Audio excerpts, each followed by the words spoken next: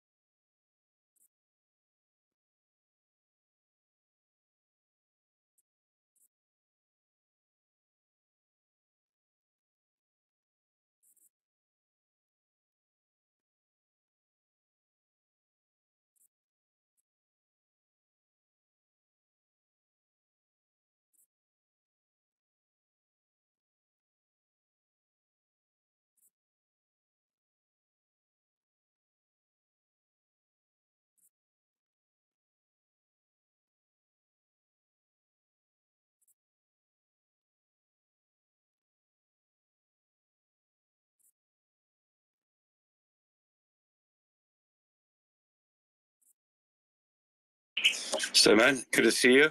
Good to see you.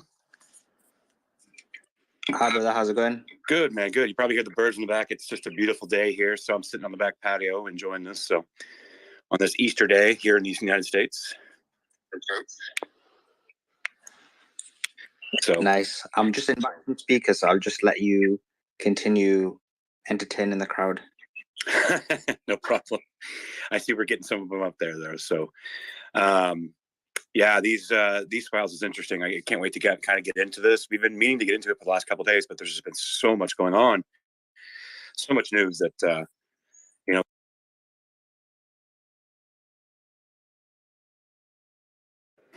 Seems like everybody's making their way up. Looks like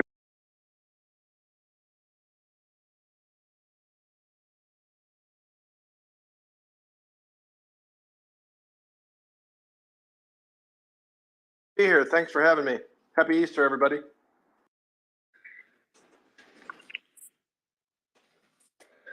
Hi guys. Just a couple more minutes. We're getting all this the panel loaded, and all the invites sent out, and we will get moving on this. So, Fox, how are you? Good, very good. Can't complain. Very good. Very excellent. Excellent. Thanks for joining us. Appreciate it. Alex, good to My see pleasure. you. Thanks for joining. Hi, everyone. Hey, Alex, thanks for joining us. Appreciate it. Lilia, good to see you. Thanks for joining us. Hey. Yeah, thanks for having me. It's actually Julia. And happy Easter to everyone. Yeah, it's fine. I just did not recognize first time that you talked about me. My apologies. Good to see you. I'm glad you're here. No worries. Yeah, happy Easter to everyone. And glad to be here. But actually, I have 1 a.m. here. So if you allow me to stay at the beginning, and then probably I will, go to bed. Well, no, I appreciate you coming in and giving us your time. So this will be an interesting discussion. So whenever you need to leave, no problem. Thank you. Yeah, big deal, big story here. It is, and I kind of want to get some feedback from some people. I have my own opinions about it, but I think that's why we bring people to the conversation and have that conversation and figure out what's what here, what's going on. So specifically, like with the numbers that they're talking about, I do find that interesting as well, because there's just different numbers reporting of casualties all over the board. So I'm gonna go run in the back and grab that thread. So Brian, yeah, go ahead. Well, thanks again for having me. So just to level set before we get into this specific leak or theft, for those of you who don't know, leaking classified information has become somewhat ideological, with people have different views of it. But just as I said, to level set, understand in the United States, it is a federal crime to steal and or release classified information if you're not authorized to. It can be punishable by the death penalty. And whistleblowing is no defense, regardless of what Edward Snowden's supporters would want you to think. In terms of this specific case, as Suleiman said, the numbers are all over the map. One thing that happens in every leak investigation, and just by way of background, when I was a baby lawyer at the Clinton administration, first signed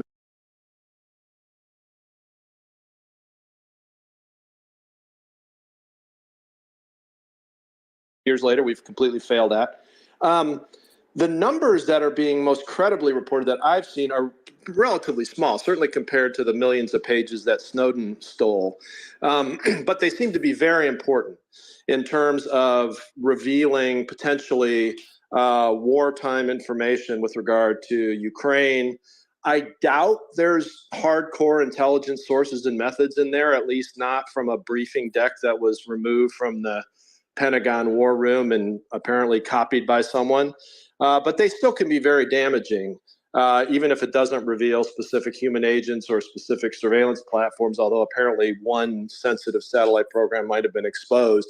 So, compared to the volume and the number of programs that were severely damaged by Snowden, compared to the number of human assets that we lost in the Soviet Union under Aldrich Ames back in the last century, so far, this doesn't appear to be such a catastrophic event. However, none of those were in wartime.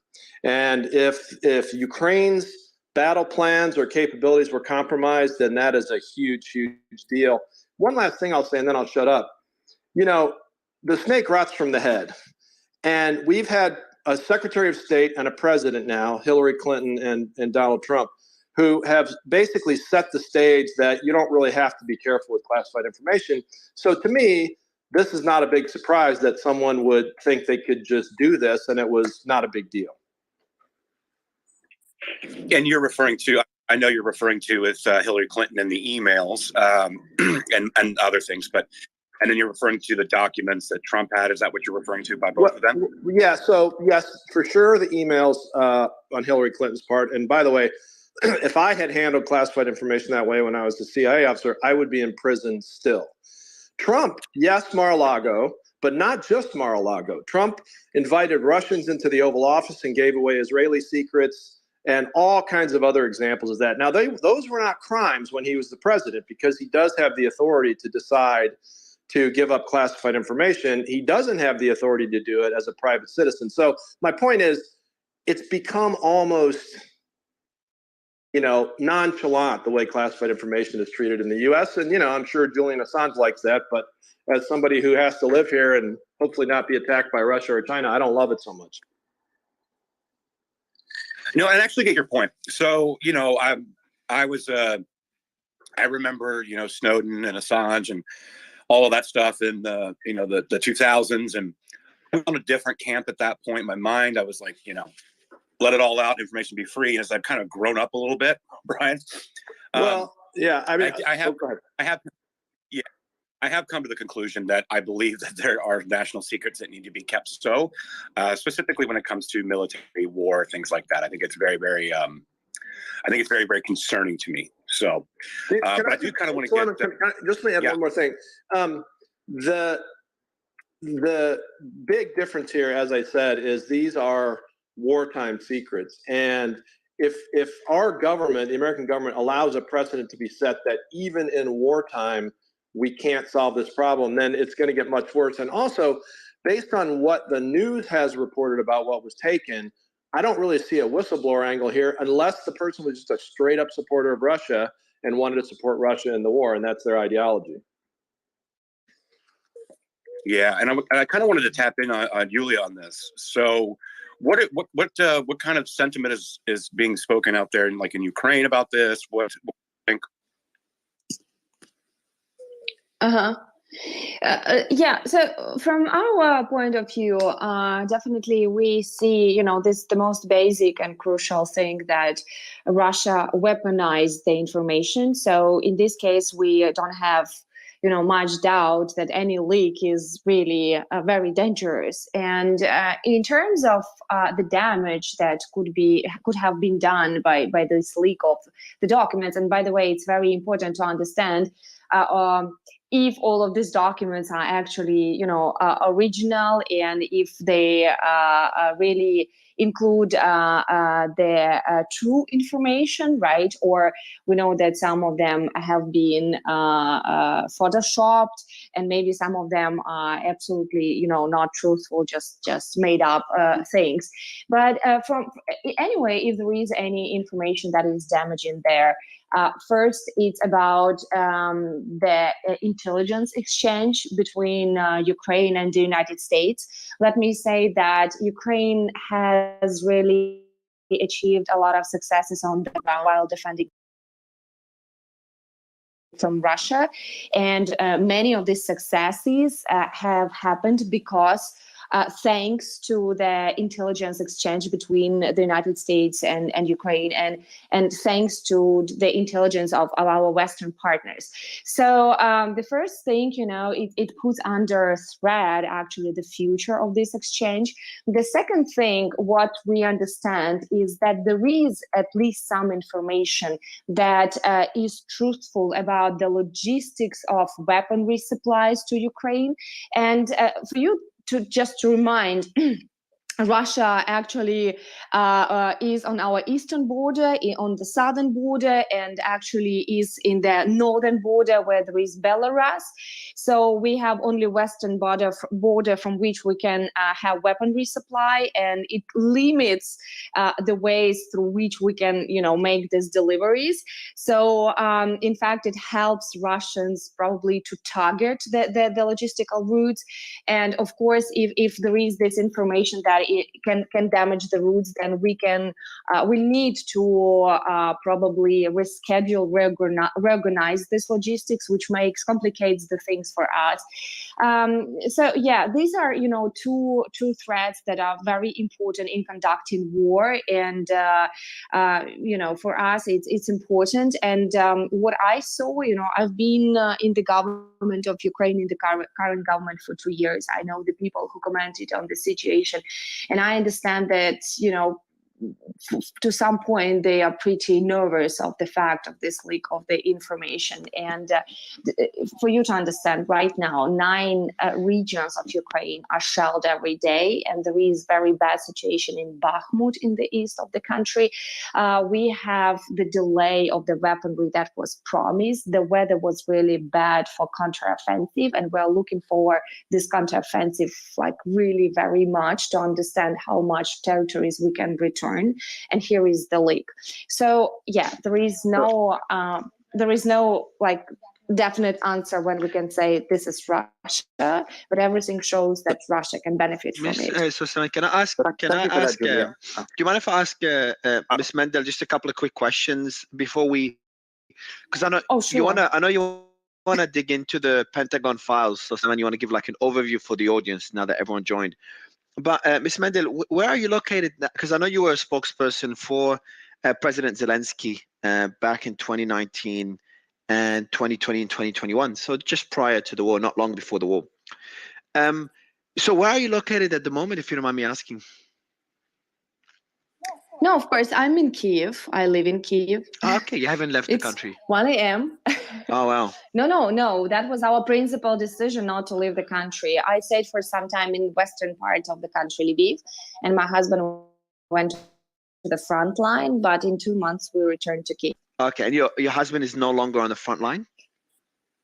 Thanks God he's back. Yeah. Okay. And I'm curious, just a couple of questions. So I have a lot of friends.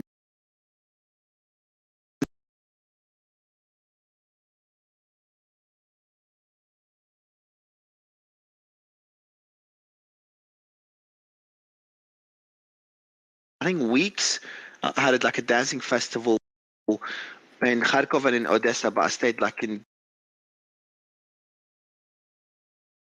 A lot of there's a bit of a crackdown on corruption within the Ukrainian government. The reason I ask about this is because you did mention about the current administration that you've worked with them. How many members from the ones you've worked with relative to now, is there many that are still there? Has it changed significantly after the crackdown? I'd be curious on what if you can give us a bit of an idea of how the government changed after the crackdowns over the last year. You mean crackdown? You mean the wars, the start of the war? Yeah. So no, since the start of the war, Zelensky did crack down on what he called corruption within the Ukrainian government. So okay. I'm just curious. You mean January? Yeah. So I'm just curious, how much has the government changed? Is there a lot of the same people that you've worked with? Have a lot of them been replaced? Well, that's a good question. I cannot say in percentage because there were different reasons for change of the government. For instance, there was the huge change of two major figures, the head of security service of Ukraine and the general prosecutor of Ukraine in summer last year. And at least one of these resignations was connected to the fact, as I understand, of mismanagement during the war. And it was not connected to the corruption, but the fact of treason in the south of Ukraine and in Kharkov that was mentioned. So I don't think that there is the investigation completed there, but definitely the president went out and said that there was the treason in security service. And as a result, we saw the head of security service left his position. There were some reforming of the government. So some of the government left also. I cannot say what the percentage was, but you are right that definitely there was, as you say, crackdown because of corruption cases in January. And I know definitely there was one person who was quite close to the president. And during the war, he had like bad stories out in media. I'm really very happy. I think this is like achievement of our democracy that we have independent, free media and good investigators who go out with the information. So they told at least two bad stories about the guy who actually used the humanitarian car for his own benefits and purposes. And then the second one that he was riding Porsche, which was just bought in June. So it was like really terrible for us. And when this information was out, the president made him resign, and I know that there is an investigation, and he is the person who was very close, and he was in the office of the president. Some of the people left their positions too, but I'm not sure. Like there is the Ministry of Defense. The investigations are ongoing. Some people in the parliament.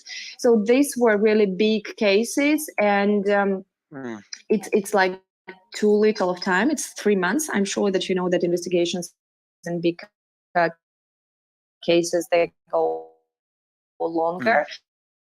But still detained. I understand the question. The Mike Disclaimer, just kind of give us an overview of what the Pentagon Files is, what they are, what the leaks show so far, and I know Trash, you've read them as well. So if you guys could give the audience just a bit of an overview of what we've seen, and then I know the panel is a lot of the panelists know about the files as well, so we can go back and forth. Go ahead, guys. Yeah, thanks for that. I'm going to give a very brief summary because we're going to go through it. But basically, the Pentagon files are files that have been leaked to the public, and they contain monumental information in terms of the content that provide a possible window into what's happening in Russia, Ukraine. Because we've heard information coming from the Ukraine side through the Western media, and it's give us one perspective. And in addition to that, we've heard Russian perspective, and that's give us another perspective. And this now gives us almost another window into what's happening. Now, this information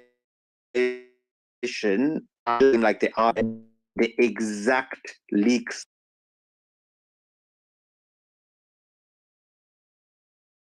in the sense of are they the original source documents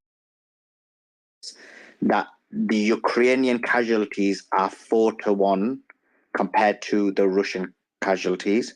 In addition to that, this leak seems to show that there are significant issues with the artillery for Ukrainians.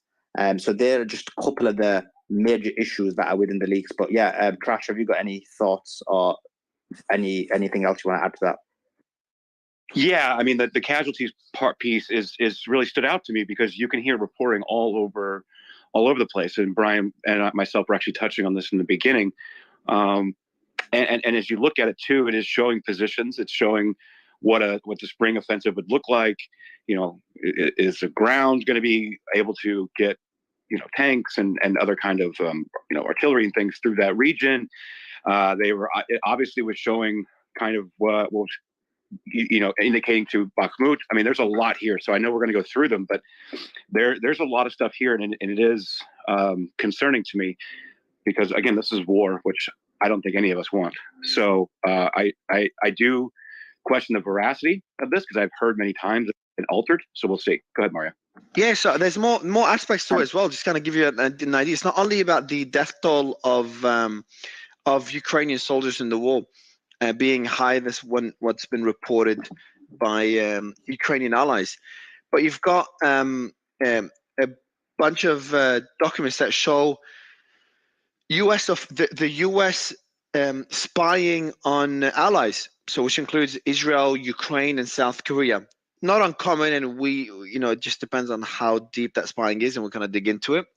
We've also got, and this may be more recent documents, but I'll read out exactly what it says. Others reveal the degree to which the US has penetrated the Russian Ministry of Defense and the Russian mercenary organization Wagner Group, largely through intercepted communication and human sources, which could be now cut off or put in danger. So essentially, the US just had access to a lot of information, and that was something that was talked about in the early days of the war, how it was just very easy to intercept a lot of the communication between the Russian army as well as the Wagner Group, and that gave a big advantage to Ukraine and NATO.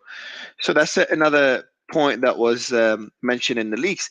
Also, the veracity of the leaks, so they are confirmed to be authentic by US officials. The only thing that was mentioned is they could have been altered before being released, or altered throughout the process as they started spreading, but we don't have any confirmation of that yet. It's just a possibility. Sulaiman?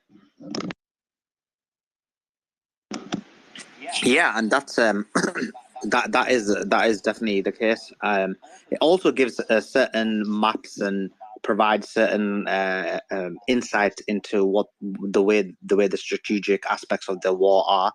But it also, in addition to what you said, Mario, is that essentially it proves the fact that it is, which was the argument from many, not proves not the right word, but it does give us an insight into the fact that this essentially is a NATO war. If they're so invested in it, there's intelligence going on, there's weapons artillery going on. So there is a significant amount of NATO input into this war, a lot more than what was propagated through the media. Yeah, and there's also one document, for example, one document reveals that the US has been spying on Zelensky, which again should not be surprising. So that's one example of the US spying on allies.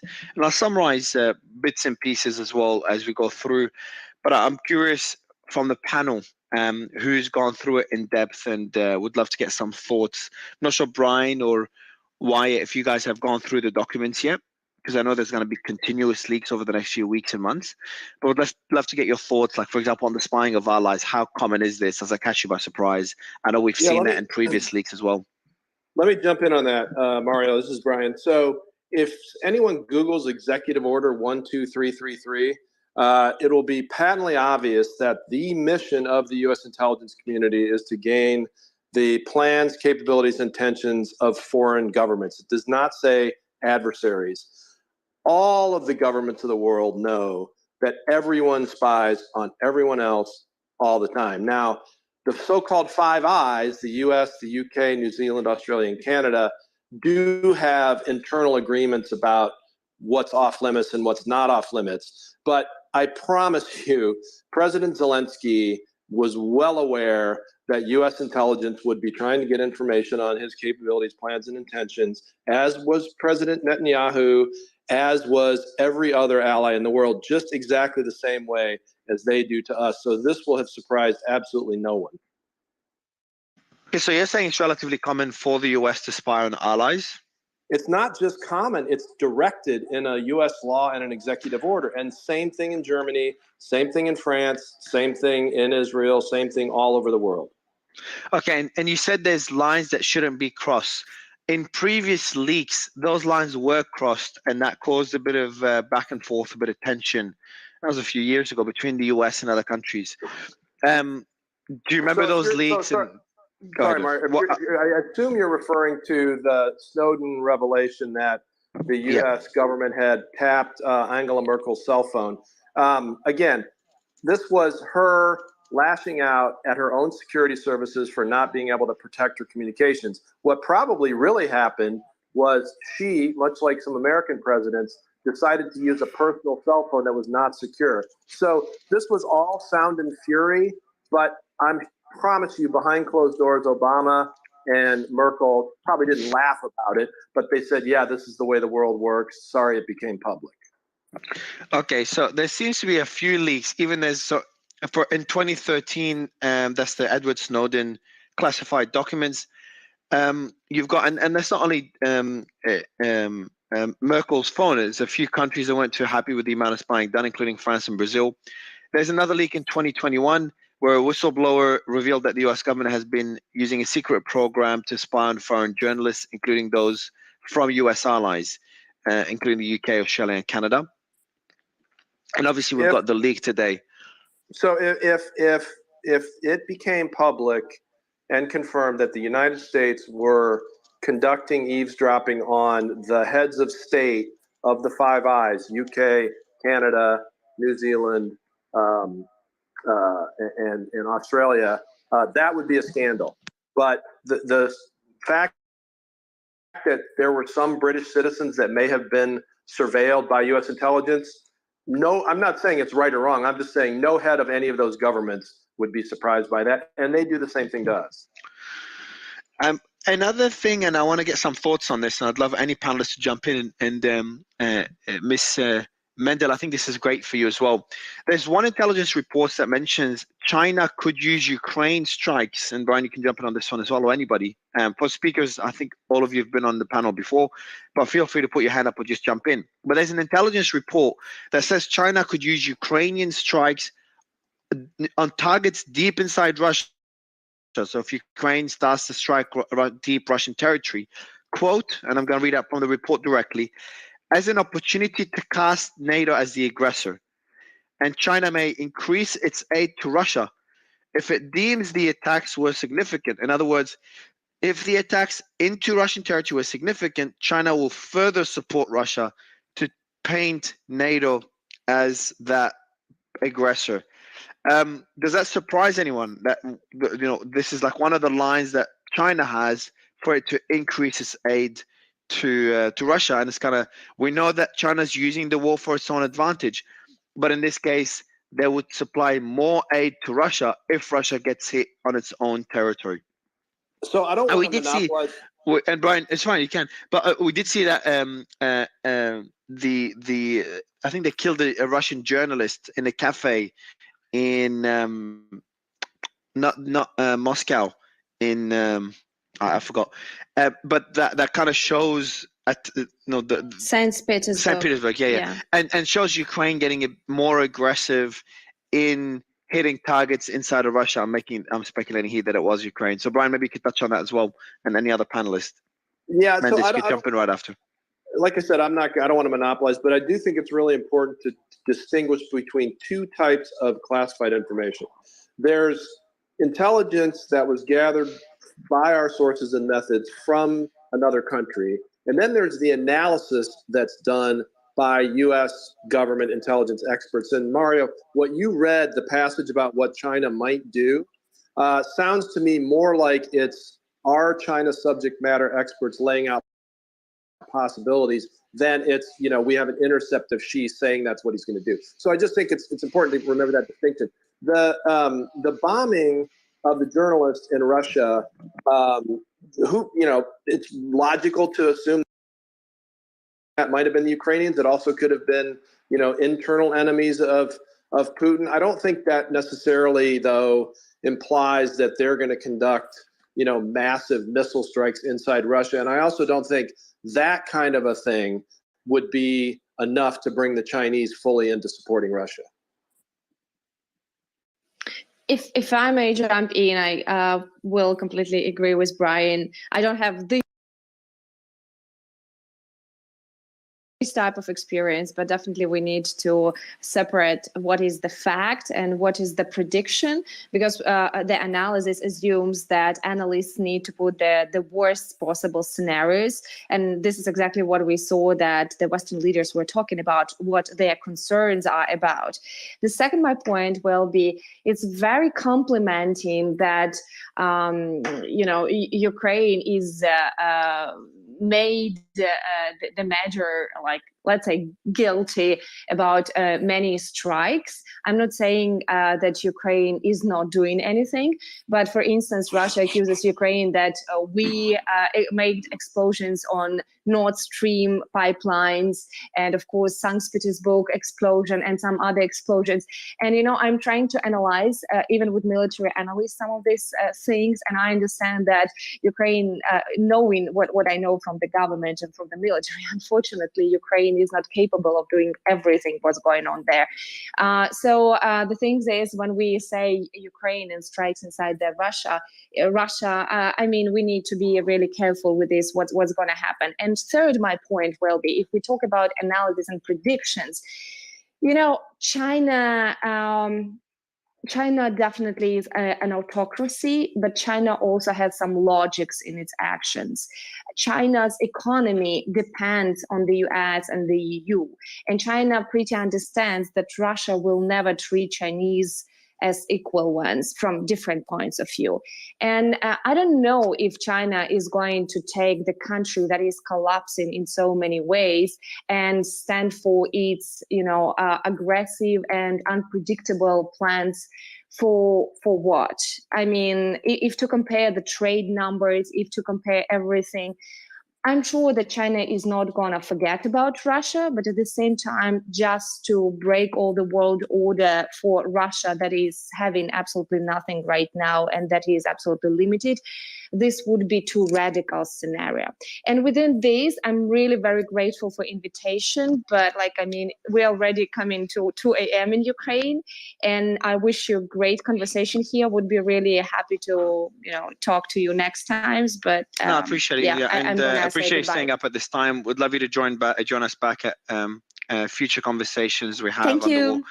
Trash, I saw you jump in. Have a good one. Thank you. Have a good one as well. I saw you jump in as well, and I'll add a question to whatever you wanted to ask. Trash, is the security concerns that are being discussed among U.S. allies. I'm curious how rare this is. In the documents, we saw that South Korea was discussing the national security risk as they got a request to supply ammunition, and. So that's number one. And number two, we saw what Macron said today. I know it's unrelated to the leaks, but Macron said, and I'll read out, that was a surprising one for me. I don't know if it surprised you, Brian, because you tend to be the more calm person when it comes to those things. But Macron said, I'll read out my tweet, French president wants Europe to reduce its dependency on the US and become an autonomous third superpower. He's in China now. He spent 6 hours with President Xi. And he talks about the great risk in getting caught up in crisis that is not ours. That's his exact words. Why? I'm not sure if you want to jump in before Trash asks more questions. Why are you there? Sorry, on mute. I am here, but not in the. Okay, so sorry, on mute. Trash, go ahead, man. You had a question? Yeah. No, I was just going to add to it a little bit. Julia brought up Nord Stream 2 and how the stuff going out there later on after Seymour Hersh's reporting and other kind of speculations and saying that no, a group of Ukrainians did it. On its face, it didn't sit well with me. I have no way to verify whether Seymour Hersh's reporting was accurate, but the timing of it seems suspect, especially with the Baltic pipeline being put in at December of 22, I believe. And so it was really interesting to see that. But I was going to kind of bounce off of what Yulia had said, but unfortunately, it is 2 a.m. in Ukraine, so she had to get going. I really appreciate her being here. But I do want to get actually... Just on that, it is important to note, the reporting about it being a Ukraine-led group that blew up Nord Stream came from Western media.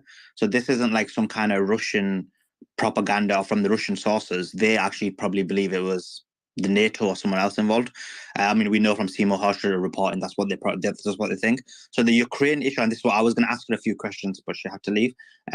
Specifically about this issue, it's actually from Western media that this idea of Ukraine-led group being responsible for Nord Stream.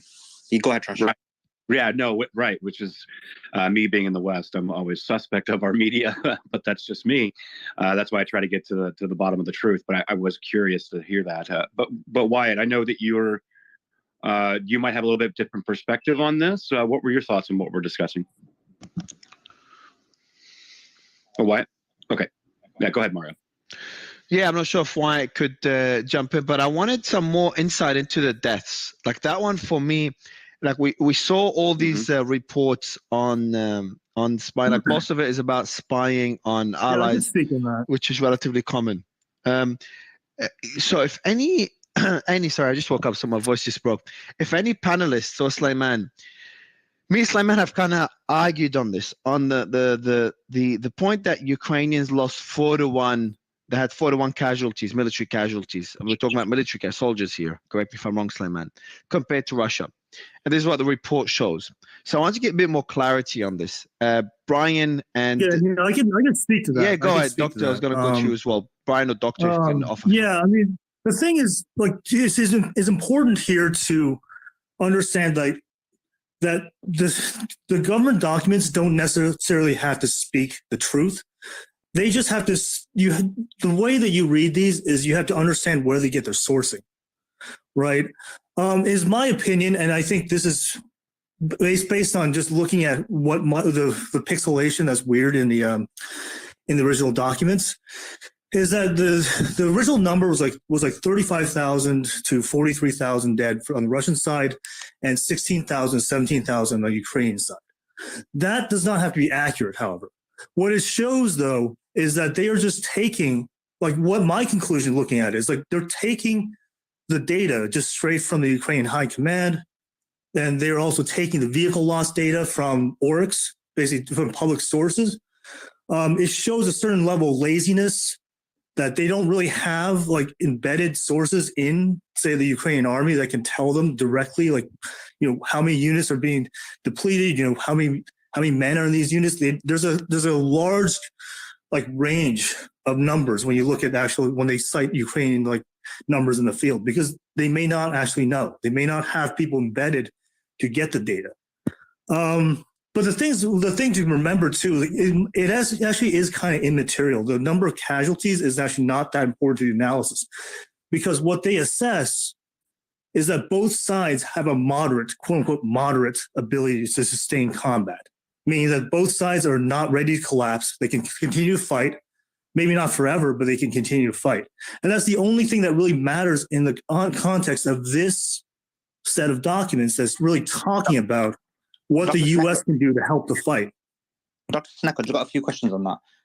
Sure. I know this argument is just it's the common argument that's used to basically about this war, because, but I just can't get my head around how the number of personnel loss can't have a factor. We know even from the Russian side, they're trying to get extra recruits by getting prisoners who sentences. Yeah, we know from the Ukrainian side they're getting people, youngsters to join the war for the similar reasons. And so personnel. How is it that personnel isn't important? And the second question is to you: the fact that the personnel loss is so large on the Ukrainian side compared to the Russian side, when you look at, in addition to that, the population levels of both, isn't that another significant impact on the war? I mean, I actually do think the Ukrainian death numbers are over six digits personally, but that's a consequence of one side firing about 5 times the artillery shells, having all the bombs. I mean, it actually is pretty mental to believe that that one side can just basically lob all this heavy ordnance and then not kill more people on the other side. I mean, there's these bombs. Right now, you're looking at Russians dropping glide bombs, FAB 1500 kilogram bombs, with about 10-meter accuracy, and basically blowing up entire trenches and bunkers.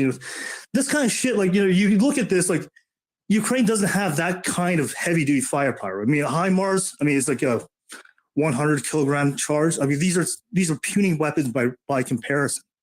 And but the point is, the point about this analysis is individual losses in personnel, it doesn't really matter as long as you can fill up the units. In real military analysis, what they look at are units. Basically, you look at the number of battalions, number of brigades, the force generation.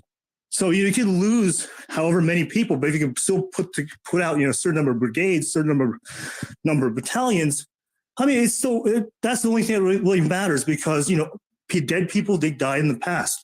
They don't really matter for the current situation. The current situation is that in these documents is that the U.S. and other NATO allies are trying to create a certain force for a spring offensive, and they're trying to get source equipment for that. And you see the list of equipment, and they're also marking down depletion rates of certain munitions, like air defense munitions.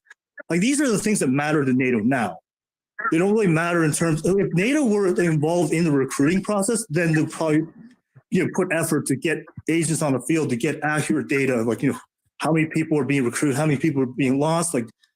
But it doesn't seem like they're actually spending the time or effort to actually get field data like this.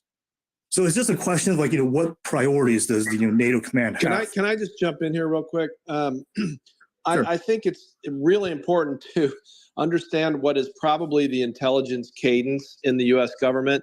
As far as I can tell, this document or these documents were from one or a couple of meetings at the Department of Defense. I promise you, the United States government is having dozens, if not hundreds, of meetings at all levels of classification about every aspect of the war. So I hope that those documents don't reveal the entirety of our knowledge about what's going on the Ukrainian battlefield. And I think it's safe to assume that we know a hell of a lot more, and we have a lot better sources and methods than were revealed in those documents. And I certainly hope I mean, hopefully, but for this document, I think they just copied stuff that was open public sources. You can trace it directly to Oryx.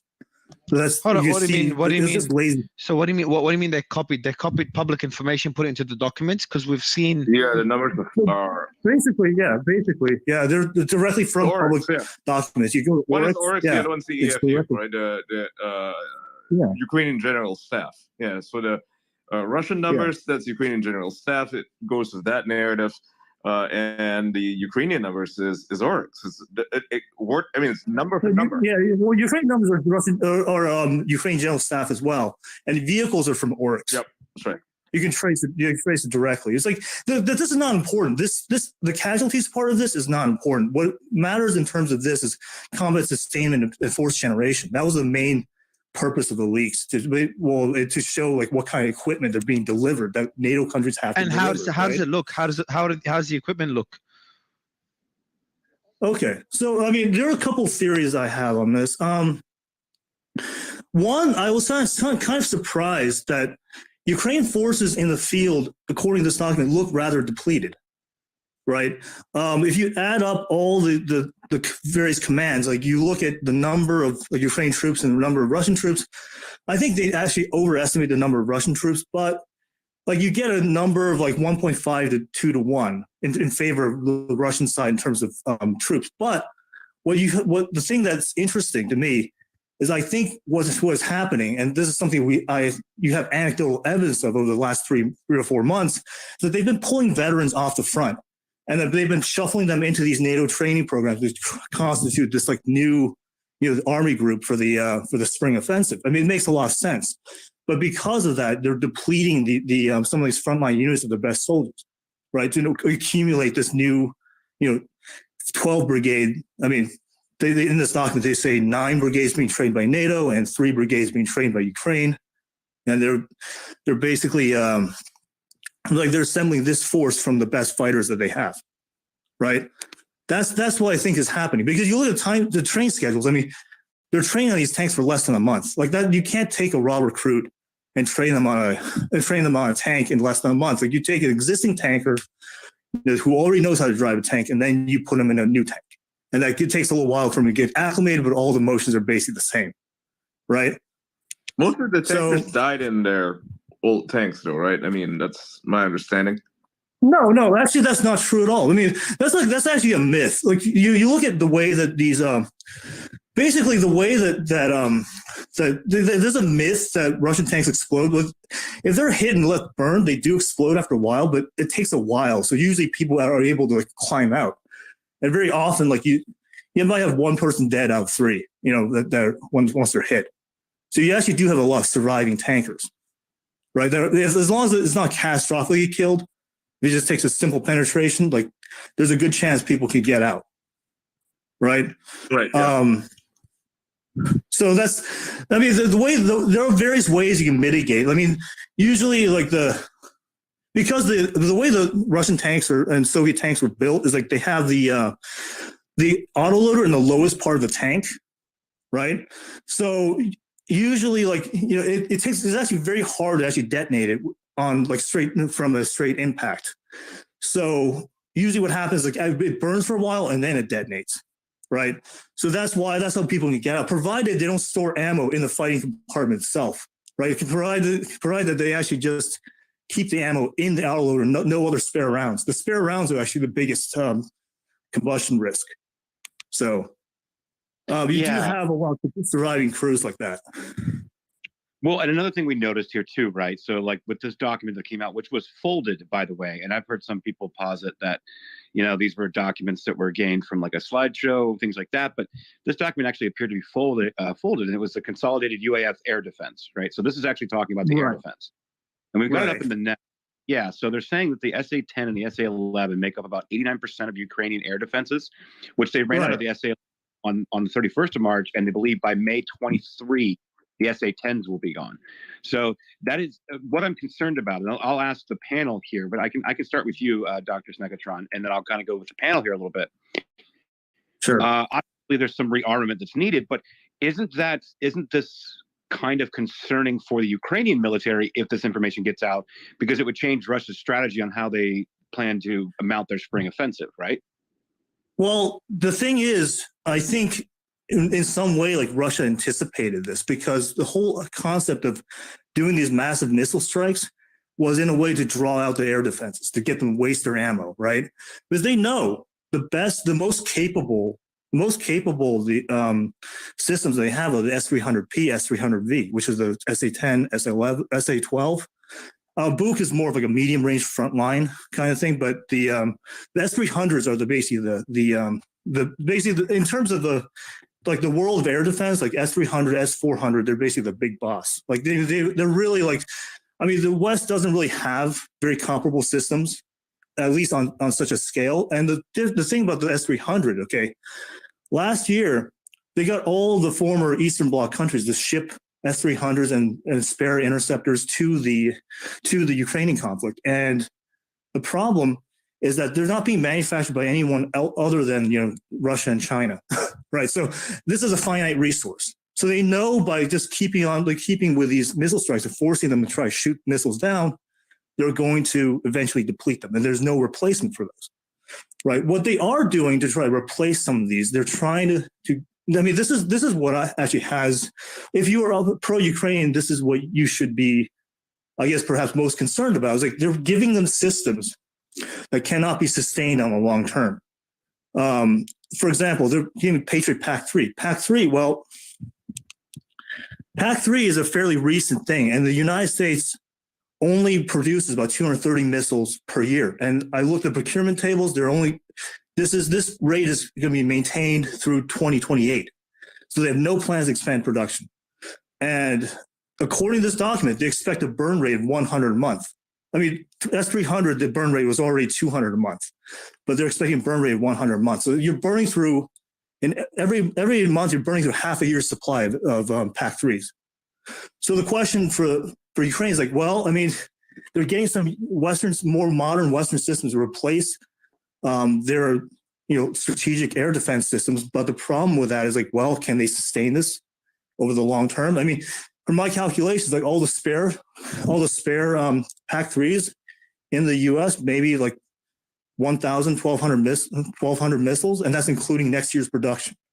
So they would be depleting this within 12 months, right? So for me, like when I look at this, like it just it really, I mean, it suggests that the West is trying to find new things to plug capabilities that are rapidly disintegrating. I mean, another example is the SA-11, the Buk. They're actually now thinking of doing it's what actually referred to called the Frankenstam through the big Safari program, where they actually try to jury rig a Sea Sparrow onto a Buk, which is actually a shorter range missile. It's not quite as capable. And basically, like, yeah, you're having these stopgap measures. And the question is, how will this be sustained in the long term? I mean, from when I read this, I think the biggest strategic takeaway from this is that they're hoping, right, that there will be some kind of near-term strategic decision based on maybe the spring offensive, and they won't have to sustain them through 2024, 2025, and so forth. Right. So they won't have to. So Trash, can you explain to me briefly? And Ben, by the way, the document has stuff about Mossad encouraging people in Israel to go out and protest, which is really interesting. So I'll. That's why I popped up here. Oh, you saw that, did you? That was fascinating, wasn't it? And a bit of Israeli pushback against providing military support. I think from memory, they said we won't provide military support to Ukraine unless either our relationship with Russia deteriorates or let me find the other part, but I'll mention that to you in a bit, get your thoughts on it as well. But Trash, can you just explain it very briefly? Dr. Snekotron just gave a whole bunch of information. In like 2 sentences, what is he saying about the Ukrainian military? What is he saying about the Russian military? So Dr. Snekotron, and you went very in depth, and I really appreciate it. I was going to kind of ask him to kind of bring it back a little bit and kind of give like the SA-300s, 200s, and so on and so forth. But generally, what he's saying is that it was anticipated that they would be running out of this, and the whole purpose. Who would be running? Who would be running out? Sorry. Yeah, Ukraine. Okay. And so Russia's strategy was to kind of push offensives that would make them at a significant burn rate, so they would go through these resources quickly, so then they could get to a spring offensive. So it seems to be essentially what he's messing. And I'm not putting words in your mouth, Dr. Snekotron, but what he was saying is that they are severely depleted, and we're kind of looking at this document and other public documents that suggests they very well may be. And that was kind of what they were trying to do, was get it at a higher burn rate than anticipated, to deplete it, then to mount a spring offensive. Dr. Snekotron, did I kind of summarize that up pretty good? You're muted, Doctor. But can you hear me? Yeah, he's muted. I muted you, Doctor, because you had a bit of echo. But essentially, does that mean like Russia's depending on either the West? So putting the West, or putting NATO in a position where they'll struggle to keep supplying enough weapons to Ukraine, considering the burn rate that Russia is forcing onto Ukraine? Right. Because they already calculated that S-300 would be finite, because nobody else produces S-300 interceptors except Russia and China, right? And which would mean that the West would have to compensate by giving Ukraine more advanced, like modern SAMs, but the West currently does not produce enough missiles. Yeah, but there's so S-300, isn't that one of many different types of surface-to-air missile systems? But okay, they're depleting S-300s. Then the West will have a whole bunch of other different models that they can provide Ukraine. Very advanced. No, but the thing is, they're shorter range. They're shorter, like PAC-3s. Okay, but you're saying that the West will not have, or NATO will not have, other long-range surface-to-air missile systems that can provide. They will. But the thing is, I'm saying, like, the current. Look, the current systems being sent, PAC-3 and the SAM-PT. Like there are not enough missiles, interceptors on hand to supply Ukraine at the rate. They had to supply more types. Like I suggest moving on to the SM2, SM6. Has NATO moved to those different types or not yet? They have not, because SM2, SM6s are actually mounted on ships, and the Navy needs those. But the thing is, but here's the thing: like, if you need to replace, you need a long-term, long range strategic option to replace the S-300Vs, which will have like 50 missiles left at this point. Yeah, you need to move on to SM-2, SM-6. Guys, can someone give me clarity? Am I the only one that finds this to be freaking crazy? Like Brian, I'm not sure. I mean, no. No, I'll tell you what, bro. Sleiman, like NATO's running out of weapons to supply Ukraine. Like, think about it. Like, we're talking about the biggest military alliance in the world. They've been saying that for a while. I don't like to use the word I, but I put a thread up that I wrote in February because that was the argument that I was making, and literally it's the argument which Ian agreed with as well. It's a common argument. It's a common argument, man. But doesn't it sound crazy? The argument people are making, right? But it's not. It's widely reported. Yeah, it's widely reported that basically they were running out of ammunition. NATO was struggling to supply. There's just so much information out there about this. One second, Dr. Sneak. What this actually shows is that in addition to us saying it, in addition to basically maybe in Russian sources, I'm sure you were included. I'm sure you were included in the intelligence report, Sleiman. Don't worry, bro. Jesus. I mean, I don't need to be. You just need to. Just analysis, just unbiased analysis, Mario. But basically, what you have is a scenario where basically they knew and they are well aware that they're running out of ammo. And for me, this leak is huge. It's monumental because it just confirms our thoughts that Ukrainians are having significant casualties and they're not able to maintain it, and the casualties are much more than the Russians. And now that they're running out of ammunition as well, it's just significant. All right. Look. The ammunition one, when you say it's significant, you just said we've known about it for months. So guys, can I jump in again? Yeah. I'm sorry. Yeah, Brian. Help me push back. Like I've now looked at what I think Suleiman or somebody helpfully posted in the chat. First of all, that is a Bush League looking document. I mean, that does not look to me like a document that was a coordinated product of the United States intelligence community. It looks like some staffers got lazy and went out and copied shit off the internet. That's point one. Point two is sorry, Brian, I'll give you the mic to go through your different points. Just on point one, it's one of the concerns that I had, but we've had U.S. intelligence, U.S. officials did confirm the authenticity of the leaked documents. So that's public information. Just thought I'd put that out there. Yeah. So they were.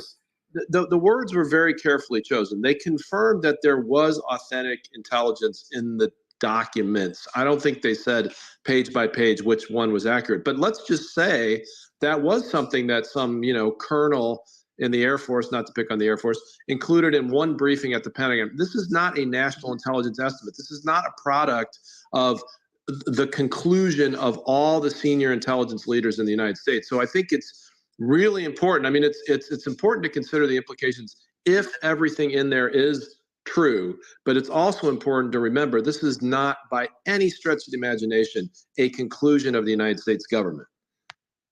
Why do you say that, Brian? Okay. Because I know what those documents look like. They're called national intelligence estimates, and they're not slideshows that are put forward at a Pentagon briefing. Yeah, but maybe they're trying to put all that information, all these documents into a nicer format for people to be able to consume. Well, let me say this: like, you don't need classified information to know that S-300s are not getting resupplied. Only Russia and China make them, so that's a finite resource. We know they're going to run out at some point. And the proof is in the pudding. Right now, you're seeing the VKS, the Russian Air Force, use glide bombs, FAB 1500s, that are basically glided in from 30 to 40 kilometers from the front. They hit with devastating effect. And basically, like, Ukrainian air defense is very weak, and they're not able to shoot back at them.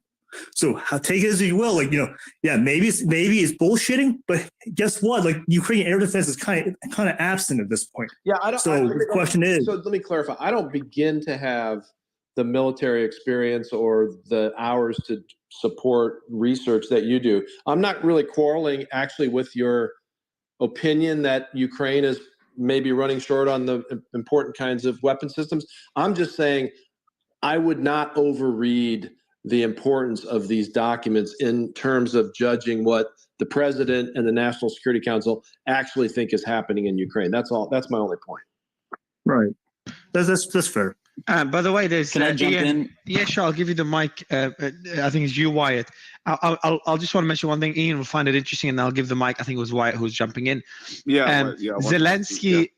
Yeah, listen to this though. Zelensky in late February, quote, suggested striking Russian deployment locations in Russia's Rostov Oblast using unmanned aerial vehicles, since Ukraine does not have long-range weapons capable of reaching that far. So Rostov, can you explain where is Rostov Oblast? I think Dr. Snake might be able to actually provide the location. Rostov is the closest really Russian city. Right next to southern Ukraine. Yeah. Rostov is kind of the main entry point on the Donbass area. But isn't that Russian? But no, Russian the reason I asked him, isn't that isn't that it's you, Wyatt? Yeah, Wyatt, isn't that Russian? Isn't that part of Russia? It's a Russian oblast. Yes. Yeah, it's not part of Ukraine. Okay, so that's Zelensky wanting to use unmanned. And they have been trying to do that. I mean, we recently heard of, and this is unconfirmed, right? The damaging of Russia's basically their AWACS, right? It's this big, massive plane that does aerial surveillance, right? That was damaged in what? In an airbase in Belarus. Belarus. Yeah. It's not really confirmed if the damage was, like big, but they did manage to pull off an attack on it. And they didn't use a missile. They used they had what do you call it? A UAV, right? There's somebody on the ground, probably saboteurs, that sent in, what is apparently, I guess, a DJI drone, and just had it fly into it with like a tiny bomb, right? Not really significant damage. You could repair it in a few weeks. But that's what they did. I mean, this is what they're resorting to because they don't really have any sort of long-range capability to hit any Russian base or materiel from Ukraine. This is impossible. They can't reach them. Yeah. Well, no, that's incorrect actually, because they have been trying to get drones into Moscow, and these are the old Soviet Tupolev 141s, and these are old jet-powered drones. They're very fast. They basically load up a 250 kilogram bomb on. Yeah, and then basically and the thing is, they fly very low, and they've been stopped so far because they've been hitting trees. But they've been trying. I mean, it has enough range to act like a low-rank cruise missile. Yeah, that's pretty funny. Well, I mean, the Russians have had much better success using them in Ukraine because it's so flat, right? And all the locations that they need to hit are not exactly in densely wooded areas. They're right out there in the open, so it's pretty easy to hit. Not so much the other way around. It's kind of hard to fly through a bunch of forests. I wanted to jump in if I could, just because go ahead. Brian made some points that I actually do agree with, and some points I vehemently disagree with. First, I think it is important to distinguish between whether or not these things were actually created. These documents were actually created by U.S. government sources, and then secondarily, like whether or not they're actually true, because I think there is a big gap between those two questions. And first of all, I would say I do actually think these documents are legitimate, not the ones that say that there's a 4-to-1 death ratio between Ukrainians and Russians. That does seem to be edited. There is a version that was previously posted. It was posted kind of a day before it hit the news that had much lower casualty figures for the Ukrainians, which I personally don't think is true. I don't think that. I do think that was the original number posted in the actual document, which again I do think is legitimate for a number of reasons. We've heard there are certain figures in them that we've seen cited. For example, Ben Wallace in mid-February used the term 97% when he was describing the percentage of the Russian military capability that had been committed to Ukraine. That's the same exact number that we see in these documents, 97%. It's kind of a strange coincidence if that's the case. But I don't want to underplay the importance of this, because I do think that it's significant on a number of levels. Contrary to what Brian, who I believe is a former CIA officer, said about the significance or the reception to the Snowden revelations, the spying scandal, that was actually a pretty big deal for a lot of European countries. It was not something that was laughed about behind closed doors, as far as I'm aware. In fact, actually, Merkel publicly, she was quoted at the time by a number of mainstream sources as describing it as being like the Stasi, the kind of surveillance that the U.S. was subjecting her to. And of course, it led to a big uproar in a number of other countries. I think that kind of diplomatic fallout certainly is a possibility here. And then the other point that I think is really important to hone in on is something that Michael Tracy kind of posted the other day, citing the New York Times report published 2 days ago. And he said that he's quoting here, one official said it was likely that the documents did not come from Ukrainian officials because they did not have access to the specific plans which bear the imprint of the offices of the Pentagon's joint staff.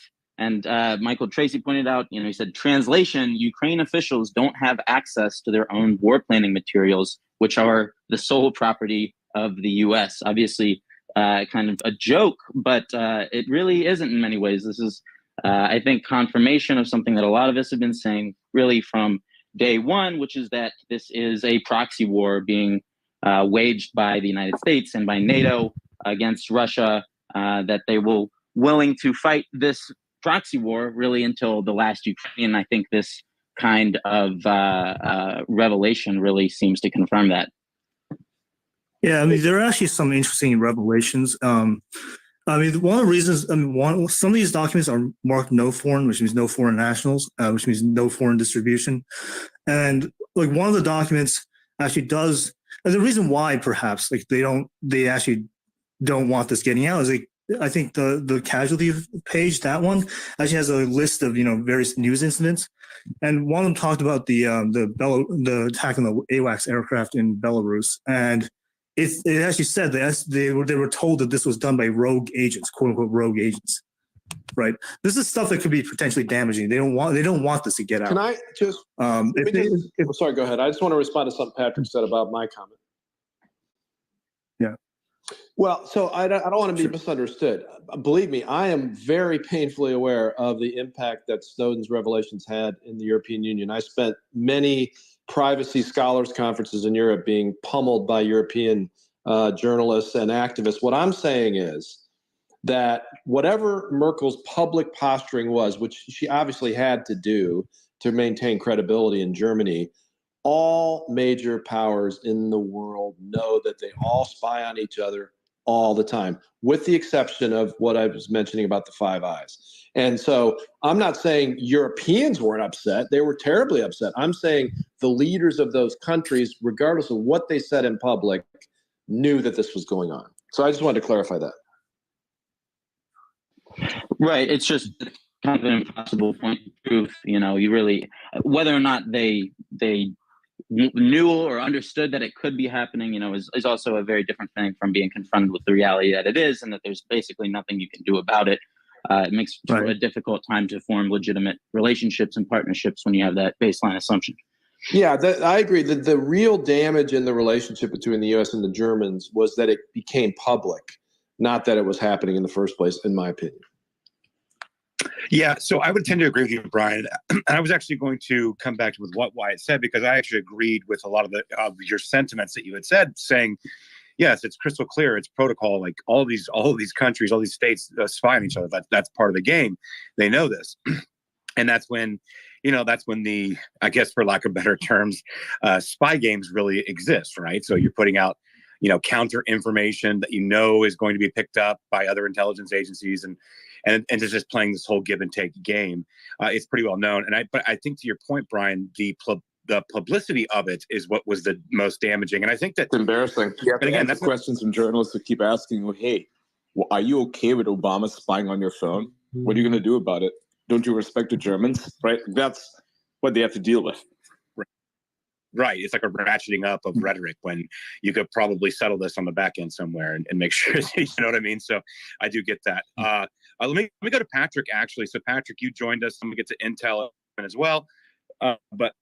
So Patrick, what do you think of the number one? So Some yes in Western media are questioning the veracity of the documents. Some are saying that they're authentic, they're accurate. A lot of the reporting that I'm seeing is as well as the reason Pentagon is actually doing the investigation on where the leaks came from. But what are your thoughts about this? Hey, thanks, Trash and everyone. Yeah. So what I look at first is, as a journalist, I'm not actually so much interested in the details of what's in the documents materially, because I've looked at so many different leaks over the years and studied leaks throughout history. So the two things I'm looking at are what would be the motivation for leaking. And the last kind of tranche of Pentagon leaks, I think, was about a year ago, actually. And one of the main features of those leaks that was publicized was that the Pentagon believed that Russia was showing restraint and was avoiding civilian targets, among other things that were in there. And so the takeaway from that is possibly that, the people in the Pentagon are slightly more honest and realistic than the political managers of this war. And most people are not going to argue with that. Generally, the Pentagon's going to have a more realistic read on things, and that traditionally maybe members of the Pentagon or the brass might be more concerned about the welfare of U.S. forces that are active in Ukraine, for instance, or where the U.S. is going generally militarily in the direction of the conflict. We have special forces in Ukraine. We've had them. I'm fairly certain it's been told to me, Green Berets since I think June, at least maybe May last year, and other detachments doing various things throughout Ukraine. So we have troops there, and they're very busy, and they've been active before the conflict, actually, long before 2022. But so what's the motivation of these leaks? And if you look at the timing of it, the big news right now, which is not being publicized, is that the Ukrainians have thrown quite a lot of men and assets and equipment and expended a lot of treasure and blood in Bakhmut, and that Bakhmut is out of their control now, and it's fallen, so to speak. So if that's an important story and that's not being talked about, then you could say the leaks perform a function right now at this particular time, willing to give up certain details, maybe high value or not, take one for the team for the bigger cause, which is the public relations cause. And when you see things like Zelensky popping off, making statements about, drone attacks in Rostov, immediately that screams to me that he's being told and he's saying things that are going to preclude any kind of peace negotiations, because anything within Russian territory is seen as further reinforces Russia's need to extend its security envelope for Ukraine. And so and that's the whole reason they push beyond the borders of Donbass, is because if you perceive a threat, then you're going to want to push out much further than the line of contact ultimately in order to secure your security interests. So whatever Zelensky's saying in that regard is just like literally fodder for that agenda, which is no peace negotiations, keep the conflict going. And then you're looking at the actual numbers, which everyone was kind of admitting only a month ago, that as other speakers in this room have just commented on, that ammunitions are running really low, as are able-bodied or high-quality manpower on the front line. It's devastating for Ukraine. So that would be the takeaway. But you wouldn't want that to be particularly publicized right now. That has political ramifications in the United States and Britain and other NATO countries. So anything that would cover that up and kind of, massage that problem for the moment, because there's clearly another play for NATO now. If there's not a military victory or a military win in Ukraine, they have to have something else that they could call a success. And so that would likely be, and all the noises coming out of Poland that we've been looking at for the last 3 months, are that Poland is preparing or has already had a decent detachment of manpower around Kharkiv. Therefore, they're actively involved, and they have designs possibly on leading a coalition to establish a safe zone or a quote humanitarian corridor in Western Ukraine. And France has already committed to a certain amount of Mirage jets that they're going to get from the UAE, the MiGs from Slovakia, from Poland, F-16s. So Poland being the management area for a safe zone over Western Ukraine, Lviv, who knows how far towards Kiev that would be, if not to Kiev. And the U.S. has proven that the squatting method works in Syria, which is you move in and you squat, and then you just wait till whatever opportunity comes in the future. So, I mean, that's the way I'm looking at it, is like I see as a massive defeat in the East, and NATO is running out of plays, and that might be their only play, is just literally to move in a U.S., Polish, British coalition, a NATO but not NATO force, and I don't really see anything else that's available to it's them. an off-ramp. Yeah, and so these documents are an off-ramp. They provide NATO with an off-ramp to say, hey, we're going to scale back our support for Ukraine because they're clearly not winning, and there's no need to waste resources, waste manpower on this conflict that's clearly unwinnable, right? It's a hot dose of reality, so to speak, right?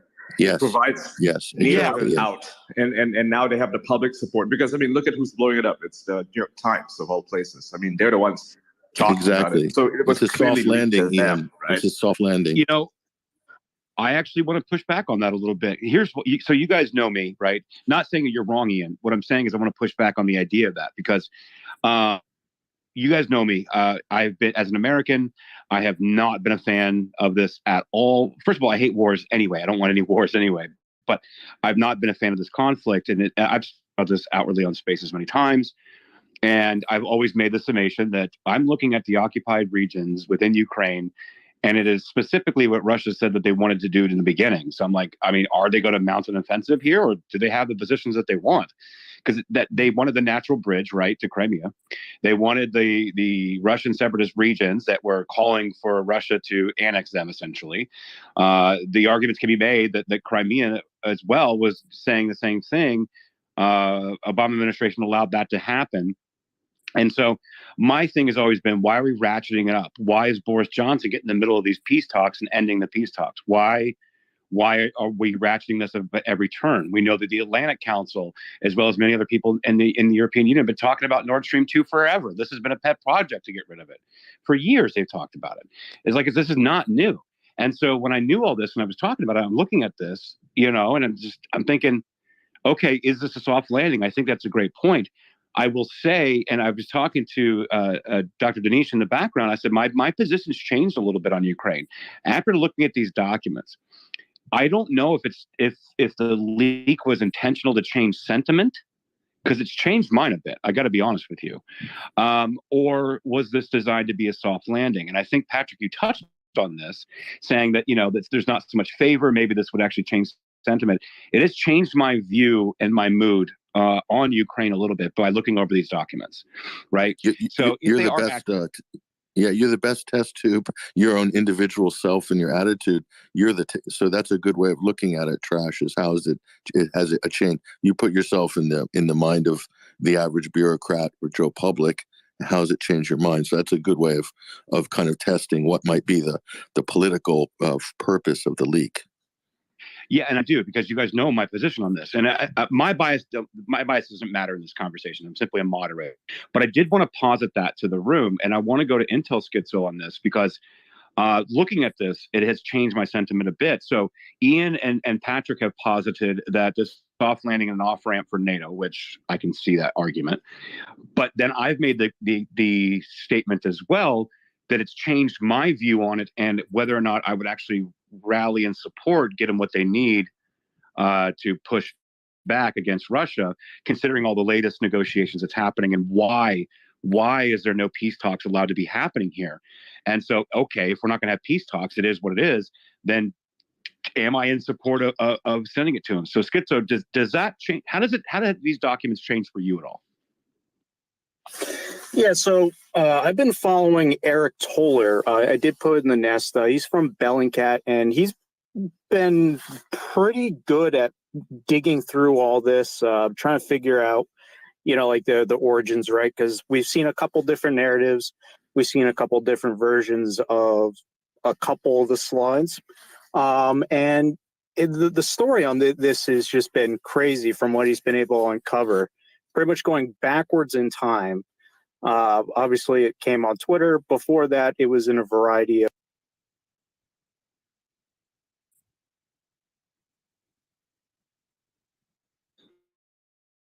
Oh, Intel, I think we lost you on a phone call.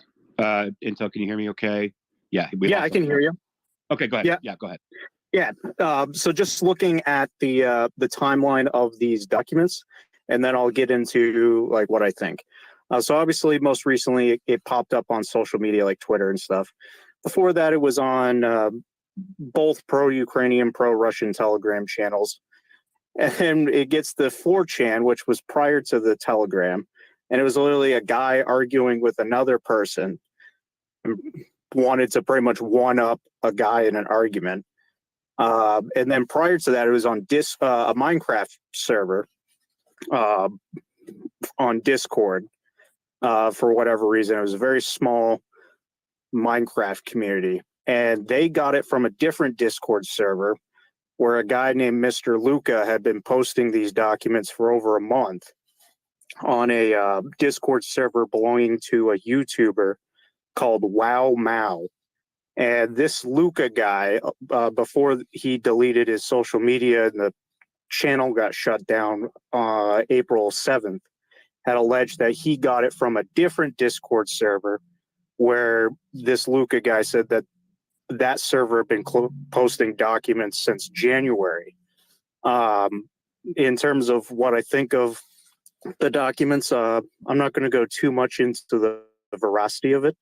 But if this was supposed to be some grandiose PSYOP thing, it doesn't really make sense to me. It's not really a DIA function to do PSYOPs. Right? Quick question, Intel. Do you think this could be the same thing as when I don't know if you play War Thunder, right? It's a video game that has realistic tanks. Or World of Tanks is probably a better example. They use more realistic simulations of tanks. Do you think this could be a situation where someone who actually works at the DoD was trying to one-up somebody else in an argument? Like, so in the case of World of Tanks, you would have these guys posting top secret information about tank designs that are not available to the public, right? And I'm not talking about like the manuals that tankers get. I'm talking about like the actual physical designs of the tanks, their weaknesses, their strengths, everything, the stuff that, if it fell into the wrong hands, they would be able to ascertain or even reverse engineer the tank itself, right? And they would do this because they wanted more realistic tanks in the game, and they wanted to like make a point, right? And I think the DoD had to pull those things down. The game developers were like super concerned about it because it was, all this stuff is top secret. It was getting on their forums, getting on their Discord channels, because the guys who had access to this information just wanted to put it out there, trying to make a stupid internet argument. Do you think this could be a similar situation where there was no real PSYOP or anything like that, and just more like some guy wanting to make a point, wanting to say, I'm right and I'm part of this intelligence thing, and here's why you're wrong? Do you think that it could literally be that stupid? Can I jump in on that real quick? It could be, but we don't know. So the guy over at Bellingcat, this Eric guy, everything he's dug up, that Discord server for Wow Mao didn't really show that. It's just the guy literally dumped all of these documents, and he was like, I got it from another server. It sat in that server for over a month before it then made its way to the Minecraft and then ultimately to 4chan and Telegram within the last week. So I'm not really sure if this was like a one-up thing, but it doesn't really, to me, fit any narrative of like a PSYOP. Yeah. In terms of the editing, there's only been one slide that there's been at least 100 allegedly pages. The Eric Toller found probably 20 to 60 on the Wow Mouse server, and out of those, only about 6 made its way to 4chan and Telegram and Twitter. And out of those documents, only one has had any edits, and that was the one slide with the casualty count. The earliest ones on Discord had a casualty rate of 1 to 2. So for every 1 Ukrainian, there was 2 Russians, and the casualty figures were quite low. In that, in terms of the veracity, who knows? DOD is not going to ever ascertain, right? Standard policy to say we can't confirm or deny, et cetera, et cetera. So I guess I won't really go into do I think that number is legit, but there's only been one edit, and that was that one box. And it's quite silly when you look at the original Discord and then the Telegram photo. The one on Discord's very clear, clean. You can see the numbers. The Telegram one, it's like super blurry, lower quality image. The numbers were reversed. There's spacing issues, and the font's different. And it's like, okay, they just like went in the paint and just did a text box. I think I don't think this in the end is going to be a huge blow. I mean, it's a pretty substantial leak in terms of recent history. I think the last major leak was Reality Winter. I might have the name wrong. So it's a pretty substantial leak in terms of the size, but I mean, in terms of the Ukrainian war effort, right? This doesn't really reveal much about any plans of a counteroffensive.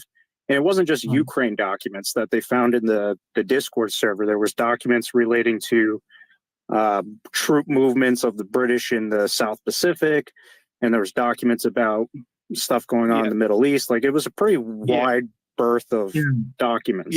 That was more than just the DIA's Joint Staff Daily Report. I don't think you can hear me. From March 1st, because that's all these documents that is literally just right. Okay.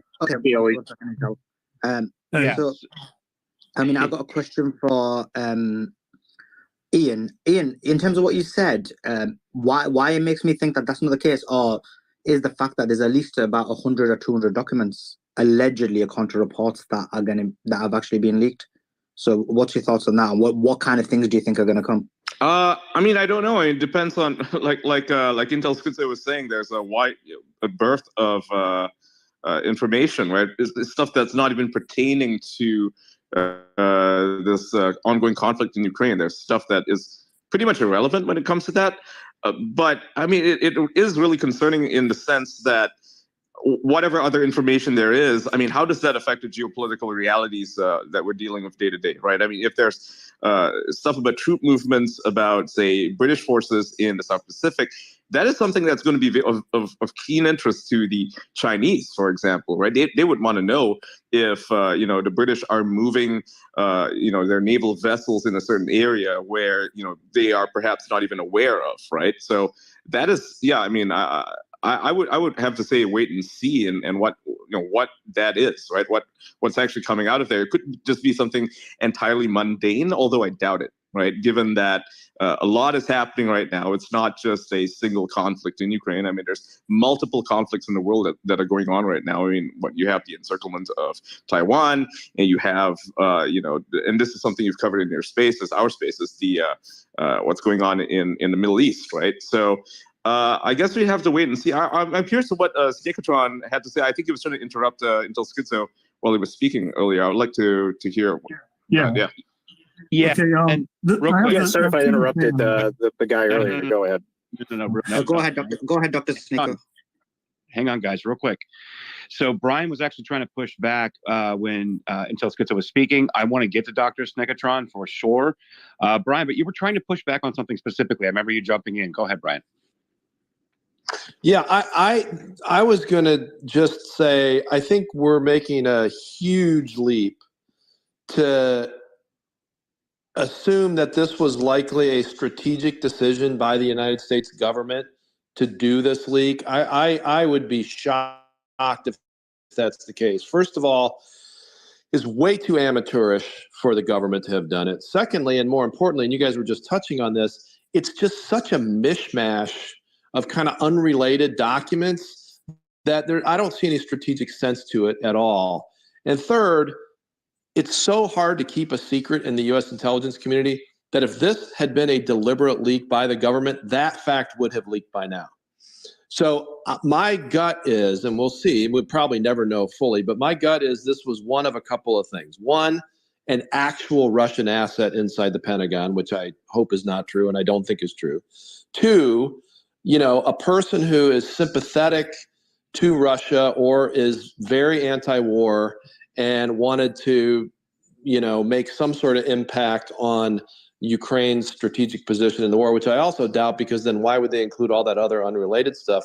Or I think the most likely possibility is one, either a straight up cyber hack, which is my day job, or two, some person who, to the earlier point you guys were talking about, either is in some bureaucratic dispute or wants to be a Snowden or is unhappy in their job or has a good relationship with a journalist and just wanted to prove they could get secret shit out there.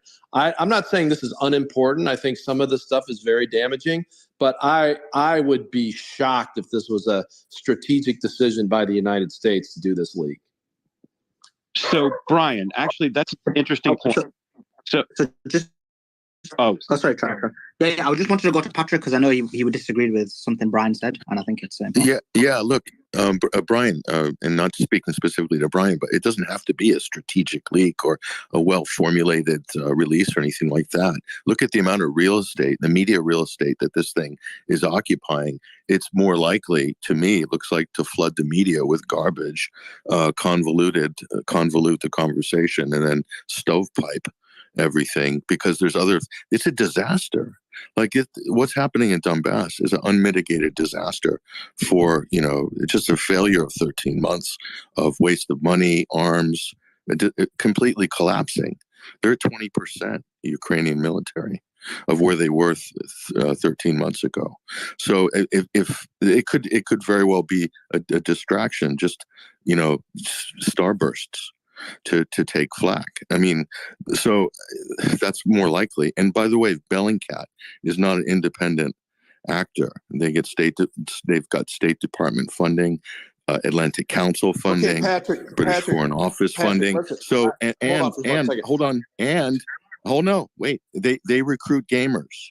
They recruit gamers to work for them. So gamer Discord servers sounds a bit fishy to me. Just saying. Okay, I hear you. But let me say two things real quick to kind of rebut that. One is, if that was the goal, to distract the world from bad news in Ukraine, first of all, you'd had to have planned it way in advance, because this stuff has been, from what other speakers were saying, sitting around for a while. More importantly, though, why would the United States Department of Defense, in order to distract from a problem in Ukraine, blow our classified secrets about military operations in the China Sea and reveal details of spying on allies? That's just, the game is not worth the candle there. But are they marked classified? Yes, every single one of. That's why I'm doing props to this Eric Stoller guy over at Bellingcat. He seems to be the only one who's been tracking to see how the information was spread in like a timeline, and he seems to be the only guy in media that's actually been digging to see how the information was propagated. And every single one of the documents that were on Discord, every single one of those were at minimum labeled as secret, no foreign, and on the high end were, listed top secret with a whole bunch of caveats for human intelligence. Did it occur to you, Skits? Did it occur to you that Bellingcat's part of the media management of the story? I don't really care what they're a media outlet, but they're the only ones. They're government funded. They're U.S. and British government funded. I don't really care if they're government funded, right? Like they're doing a way better job than say CNN, right? Like, or Fox or MSNBC, who's just going and saying, "Oh, with links to the intelligence, with links to the intelligence and the defense establishment." That's not. I don't really care what the history of Bellingcat is in terms of the actual reporting, right? So every other news article, all you're reading is, defense official unnamed, says, oh, this was a psyop by the Russians, or, the next media article from a different news organization says, defense official unnamed says we're looking into it, right? And like at least Bellingcat's going, okay, well, what was the timeline of events? How did this propagate? What propagated? Where? When? Like they're doing a far better job than just going to the Pentagon and the Pentagon official saying, "Oh, this is a Russian can I speak finally? Right? Like at least Bellingcat. Yeah, go ahead, Snake. Yeah, can I finally speak? So I actually do have it's on this like at least they're not going like at least the Bellingcat guy it's on this thing called it's on this going to the DOD and then just writing very simplistic. We can't confirm or deny the veracity. Okay. Intel Schizo, I don't know if you can hear people. I'm going to drop you and bring you back up, but Dr. Snake was trying to speak and it was his turn to respond. Intel Schizo, can someone tell him as well that I'm trying to bring him down and bring him back up because I don't think he can hear me either. Right. So the question is like one thing about the leak, the timeline of events. Like there is an account called WarCube, and he actually has a screenshot that's dated March that on the Minecraft server. And the reason why I suppose this was leaked in a Minecraft server is because this is called Minecraft Earth Map. These are guys trying to create an accurate map of like world locations. And I guess their map autism basically just led them down this path of looking for better and better maps. So that's one of the explanations. The other thing that I want to point out is like for a PSYOP, like this is not the way that you would do it because there is actually some level of actionable intelligence and like a high degree of internal consistency. Like to maintain this level of internal consistency that can with facts that can be corroborated. For example, like there's one in the sort of list of brigades, like there's the first one that's cut off. I was able to figure out which brigade it was by matching the training timelines, the type of equipment. There's the 116th Brigade, but it's cut off. But I could figure it out based on other information that was already floating out there. I just couldn't put the pieces together. And there's a lot of stuff like this. If you check the timelines, check the training schedules, check the date of equipment delivery, like you can actually see like before we didn't know. Like these brigades were actually being formed together as part of this group. It's like one brigade over here, one brigade over there, but now you can kind of see the whole picture. It kind of put together a lot of things, perhaps that that we already did know, but it gives you a slightly different perspective on it. And I think I advise people to actually look pretty carefully at the inventory of vehicles in the if you have access to it. There's the page with brigade inventories. That's scary accurate. And one thing I should note is like each of these brigades actually is about half the size of a brigade combat team. Like normally brigade combat teams, we do 250 to 300 primary combat vehicles. This is looking about 120 or so. So the way that they're forming, they're already kind of under strength. And you kind of wonder like, what is ultimately going to be the strength of this upcoming offensive? These units are already, downscaled. Right. As for the other leaks, like they're not all random. Like I'd say, like they have some details that are kind of interesting that perhaps would like give color to things that are already out in the public. Like I think I saw a thumbnail one. I didn't see it was on Twitter, but they only had a thumbnail. I was able to read like one sentence, but it seems like there was one of them that pertained like the recent Huawei decision in Jordan. How Jordan like basically banned Huawei from operating their networks, and apparently that was like an example of the intelligence service of Jordan putting pressure on Prince Hussein to get this done, right? This was not reported in the news. This is just reported as a decision by the government of Jordan to leave it at that. But this perhaps shows you a little bit of the behind the scenes picture. Right, it's not all that bombshelly, but again, like basically when you look at it, you go, oh, so that's what happened. Well, and to your point, yep. Go ahead, Solomon. No, I was gonna go back to Patrick. So if you've got comments on that, go ahead. Yeah. Look, there's going to be accurate information in there, and that validates it as a kind of a leak. But you have to ask yourself the question: what's the big ticket item? There might be something obscure in there that's useful for putting out for another reason to deflect or to misdirect. But the big ticket item, I'm assuming, is Ukraine. I'm making that assumption just for the sake of this argument. But is there anything in there that the Russians don't already know? And I'm going to probably say no. There's nothing in there that Russia doesn't already know. So what's the value? It's back for a domestic or a Western audience. That's the purpose of it. So I'm just thinking that it's a strategic leak for certain reasons or political reasons, or was allowed to hang out there, like the Integrity Initiative was. That was a big comprehensive leak in Britain a couple of years ago, allowed to hang out there on sites and was magically discovered at the right time and then disseminated. Similarly, not the same way, but functionally same. So that's what I'm looking at. I don't. Well, this is flooding the space. I just want to bounce this off quickly, and this is my one thing I was struck by. The only thing I was struck by was just how little like visibility the United States had into the organs of the Ukrainian government. Basically, it's like they don't have really visibility inside the Ukrainian military. They don't know precisely, what troops are at the front, how much, what are the state of these units. Like they don't have, and even how do you have know the that's the case? I mean, that's what I'm saying. Like I'm saying, okay, let me finish that's the impression, Doc. That's the impression you're getting. We don't know. Yes, actually. Let me finish. Please let me finish. Okay, so the question is either you can take this at face value, or you can say this might be a way of certain people in the U.S. government saying we wash our hands. Like this is not our thing. Like we don't like these people are not like we're not as connected as you may think we are. I mean that might be part of the psyop if it is a psyop.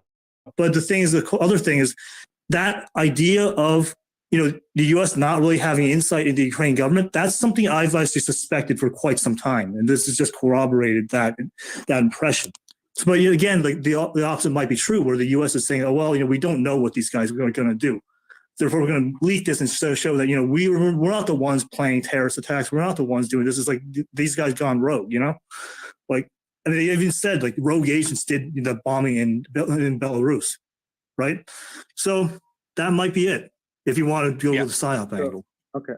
So, go for it, Josh. Yeah, no, I was just going to say what Patrick is talking about, why I brought it up to begin with, that I had to reassess my position and opinion on the matter just by going over the documents. And it did change some. And I've articulated the thoughts on that change. And so now where does the motivation lie? And I think that's what we're discussing. Like, I understand, Doctor, exactly what you're saying here. And it is concerning. But before I go down too far down that road, I want to get to Fox, because Fox has been here from the beginning and actually has her hand up. And after that, Nick Sorter, who obviously you guys know, part of the team, he's got Sputnik's statements, and there's more things coming from Sputnik's. Like to actually present that view onto the space that has not been well represented here yet. So I would like to pull that out. So Fox, go ahead, and then I'll pull that up and get back to it. Hey there. So thanks for inviting me to the space. It's been very interesting to listen to. I don't normally talk to people who have opinions, mostly in this direction of being on the NATO side of this war, this proxy war against Russia using the poor state of Ukraine. It's been enlightening. It's been interesting. I think the only person who's kind of speaking in realistic terms here is Patrick, and I appreciate his insight, because clearly what this seems like to me is a massive distraction from the fact that of course everyone knows that this is a proxy war of NATO, of the Five Eyes against Russia. Everyone knows that. It doesn't have to be leaked in a document. I don't even particularly think what's in the document is really all that interesting, and we can argue back and forth about the details and the numbers and this and that. But what's really important is that this war should be over by now. It should be over, and we should be negotiating for peace. And that's been put on the table by Russia, by China. I mean, and this isn't just talk. This isn't just talk from Russia and China. Look at what Xi Jinping just negotiated between Saudi Arabia and Iran. I mean, if he can do it there, if they can do it there, they can do it here. And I think that's the most important thing, is saving lives, right? How many more people? It doesn't matter which side has more bodies on it. The fact that there's more bodies is a problem. We should not have any bodies anymore. This whole story is a distraction. And it's fascinating to me to listen to the details of this conversation and negotiating all these things, and hearing the CIA perspective from things of like, oh, well, this isn't really that big of a deal, this and that. This is a distraction. That's all this is. And it really doesn't matter. It doesn't matter the details of this document, if it was, part of some gamer strategy or part of, a larger strategy, or it's a leak. Even if it is a leak, and it's not showing anything most of us didn't already know or suspect, right? It's confirming things that most people with common sense already know. That's true. I mean, this document, if anything, I've just got some breaking. 1 second, Ian. Sorry, I've got some breaking news. Well, I think it's kind of breaking news. Reuters are reporting that many of the leaked documents were solely in the hands of the United States. So that adds a bit of merit to what Patrick was saying in terms of this essentially, being put out there on purpose to propagate a specific narrative. So, I interrupted you. What were you I mean, that actually helps my argument. No, I think this was intended to build consensus, or at least build an off-ramp for the United States to change its strategy of war in Ukraine, right? I mean, for the longest time. And, this is obviously, if you're anti-war, or if you're, I would even say pro-Russia, I would posit that, right? Then, you know this, right? You know that Ukraine is losing. You know that they should come to the table. This is common sense to you. But this is not common sense to the public. The public, for all intents and purposes, is eating the pro-war narrative that the war is going well for Ukraine. They're going to fight to the last man, not that they need to, because the Russians are dying, the Russians are losing, they have no chance of winning. We need to just keep supporting the Ukrainians. I mean, if you listen to Lindsey Graham, all he says is that we need to keep sending them stuff, send them more bombs, send them more tanks, send them more planes, all these things, and that they'll win, right? They'll win, and they got the gumption for it. They've got the manpower, no problem, right? That's the narrative. But this is reality. This is something that's waking up the actual public. It's informing them what we've known, because, we're a bunch of fucking nerds in here, let's be honest, right? We know this, but the public doesn't know this. And now the public knows this. And the public is going to be like, oh, wait a second, right?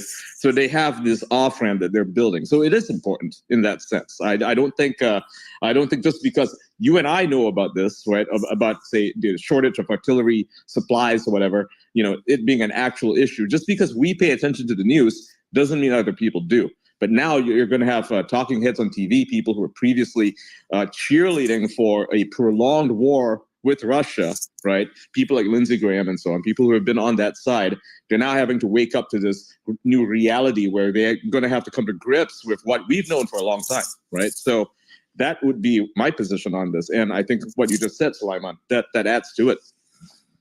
Yeah, I just be very surprised if there's a. I think it's going to have. Go for it, Dr. Danish. Let's let Dr. Danish respond. Go for it, Dr. Danish. Yeah. I was going to push back a little, Ian, just because I'm just not sure if the response to this is going to be that the average American that's learning about this is going to say, you know what, they're losing the war, we should pull support. I think it's much more likely that it would embolden them just a little bit. It's not the public that I'm concerned with. The public is no say in this ultimately, right? It's the lawmakers. It's the people who actually have their hands on the levers of power, right? These people, they have the ability to assess what's really going on when they read the New York Times. Ian, I'd agree with you 100% if there was not an election in 2024. Well, I mean, there's an election coming up. The lawmakers already have access to this information. They get classified briefings all the time. So they're already aware of what the picture is. They get these reports. Exactly. And I don't think this is really building an off-ramp. I don't think this is some PSYOP narrative. It seems like it may be some lone actor individual that dumped these. Agreed. For whatever reason, right? That's whatever the reason is. I'm not super convinced either way, right? I mean, but I think in terms of the broader public, which, it's a good conversation, this leak happened. But in terms of the broader public, if these documents are to be believed by the general public, I think this might double down the support because they're going to, someone might look at it and go, oh my God, the air defense appears, according to this, might be running out. And these are all very old, antiquated Soviet air systems. And we have tens of thousands of IHawk missiles lying around that we don't use anymore. We have thousands of Patriot missiles just lying around that aren't being used. So we should give those over. You guys are talking about the public. 1 second. The public is anti-war. I mean, for the simple fact that this war is costing them money. They don't want this war. The public doesn't need to be won over or be anti-war. The public is anti-war for the simple fact that this war is costing them money. It's causing their electricity bills to go up. So they don't need to invest. If anything, this is convincing the people in power whose decisions it is whether to continue this war or not.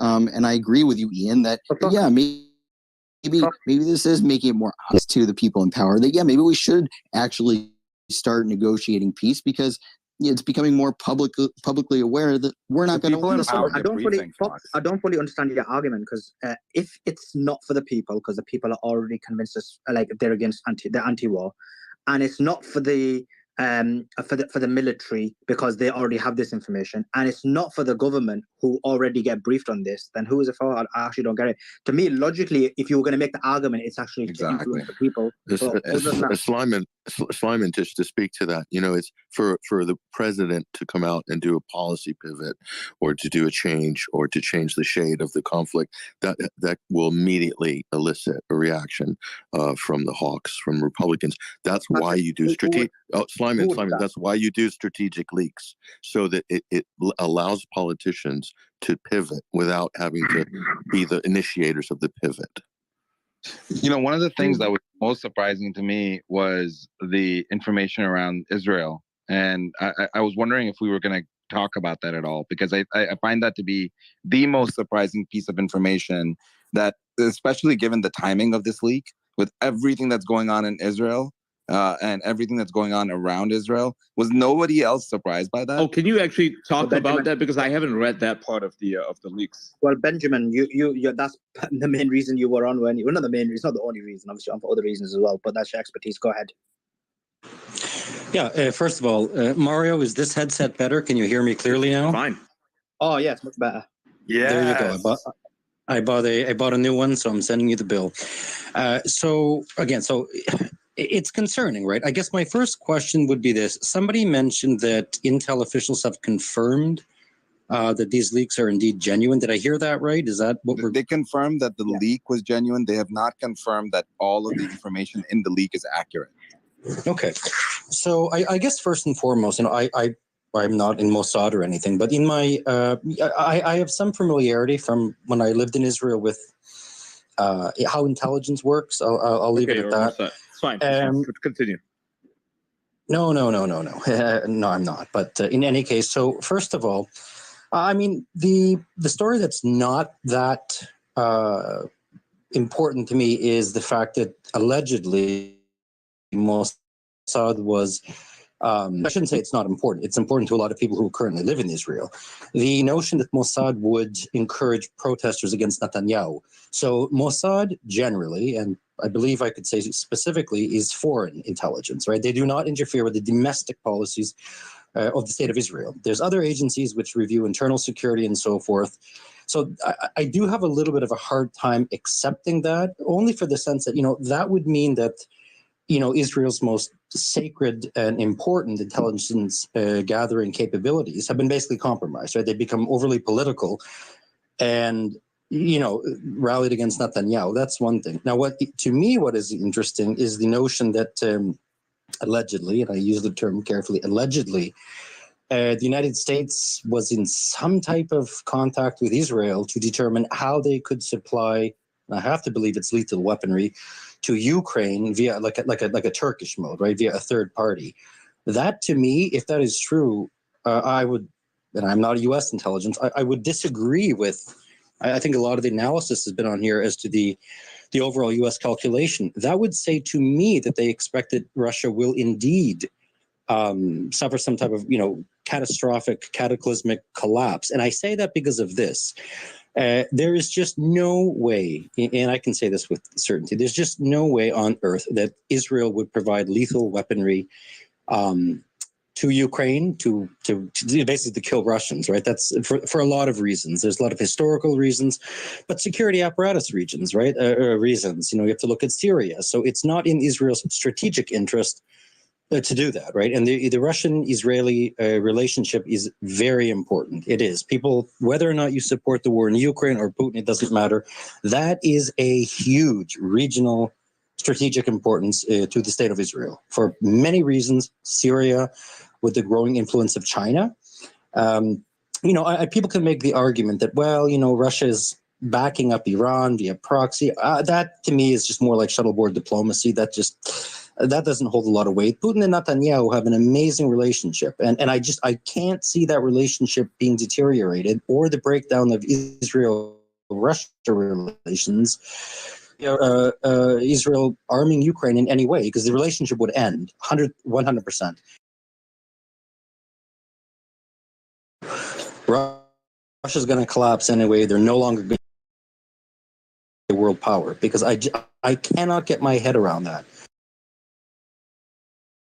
Another thing that needs to be mentioned here, I haven't looked at all the pages or anything, but when we talk about Ukraine specifically, I have to bring people's attention back to that the interview with Naftali Bennett, right? He walked the comments back the next day, but he categorically said that, there was to some degree a peace deal that maybe Putin was supporting and Zelensky was, maybe reciprocal to it. And that was vetoed immediately by the US and Britain, right? The interview that is out there that is in Hebrew, the translation lines up perfectly.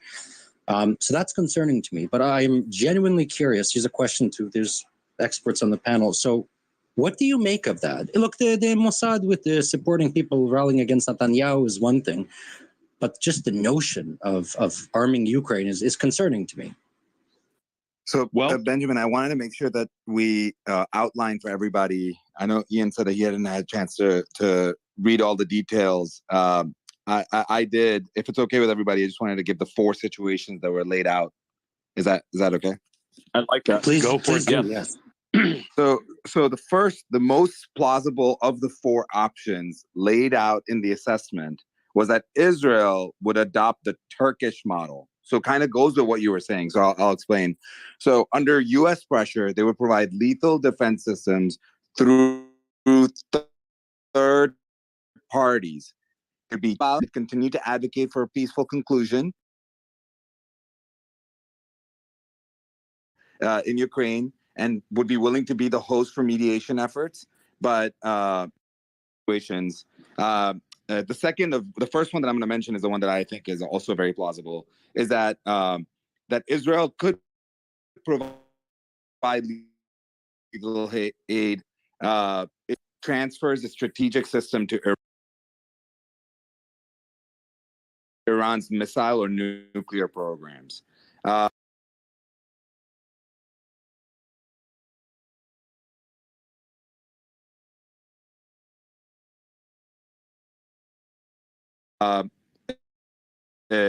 feel pretty strongly if Russia was to make that move.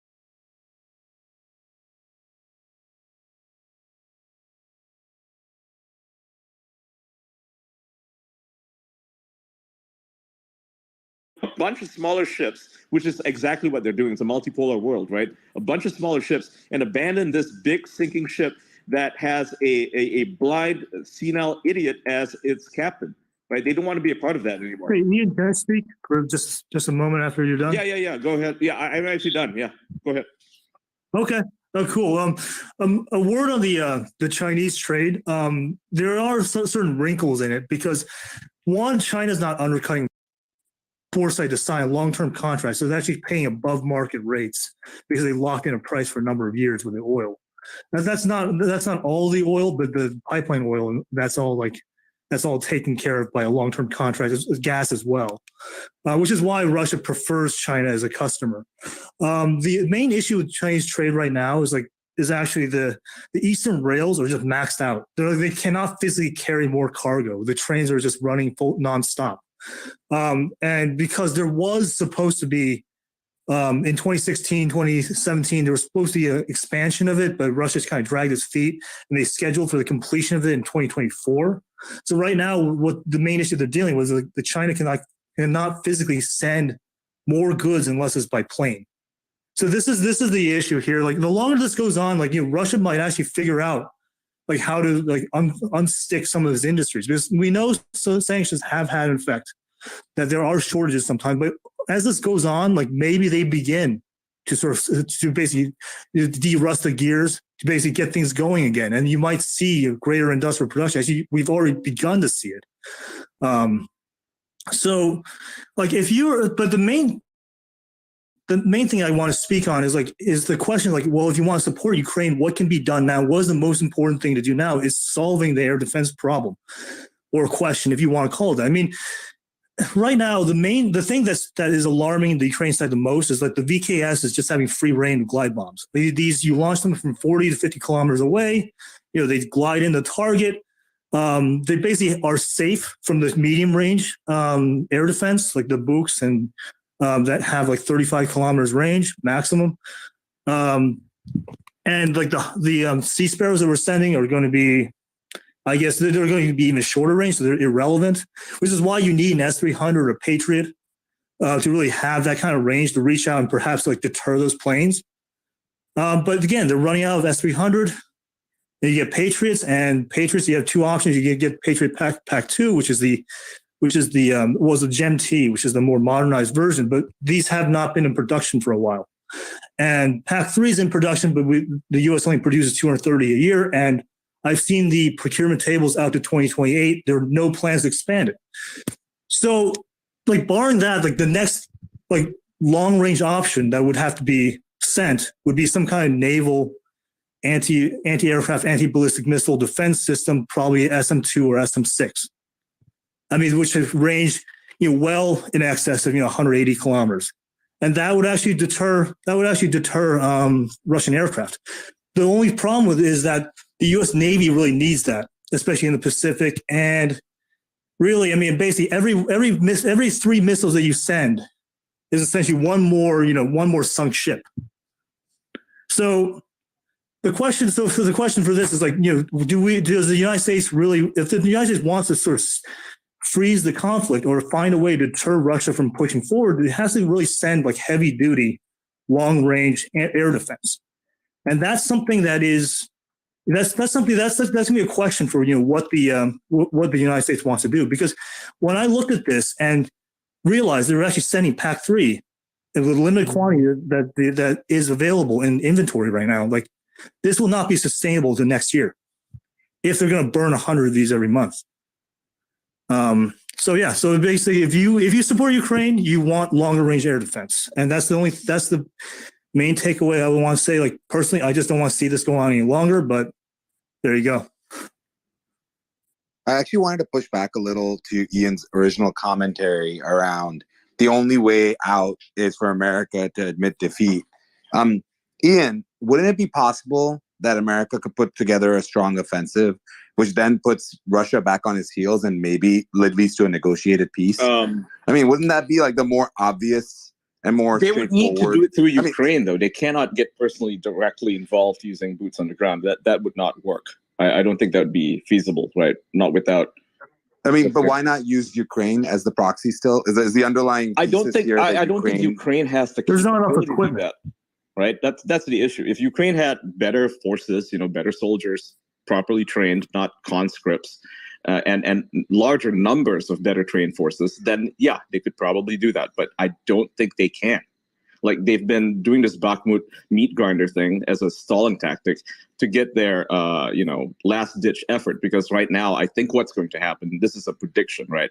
And maybe in the next 3 weeks or so, 3 to 6 weeks, Ukraine is going to mount a major offensive to try to push to Crimea, right? Push the Russians all the way back. And this really hinges on the Russians right now, I think, to hold off their the offensive, right? All they need to do is stall it. All they need to do is not even make any ground, but to stop the Ukrainians, and they basically win, right? That is Russian victory. That's what Russian victory looks like. Ukraine, actually, for Ukraine to win, they cannot stall. They cannot be holding their ground like what they've been doing in Bakhmut.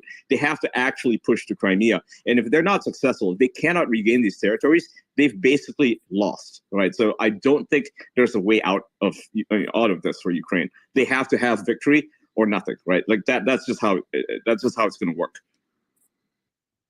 Right. I think negotiated peace, though, could be, again, let's say that they're unable to get them all the way back to Crimea. Even if they're able to push them back at all, getting to the table and getting to a negotiated peace is not necessarily a loss for the U.S. and does not necessarily mean that the U.S. can say that, hey, we established peace, we're the victors, right?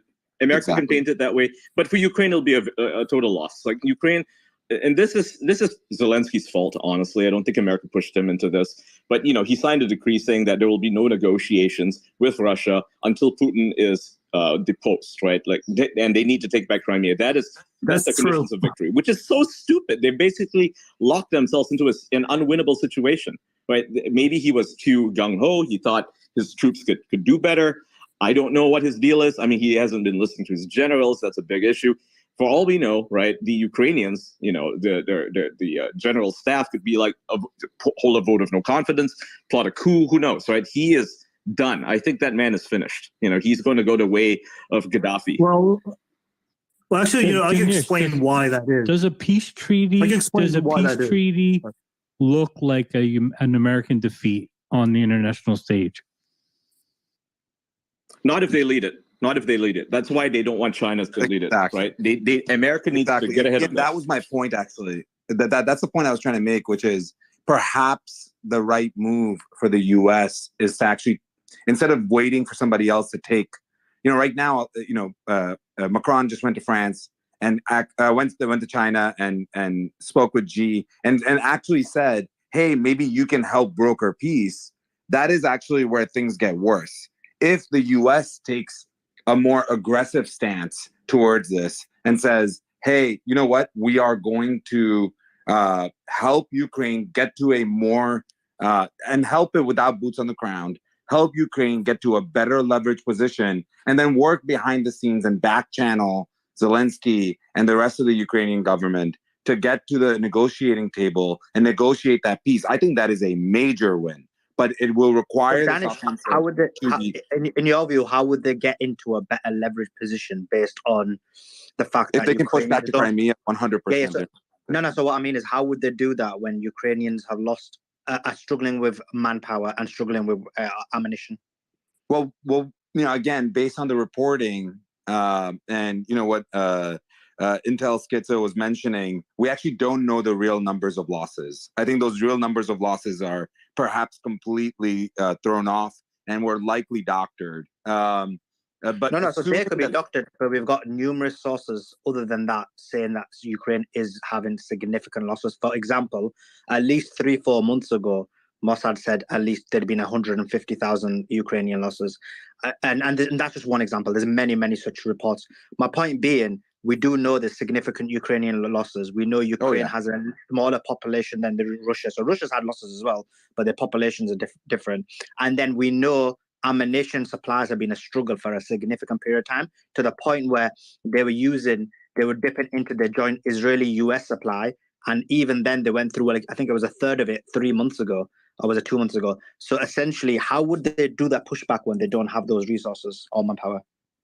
I mean, it sounds like the way forward is by arming them to be, again, this is a dangerous play, right? Like you're taking a big risk where if you pin somebody using arms, you could lead to escalation of a war, or perhaps, as Patrick was referring to it, perhaps it's time for a soft landing. I'd be very surprised if that is the real direction that we go. I think high likelihood there's a counteroffensive to the current Russian offensive. I think they will gain some ground, probably not all the way back to Crimea, but they will gain some ground. And I'm hopeful. I don't think they will. You know, I mean, they tried Zaporozhye. Ian, you really think they're not going to gain any ground? They tried Zaporozhye, right? And this is something a few months ago when they raided Zaporozhye with something like 90 Swift boats, and they tried to do a landing, and they got completely destroyed. You know, it's something like total loss, right? Total loss of life, and bodies floating downstream, that sort of thing. Nasty. They denied it, but then it came out a few days ago in the Telegraph that is in fact what happened, right? And all the clowns on Twitter who were like, oh no, that raid never happened, it's Russian propaganda. That actually did happen, and it was a total disaster for the Ukrainians. So when the Russians are prepared, I don't think that the Ukrainians have the ability to push back. I mean, if we were talking about Kharkov and Kherson, Russians did pull back in those locations, but that was a strategic withdrawal, right? They couldn't hold those situations to begin with. I mean, those places, they were not fortified. And furthermore, they were going through rotating units, right? Like a lot of their contracts had expired, so the soldiers were going back home, they were rotating. So there was no reason to hold these places. But I don't see that happening right now. Like they would have to push to Zaporozhye first. And that is completely fortified. It's even more fortified now than it was back when they tried to do the push, that massive push, the one that failed. So I just don't see this happening. To go to Crimea, they would need to take Zaporozhye first. And this is I just can't see it happening. Yeah. Patrick, I want to bring you in. You've had your hand up for a while, and 1 second, guys. I want to bring you in, Patrick, because you had your hand up for a while. One question, and then I know you did thumbs down something what Dr. Danish said, so you can expand on that. I mean, how can basically without ammunition, without manpower, I still can't see how they could push Russia back. So if you can answer that, and then just go ahead and say whatever you want to. Yeah, no, they've been saying the same thing from the Western punditry and politicians for the last year, is that we need to keep going so they're in a stronger place to negotiate a settlement. And the Ukrainian position just gets weaker and weaker. It's much weaker now than it was 6 months ago, than it was 12 months ago, and it's only going to get weaker going forward. They're on the verge of collapse. The Ukrainian armed forces, as we knew who they were 13 months ago. And that's a very unpopular thing to say politically in the West. The media, everyone is so invested in this emotionally. Everybody's like more nationalistic and patriotic towards Ukraine than they are with America in some cases. Certainly in Britain, that's the case. So in terms of the off-ramp, there's already an off-ramp politically on the GOP side. The two front-running presidential candidates are both not pro-war on this, then they want to wind it down, Trump and DeSantis. So on that side, there's an off-ramp. So that raises the question, what is the political motivation or desire on the Democrat side?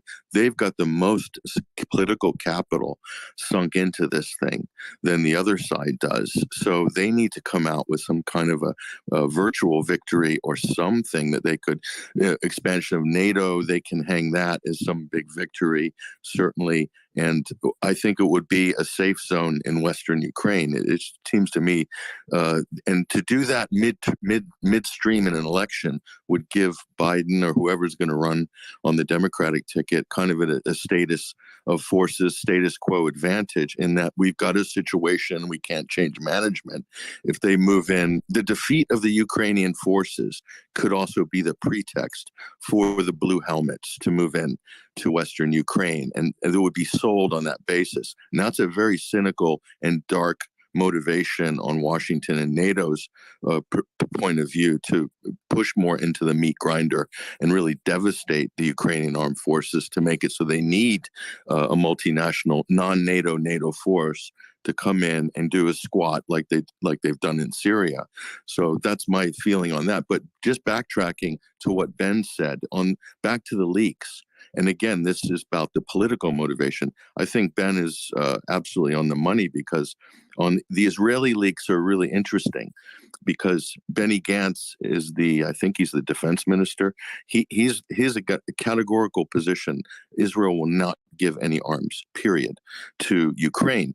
But there are people in Washington that would like to dislodge the Russian-Israeli relationship a little bit. They wouldn't mind putting a little bit of friction in there, maybe to dislodge those two a little further apart. Also considering U.S.'s position in Syria, which is very compromised. So that's interesting. And on the Mossad talking point, that would be a kind of, I could feel that like a dig at Netanyahu would be something that Barack Obama, who arguably is micromanaging a lot of the messaging and policy, and his people are Valerie Jarrett and everybody else in the White House. So there's a little dig there. So a little bit of nudging at Israel going on with these, if there are strategic political leaks. That's very interesting indeed. But, the bottom line is that there is no off-ramp to victory right now, as it stands today, for NATO in the United States, period. Only more losses for Ukraine, potentially territorial losses for Ukraine. So stop the bleeding. That would be, or to move in and squat in the West. I want to weigh in on that. Those are the only options. Yeah, I want to weigh in slightly on that. So let's just say they try to push to Crimea, and in the event that they fail, which is a very high likelihood that they will fail, Russia could mount a counteroffensive and push all the way to Odessa. That's a possibility, and connect Russia to Transnistria, right? That is a goal of the Russians, right? So, and there's obvious reasons for it. They want to connect all the territory, and Odessa, being what it is, where it is key for them. And right now they can't really push forward because, Ukraine is pretty much entrenched. But if they push forward and then they fail devastatingly and are forced to retreat, Russians have that opportunity to push forward all the way to Odessa, and this looks like a total Russian victory if this were to happen, right? And so right now, if America is smart and America realizes the enormity of this situation, of this reality, they're going to have to say, hey, you need to come to the table right now because you are going to lose. Because, that could be very well what happens, where they try to push it all the way, to Crimea, hoping against hope that Ukrainians will eke out a victory somehow. It's unlikely, very, very unlikely. But I think that's what the play is. It's a stupid play. It's going to fail. And then Russia is just going to push all the way outwards, take Odessa, and then Russia has this amazing position, and they'll say, you know what, let's talk, like for real, let's talk. You'll have Putin calling Zelensky and Biden on the phone saying, let's talk right now, otherwise it's going to get worse, right? Like that, I could see that being the end game. Ian, so Russia's time frame on that, you're absolutely right. And Russian punditry, their time frame on that is like 5 years, 3 or 5 years. They're willing to wait however long it takes. Because they see Odessa as Novorossiya historically, that is part of the Russian world, and they will basically wait as long as it takes. They have time on their side because of their position, because of their geostrategic position on it. The U.S. politically does not have time on its side because of elections.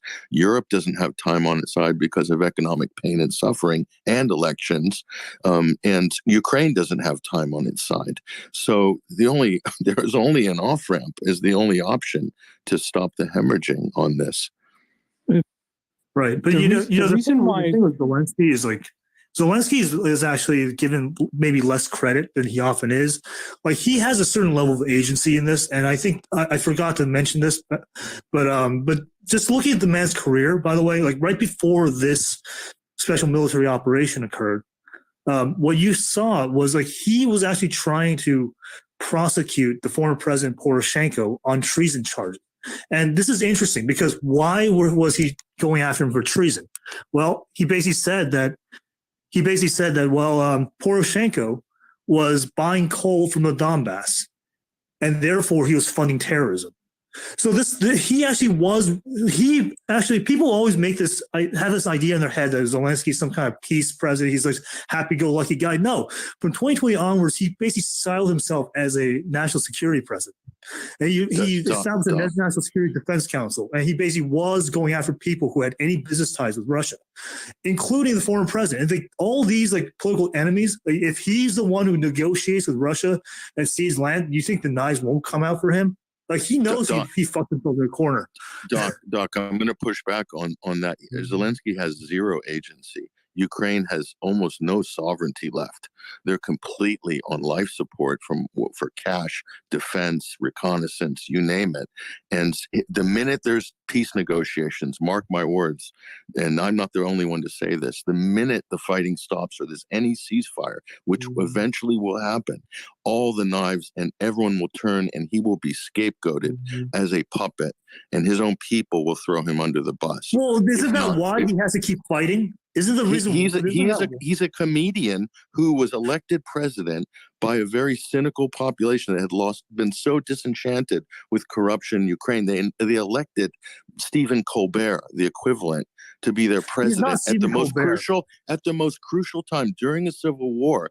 That is a basket case of a political economy in Ukraine. The sooner he's out, is probably he's a comedian. Well, as I said, it's not a real country. He can't back down. It's a joke. I'm saying he can't back down because he established the precedent of having any relations with Russia means you're a traitor. He went after people for this. He himself tried to put the former president in jail for treason on this. He's finished. Yeah. He's already finished. Zelensky's toast. The thing is, people discount the will to fight by this guy. Like I severely underestimated him. It's suicide. He has lost a third of his country's land mass. Half the population's gone. 50% of their GDP. It's a total train wreck. He could have avoided it before the first shot was fired. This guy will get blamed for destroying Ukraine. He is a disaster. What I'm saying is, like, he can't back down. Once you ride the dragon, you can't get off. That's his weakness. Because a real statesman would have seen this and had the foresight, but he's not. He's a vaudeville comedian who was playing the piano with his penis 4 years ago on television. I saw that, yeah. Yeah, and dancing nude. Yeah. I mean, like in drag. That's so weird. Oh, yeah. But basically, like, if you look at where the polls were, he was actually about to lose. 50% of the population wanted him recalled, and then the polling for the 2024 election, he was polling neck and neck with Poroshenko, was coming up rapidly. He was about if this war didn't happen, like, he would have been deposed. He would have been recalled. He would have been Poroshenko or somebody else would have been president, and he would have been put in jail as political retribution. So in a way, this war saved him, and in this sense, like, this is why he has to fight. This is his war. For the same reason it's existential for Azov, right? Because if Ukraine loses, right, and they will, and Azov cannot have that. I mean, they don't want that to happen because for them, they get denazified. 100% denazified. New Ukrainian government comes into place, placed by by NATO, obviously. They'll say, you know what, we have no place for you nationalists in here, right? You are a problem because, I mean, they have been. They're done, and that's the reason why they're fighting as hard as they are. I mean, for them, it's victory or death, right? It's Slava Ukraini at this point, right? to quote, to use their quote, yeah. So it is existential for him. I won't say it's impossible for him to surrender, but which is why, right? I don't see him backing down. I do see him getting deposed. I do see the general staff staging a coup, or even his parliament going up against him. I do see that happening, which is kind of why he has been making a lot of replacements in the parliament, right, or in the governorships, where people who are not 100% loyal to him are getting kicked out, right? They're getting tried for corruption, or prosecuted, or exiled, or a variety of reasons, right? And this is why, right? Because he knows what's coming, and it's going to come. Sooner or later, it's going to come to him. He's done. He's finished. So I'm going to just jump in here, because this isn't just an echo chamber. It's a bloody circle jerk at this point. half of the people talking right now, I don't think have even been to Ukraine or have any actual experience or legitimate relationship to the country. Have you worked in the Ukrainian government, Piotr? No, Ian, you've spoken enough, mate. You can hold your tongue for a second. Piotr, you were the one last talk saying No, that Joe. No. Enough of this. No. I'm absolutely infuriated by what I'm hearing. I think it's absurd to say that you just barge in, Piotr. You just barge in because you're infuriated. No, Patrick, it's nothing to do with that. It's your capacity. What on earth does Zelensky's role of acting as a dragman have to do with his capacity to be a wartime leader? Just because you guys don't because he's not a wartime leader. He is he's a not a wartime statesman. leader. That's the whole point. It's absolute to state the man is not so categorically that the Ukrainian state is. No, Patrick, hang on. You spoke. I want to speak my piece. Let's no. Are you doing public relations? You spoke. I'm going to speak my piece. So you sound like a PR agent. No, you have very, very strong. Let Piotr finish and then. No, I'm over Piotr. Hey, I'm speaking after him. Because yeah. All right. I'm going to go to Piotr and then I'm going to go to Ryan Dawson. Piotr, and then Ryan. Go ahead, Piotr. Don't get your knickers in a twist, Piotr. Come on, Patrick. Yeah, Patrick. You can look. I respect you because I think that you do have obviously some good knowledge of geopolitics, but to categorically speak with such assertion that the Ukrainians are done, finished, explain to me then why the Russians, who are absolutely the larger force with the much more capable military and the advanced industrial military complex, haven't been able to steamroller the Ukrainians. We already went through that. You weren't here. You didn't listen. I don't need to be that. I was in Ukraine less than 6 months ago. I saw with my own eyes what was happening on the ground. Okay? So where? I think you it's very where in Lviv? No. Where were you? Come on.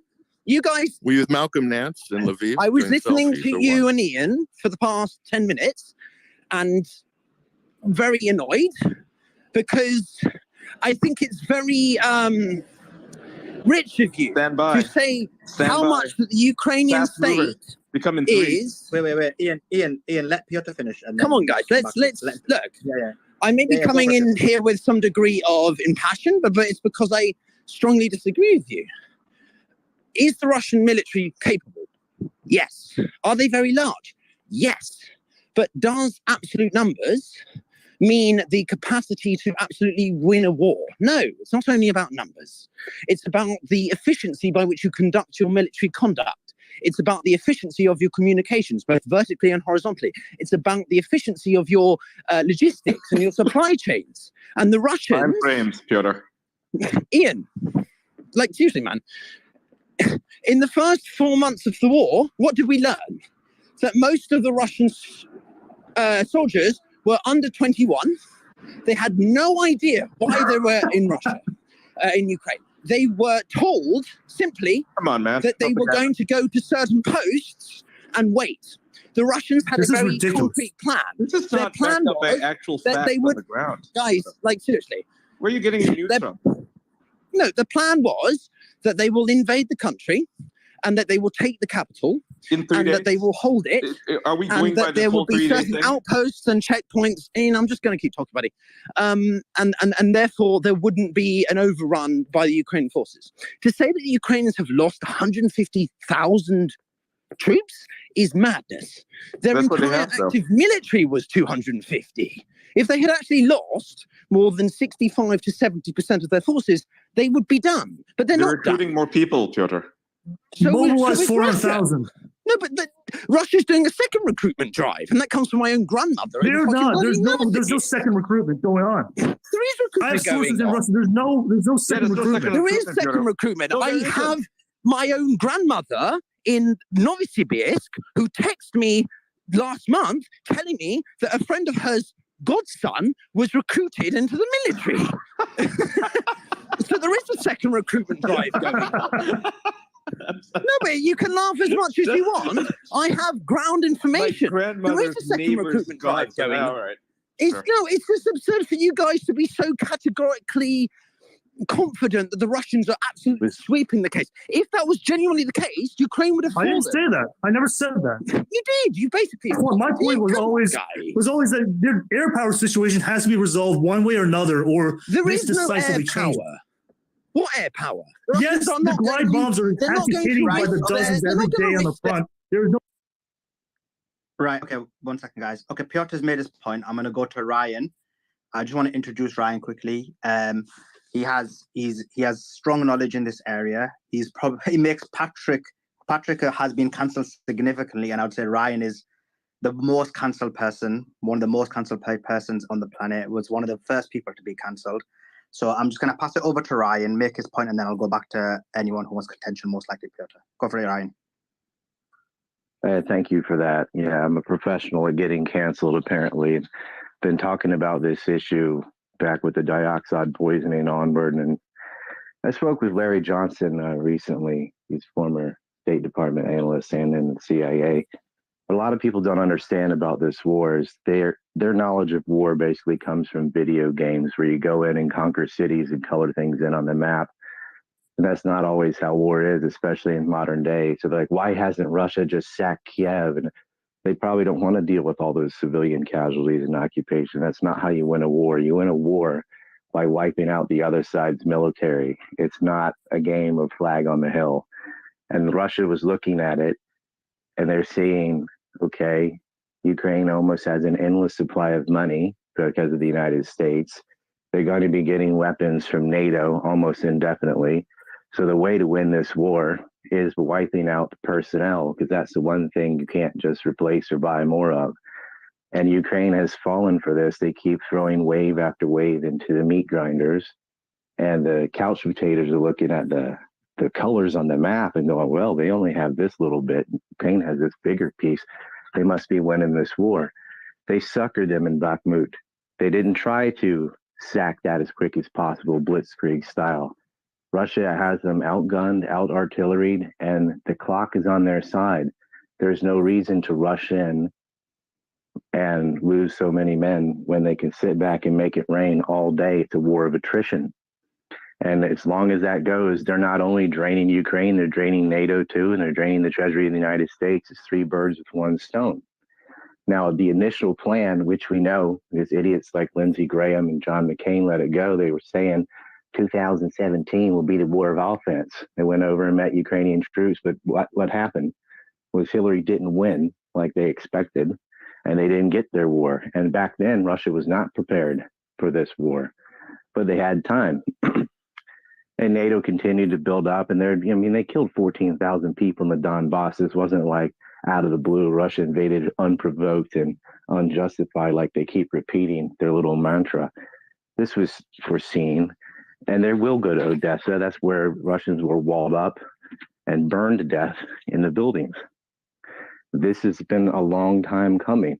Now, Ukraine's plan, and Russia believed this too in the beginning, was they wanted to create a new Afghanistan. That's something Graham and all said too. We're going to create a new Afghanistan, referring to Russia, the Soviet Union, bleeding in Afghanistan in that war. Well, they were going to create a porcupine. They entrenched. They didn't think Mariupol was going to fall so fast because all of them assumed that the clock would be on Ukraine's side. They all assumed, Russia too, even worried about this, that getting kicked off SWIFT and all the economic warfare in Russia was going to make them bleeding the entire time, so they'd be forced to rush in and get Pyrrhic victories at best, and that NATO would just be able to wipe them out over and over again because they'd be charging into fortified Ukrainian defenses. However, the economic warfare didn't work as planned. They were kicked off SWIFT, but had minimal damage. In fact, the ruble was the best performing currency last year, and they're doing well this year. What Putin did with his war chest and his allies worked around the economic uppercut, and so that took the clock away. So without forcing them to rush, they can sit back with their artillery all day, every day, and pick Ukraine apart, which they have been doing. The majority of casualties is artillery. That has been the queen of the chessboard. And NATO doesn't have an answer for this. If Russia's not going to charge in and they get to envelop, sit, and starve out like they did in Mariupol, envelop, sit, and starve out the way they did in Bosnia. And they're doing it right now in Bakhmut. Wagner is in there taking it piece by piece. They enveloped them. They took all the highways around it. They took their sweet time. And this is causing, the clock is reversed. It's Ukraine that's bleeding and running out of personnel. And they're not able to inflict the number of casualties they had hoped on Russia because they cannot force them into the types of battles they wished into fortified positions. Russia has beaten them. And if you look at the casualties from the Pentagon leaks, 70-some thousand to 16,000. That was, a month ago. There will be more added to that now. And yes, just one paper, but that is fitting with what real analysts have been saying the whole time. Other than Ukraine has had some victories where Russia has made some mistakes, but on the whole, the territory swapping doesn't really matter. If you're going to fly into a killing field and you lose more personnel, that's the whole name of the game.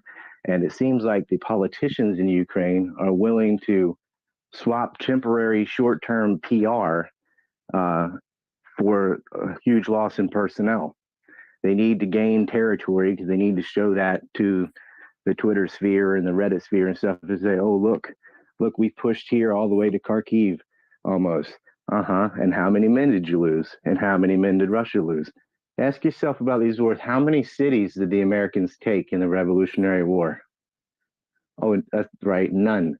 Because they're on the defense the whole time. They still won that war. Why? Because the British ran out of personnel. If you wipe out the other side's army and military, it's out. Now, as far as the air war, people are confused of, because again, they get their knowledge of military from video games. You can't just go bomb the S out of them. Both sides, Russia has very much stacked an anti-air defense with their S-400, their Pantsir, their Buk and M1, and they're very much into taking out aircraft and drones. And Ukraine has S-300s and things as well. There is no purpose, really, though, to go and bomb something that you're next to with Air Force when you can reach it with artillery already and have no risk of anybody getting shot down out of their jet. And they also have their cruise vessels, and they've been sitting pretty on those. They haven't taken out the bridges because they probably plan on crossing them themselves later.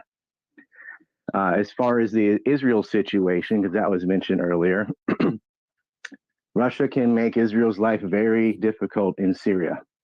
And so Israel is not going to send weapons to Ukraine overtly. They've been doing that through black markets instead. And that's their way around that. The leak about the Mossad stoking some of the protests against Netanyahu, and that's their own internal conflict. Israel's got its handful, and Syria is stronger than it's ever been. Hezbollah is stronger than it's ever been. Iran is stronger than it's ever been and making economic inroads in with China as well as Russia. So Israel's looking out, and they can see the writing on the wall. Ryan, They've got the tiger by the tail, and they can't let it can I go. ask you two questions, man? When you say Iran is stronger than it ever has been, you said Iran, Hezbollah, and who was the third one? Syria. How is Syria stronger than it's ever been after it got destroyed, annihilated in a long war? How is Hezbollah stronger than it's ever been when it's facing resistance in Lebanon and it's got hit in 2006? Even Lebanon, domestic support is very important for Hezbollah. And how is Iran when they're actually meeting with Saudi and not, indicators don't show that they're winning that battle.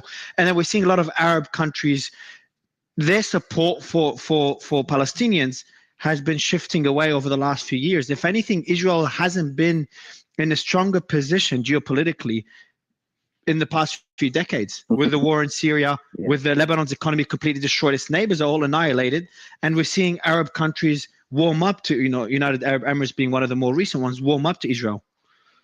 Well, they're warming up to Iran and Syria as well. Keep that in mind. That's what he means. I disagree with Lebanon. Lebanon is kind of a failed state. Israel lost the war to Hezbollah in 2006. And that was prior to them getting their hands on the weapons they have now. Hezbollah, which plays a big role in Lebanon, plays a big role in their political system. The economy itself is annihilated. The currency dropped by 99%, I think now. That's the economy of a country that Hezbollah plays a big role. The economies in Syria and Lebanon are the economy, horrifying. so Hezbollah does depend on domestic support, does depend on the economy. So the support in Lebanon for Hezbollah has dropped significantly, especially after the explosion and now with the economy. They still have a lot of political will in Israel is even lower. Say that again. Israel cannot risk skin in the game. They lose 100 people and they'll quit. They're internally divided over a domestic issue, not over the Palestinians like it ought to be. Like you think, yeah, maybe occupying the West Bank and shooting kids and all the horrible things they do daily ought to be what they're protesting about, but no, there's about the court system and things, whatever. There's a lot of things boiling over there, but what it is also is a lot of their alliances are much weaker now. Almost all the NATO states are in weaker positions. Their governments are fragile. Their populations are rioting. France too, although it's not about Ukraine, they're arguing over they're mad at Macron about raising the age limit for retirement. But that is just the straw that broke the camel's back. Yeah, different priorities. They don't have. Ian, let me say this, and Danish, I know he's jumping, but let me say this, for example. In recent years, several Arab countries have warmed up to Israel and established diplomatic relations. So that includes 4 Arab countries. In 2020, 3 years ago, UAE, Bahrain, Sudan, and Morocco signed agreements to normalize relations with Israel. And I know in Dubai, a lot of Israeli money is coming here, a move that was widely seen as a significant diplomatic breakthrough in the Middle East. And some would argue that that's kind of forcing, which I think normalizing relations between Iran and Saudi and communication there and the meetings they're having is always a positive thing. Keep in mind that Netanyahu is talking to Iran, and that is one of the reasons for the protests, as a matter of fact. Sorry, Danish. Yeah, you can also look at that as Israel also accepted relations with them. That's correct. Yeah, what's interesting is that I don't think Israel is in a worse position at all. Like I think that they're just opening up to a new reality in which one that is not dominated by the West. Right. This is the Middle East coming to forming its own sense of agency, basically, right? We're talking Iran, Israel, Saudi Arabia, and they're not operating by the Western paradigm of you guys need to keep killing each other, because, I mean, that's exactly what was happening under Obama and under Bush, right? Trump changed the situation, so credit to him for that, for the Abraham Accords. But prior to that, with Obama and Bush, and arguably Clinton, it was about destabilizing the whole region. That was the whole point, to make sure that they would never come to terms. They would play both sides. You know, you had Obama supporting Iran, for example, you know, sending them pallets of cash. And then, you know, prior to that, under Bush, you had him being pro-Israel. And but also at the same time, you know, they're all supporting Saudi Arabia against Iran, so they're playing all sides, right? That and also, you know, with Syria, you have multiple sides. You have America helping the Rojava, for example. They're a bunch of communists. And also supporting the Free Syrian Army, which is just one step away from being ISIS. They're basically Al-Qaeda. But at the same time, you know, helping Turkey, but also not helping Turkey. It's just a clusterfuck, right? So that. Well, Trump cut off CIA funding to Al-Qaeda affiliates in 2017 after meeting with Putin. That is correct. But he also saw the writing on the wall too. Once Syria had Russian anti-air defense, that very much limited. I mean, Assad said this himself. They went after the anti-air defense systems. Why is ISIS or the FSA worried about anti-air defense systems? They don't even have an air force, but they do have an air force. It's called the Israeli Air Force, and they've been pushed out. They keep attacking Damascus. They did it last week and then killed people, but they have to do it from further and further away because of that long distance radar from the S-300 system. And then they use their Popeyes and Delilahs and gliders. They've tried every kind of mixture they can to get in, and it's not working. And then they will realize if they cannot get in on the air, they are never going in on the ground because they can't stomach the casualties. It's not that Israel definitely has a stronger military, but it doesn't have the public will to deal with the casualties. Yep, a loss for them is basically 2 guys dying, right? 2 pilots get shot down. That is a total loss, so they can't afford. Well, is it a loss? But is it true? True, and you know their losses in 2006 are not that massive when compared to the losses of other countries in similar conflicts. They do take their losses a lot more seriously, but at the same time, losses now might rally domestic support. You know, due to nationalism. So, but you know, to go back, I'm not saying it would. It could, but I do want to point out that Abrams. You're talking about, but look, Israel is not conservative, right? It's half and half, and the extremist parties, you know, the nationalist parties, they're a tiny tiny minority, even in the current government, even in the current coalition government. They're a small minority. If Netanyahu can't keep things together, they're fractured, and then the liberals win again. And the liberals do not want war, right? So that's not going to happen. I think what makes most sense for Netanyahu, and sorry to interrupt, right? I mean, I'm sure you want to say something. Netanyahu, what he has to do right now, he has to get everybody together and come to terms with this new reality. And this is a good thing for Israel, right? Where they are actually friends with their neighbors, and then the Palestinian question will not even be an issue, because at the end of the day, Saudi Arabia, Syria, and even arguably Lebanon, they don't really give a shit about Israel, about the Palestinians. They're just a piece on the board, right? And Israel can just suppress them, can do anything they want, and no one's going to say a damn thing about it. Yeah, just want to, Danish, I know you, hold on guys. Yeah, Danish, I know you want to jump in. Just, I'll mention one quick thing before Danish, you jump in. It was funny in the, going back to the Pentagon leaks, that Israel they were a bit hesitant in supporting Ukraine, and they were waiting for either. So they were saying like, we want, we don't want to hurt the relations we have with Russia, and if XYZ happens, I can't remember what it was, but if relations with Russia starts to get colder, then we can maybe support Ukraine, something along those lines. I can't remember. I read it earlier when I first woke up. Yeah, but obviously Russia supplies. Yeah, do let us know, Danish, because I know Russia also supplies. It plays a role in Syria, and Israel doesn't want to piss them off for that reason. But go ahead, Danish. Maybe you can offer context there. Yeah, I think if you think about it, the biggest thing that Israel's worried about over any other single item, in my opinion, is Iran. I think Iran is top of mind. They've got a lot of headspace in the Israeli government, and I think that a lot of mind space. And I think the initial conversation around what's the most plausible, as I was mentioning earlier, of the 4 options that were laid out in the assessment, is that Israel will adopt the Turkish model under U.S. pressure and provide lethal defense systems through third parties. I actually believe they're probably already doing that. I'm not going to speculate, though.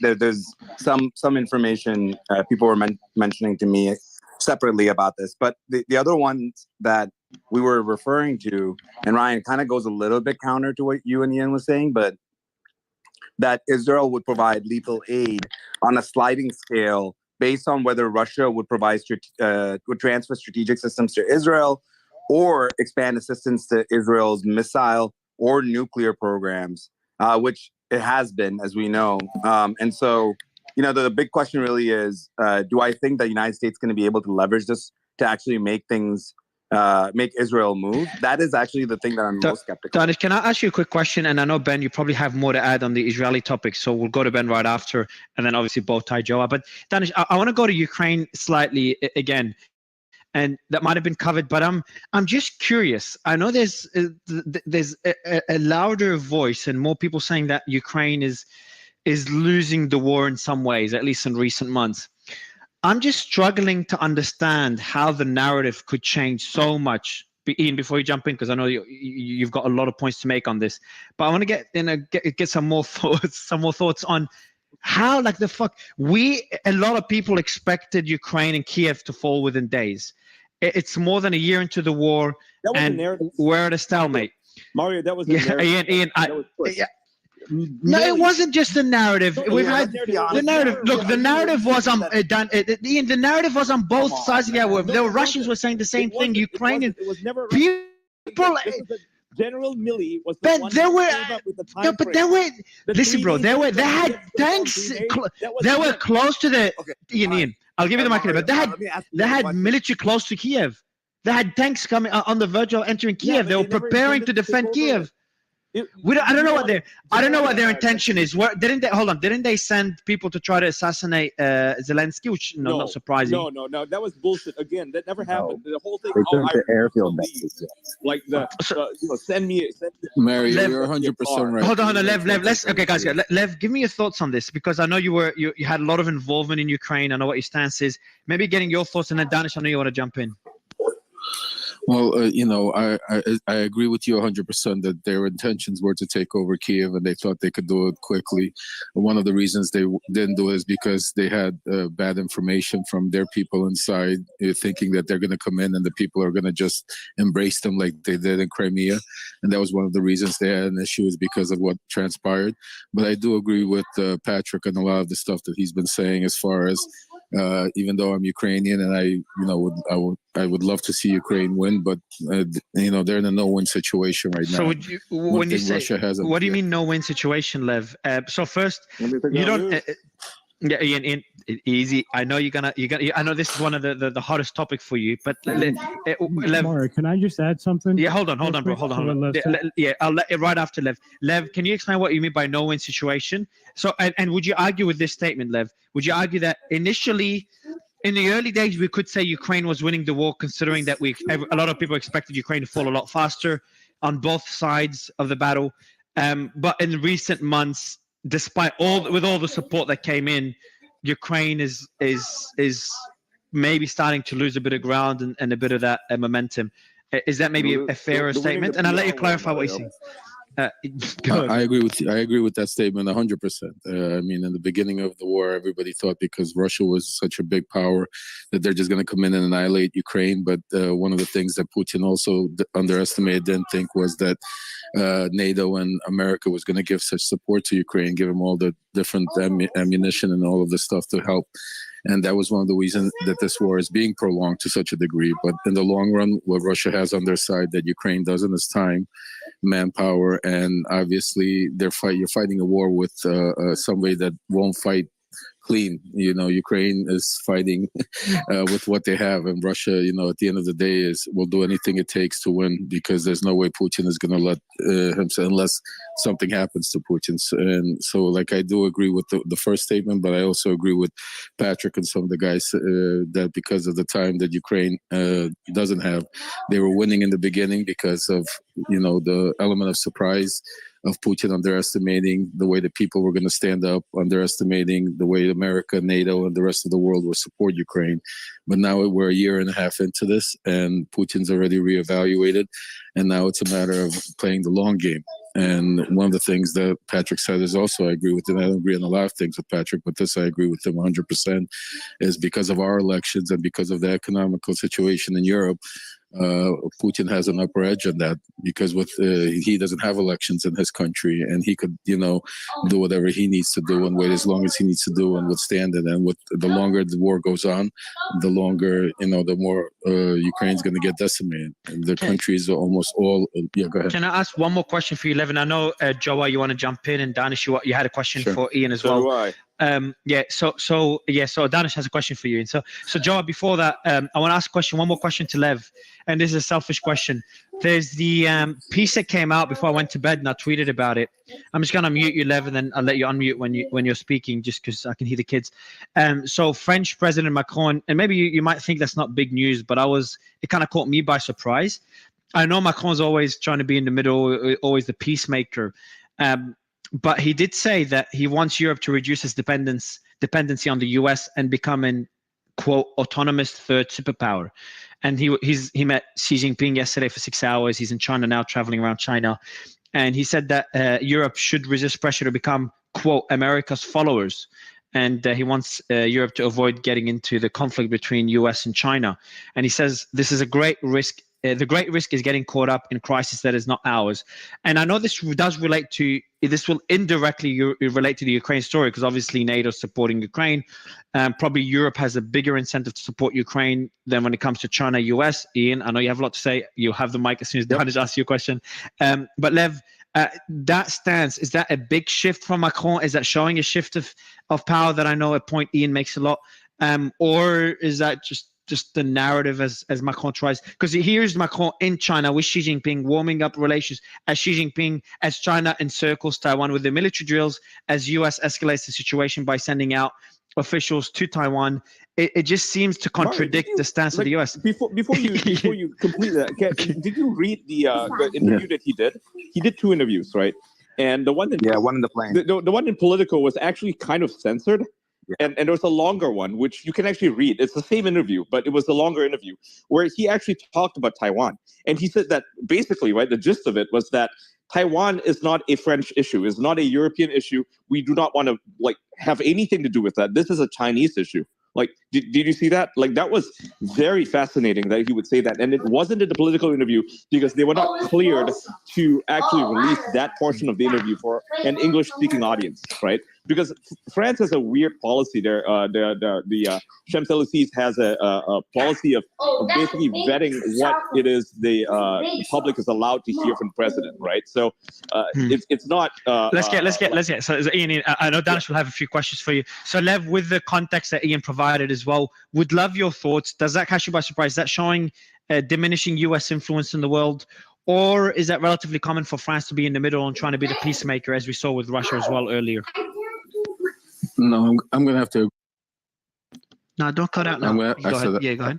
Oh, I'm sorry. Yeah, I'm going to have to agree with Ian on that one because I think the shift is happening. And like I said, the longer the war goes on in Ukraine, the bigger the shift will be because I think they don't want to be involved in what's happening with the proxy war that the U.S. is having right now with Russia through Ukraine. And especially after China. Did you say? Sorry. Did you say they don't want to be involved in the proxy war with Russia? Is that what you said? Exactly. No, hold on. From what I understood from this, that I want to be involved in the Chinese proxy war, but to say that I want to be involved in the Russian proxy war when they, Russia's bordering the EU, is that a step too far? Mario, they need the resources. France needs Russian resources. They need Russian oil. Exactly, 100%. Yeah, I know. Yeah, go ahead. Guys, let me get Lev. Yeah, I'll let Lev finish your sentence so I can go to Danish. I interrupted him and he's been waiting for a while. Lev, I'll let you finish off your statement. Sorry. Thank you, Mario. No, I agree. I mean, I agree with what Ian just said. I mean, France and Germany, they all depend on Russian oil, Russian gas, and a proxy war that's going on right now with Ukraine and Russia.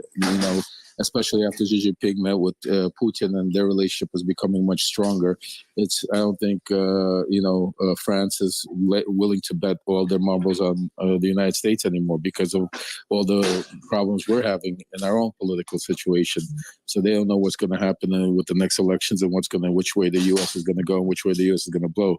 So I think they're just trying to position themselves, and most of Europe is going to go follow in the same way. I appreciate it. Thank you. Yeah, Danish, go ahead. Yes, sir. Yeah, we're kind of forgetting that that Paris was burning a couple of weeks ago.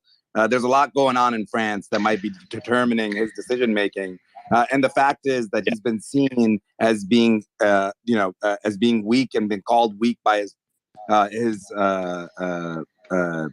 opponents. Specifically, his largest opponent is a France First candidate, and so I think he's shifting his narrative also to try to maintain some level of France First, France First beliefs. I was going to say to Ian, Ian, I have to ask you this question because it's really important to set the record straight. Do you not agree that the initial narrative was that Russia was just going to blow right through Ukraine? That's what everybody thought, yeah. But I don't think that was Putin's narrative. He never put out that statement. I'm sure Russian media put that out. Can I please comment on this? Because I've been waiting. Oh, yeah, jump in, Joe. Go ahead. Yeah, go ahead. Yeah, if you look at the Jumbotron up top and just go back one, I posted a map up there that was made in 2014, right? Saying, where is Putin going next after Crimea? And it lays out the plan. And this is how long I've been watching this thing, is ever since this article came out, he ties it back to the BRICS. He puts in exactly where he's going. He's not going after Kiev. I wouldn't pay attention to the smoke and mirrors. He needs those areas along the border. That's all he needs to play a role. He needed Syria. Trump pulled out of northern Syria. Russia kind of took over there, gave it to China. Like, all these pieces were already written about, right? This isn't something that they didn't know. The author of this piece winded up dead. He had 3 decades of being like a yachtsman, and he fell off his boat and died. Do you know what I mean? Like, this has been written. This is not like something that U.S. doesn't know is happening. I want to push back. I want to push back a little bit So yeah, please, Joe, like, I get it. Like you and I could probably have an entire space for like 10 hours where we debate whether or not BRICS is actually a viable solution moving forward, if it's actually a force moving forward. I actually do see your receipts. I actually do see the evidence that you're talking about, and I do know the story that you're referring to, and it is something that's worth noting. But again, like I've been talking about this as well, like the eastern parts of Ukraine that wanted to be absorbed back into Russia. They were Russian speaking. Crimea is a warm water port. The warm water port is very important to note.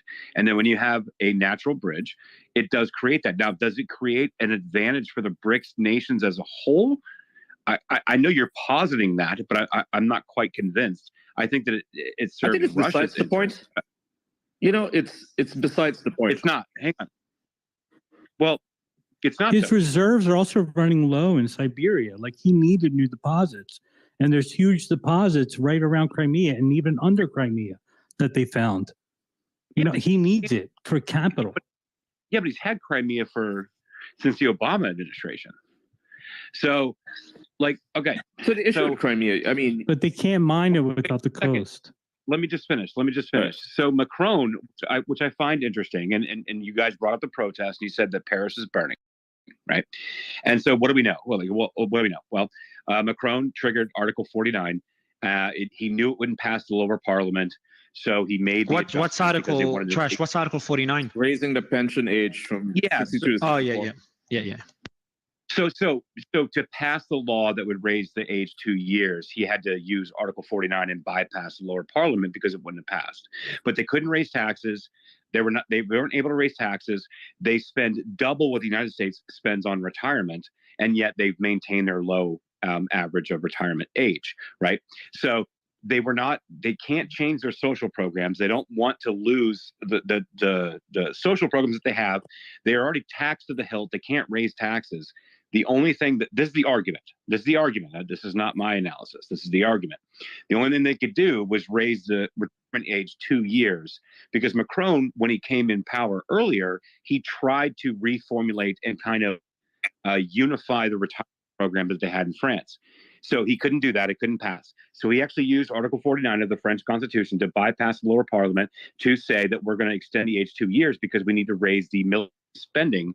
We need to raise our military budget in France because we can't rely on the West and we can't rely on support. And that's why they did this. Now, you can make the argument that he's doing it because they thought that the Russian flag would be raised on the Eiffel Tower. That's what people said, that Putin was going to sweep through Europe, and that's what they were going to do. But I think that it's ultimately an indication that they can no longer rely on the West to actually be their partner in Europe. How when the West threw money in support of Ukraine, how can they not rely on the West? You mean America? Because it's like trash. Because the argument in the U.S. is like, hey, we're going to. Why are we supporting Europe so much? Why we're always there for Europe? We're losing out. So America's an hegemony, right?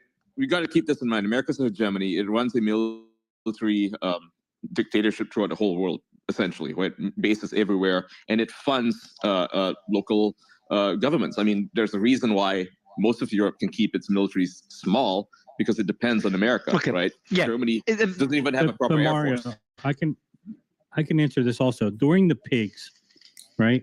When the pigs happened, the Portugal, Ireland, Greece, Great Britain, I forget what the S is. Spain, yeah, right? And Italy, right? When that whole mess happened, that happened because there was quantitative easing in the U.S., right? And exported the inflation, raised interest rate, blah, blah, blah, blah. Same thing that happened now. And who came to save Europe was a lot of Chinese money. They bought up 12 ports, mostly in the countries that were suffering the most, mostly in the countries that spell out pigs, right? And when France came and said, "You guys aren't allowed to do that," I go, then ask the Americans. Let me take a step back, because now we're going through Chinese influence in Europe. Before that, and Trash's point is also interesting about France's position and what caused, which I think Trash and Danish, if he's still there, they touched on it. I do want to go 2 steps back, if you don't mind, guys. I want to give you some numbers, because we're talking about how Ukraine is losing the war, and I think Lev agreed with me that in the beginning, and I'd even make the argument till now, look at the whole, like maybe they're not as as they don't have the same momentum now as they had before. That's a fair argument. But look at these numbers. Russia has around that's prior to the war. Russia had 1 million active military personnel. Ukraine has 250,000. Now, obviously, military personnel is just one small indicator. How advanced weapons are, etc., is significantly more important. Russia has 2.5 million reserve personnel, and that's, I think that excludes, I'm not sure if that includes Wagner, and definitely doesn't include the prisoners. No, it doesn't include Wagner. No, that's not. There you go. And while Ukraine has only 180,000, so Russia could eat up the Ukrainian personnel. But let's continue. So I look at budget as a way to compare. Obviously, efficiency plays a role. And that doesn't take into consideration the amount of weapons that came into Ukraine, which changes also keep everything. in mind that Russia is a very losses, right? A lot of people look at Soviet mentality. Let me finish. Let me just quickly finish the numbers, and that's a good point as well, Ian. Russia's military budget is significantly larger than Ukraine's, so it's 60 billion per year. Ukraine's 5 billion per year. Tanks, Russia has 20,000. Ukraine has 2,500. Artillery, Russia has or had around 16,000. Ukraine, excluding NATO, 2,500. Air Force, Ukraine has 250. And in terms of the aircraft, and Russia has 4,000. And Navy, Russia has 350 warships and submarines, and Ukraine only has about 20 vessels, a mix of warships. I don't know if they have any submarines. So it just shows how, yeah, there you go. So, and in the early days of the war, again, I have a lot of people in Ukraine, and Alex Bond, I think you volunteered, you did volunteer in Ukraine. Yeah. The early days of the war, yeah, I'll give you the mic, Alex, but like in the early days of the war, people in Russia expected this to end quickly. We had some leaks out of Russia, I don't know if it was intentional or not, that showed their strategy, took into consideration a very swift war. Putin did rely on more support, and some people call it failed intelligence. Again, that could be a bit biased, but he did rely on more support from Ukrainians, welcoming Russian troops. I remember telling people in Ukraine, hey, it's going to end in days, don't worry, Ukraine's going to give up. I thought Kiev will fall very quickly, it's going to end peacefully, I don't know what's going to happen. I was so naive about it all. And look at it. It turned out to be a false narrative, but the narrative was everywhere. It's not like it was debated. I don't know, bro. Putin never put that thing up because Putin is like you know. Okay. Going back to what go ahead, Alex. Let's see, Alex, go ahead. Let's see. Sorry. I was keeping silence. Yeah, I know, man. Your mic, Alex, get closer to your mic so we can hear you. So we can hear you closer, please, man. Yeah, it's a bit echoey. So if you can fix it, it'll be great, please, Alex. You mind if I just go first? Oh, okay. Let me try. Let's get Alex go first because me and you have kind of dominated the mics. I want to shut up a bit as well. I probably should. Go ahead, Alex. Now we hear echo. No, it's worse. And we hear echo. Can you? It's much worse. We can't hear you. Hold on. Man. And Bota, I know you've been waiting for a while. Alex has got to do the opposite of what he just did. Yeah, exactly. Before it was a bit better. Bota, I know you've been waiting for a while, bro. So the guys will go to you in a bit. But go ahead, Alex. Alex, this is your chance, man, to make an argument and prove us wrong. Give me 1 second, please. Yeah, it's because I was. Hold on. Sorry. Yeah, that's right. Now I hear. I'm actually really curious. All right, go ahead. I had some problems with my mic all the stream, so actually I'm more than surprised because you are discussing the topic is Pentagon's secret Ukrainian files, okay, and suddenly it's changed to topic that Ukraine gonna lose. But my main concern is that 90% of people, of the speakers, are pro-Russians. And it's clearly, you can see in their accounts, you can read their tweets, their comments, all of them are fucking So pro-Russian. let me, okay, Alex, I want to jump in there. Please, hold on. Alex, no, you can't make a statement like this and walk away. So number one, we always keep the balanced panel. So about 20 minutes ago, we started inviting more pro-Ukrainian speakers. And you're one of them, surprisingly. You didn't come up by accident. We brought you up to balance out the panel. Robert is definitely not pro-Russia. Lev is the opposite of pro-Ukraine. Lev is the complete opposite of pro-Russia. Benjamin is definitely not pro-Russia. Joa is 100% not pro-Russia. Danish is 100% not pro-Russia. And I'm obviously not pro-Russia and not pro-Ukraine. I'm in the middle.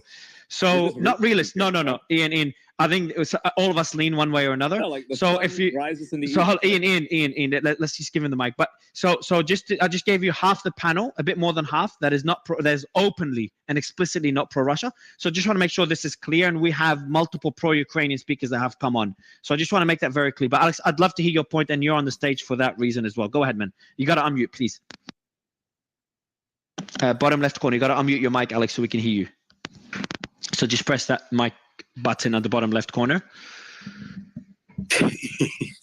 Goddamn Nafo. Learn how to use a mic. Alex. Oh. Yeah, this is Ian, bro. Alex, you got to unmute, man.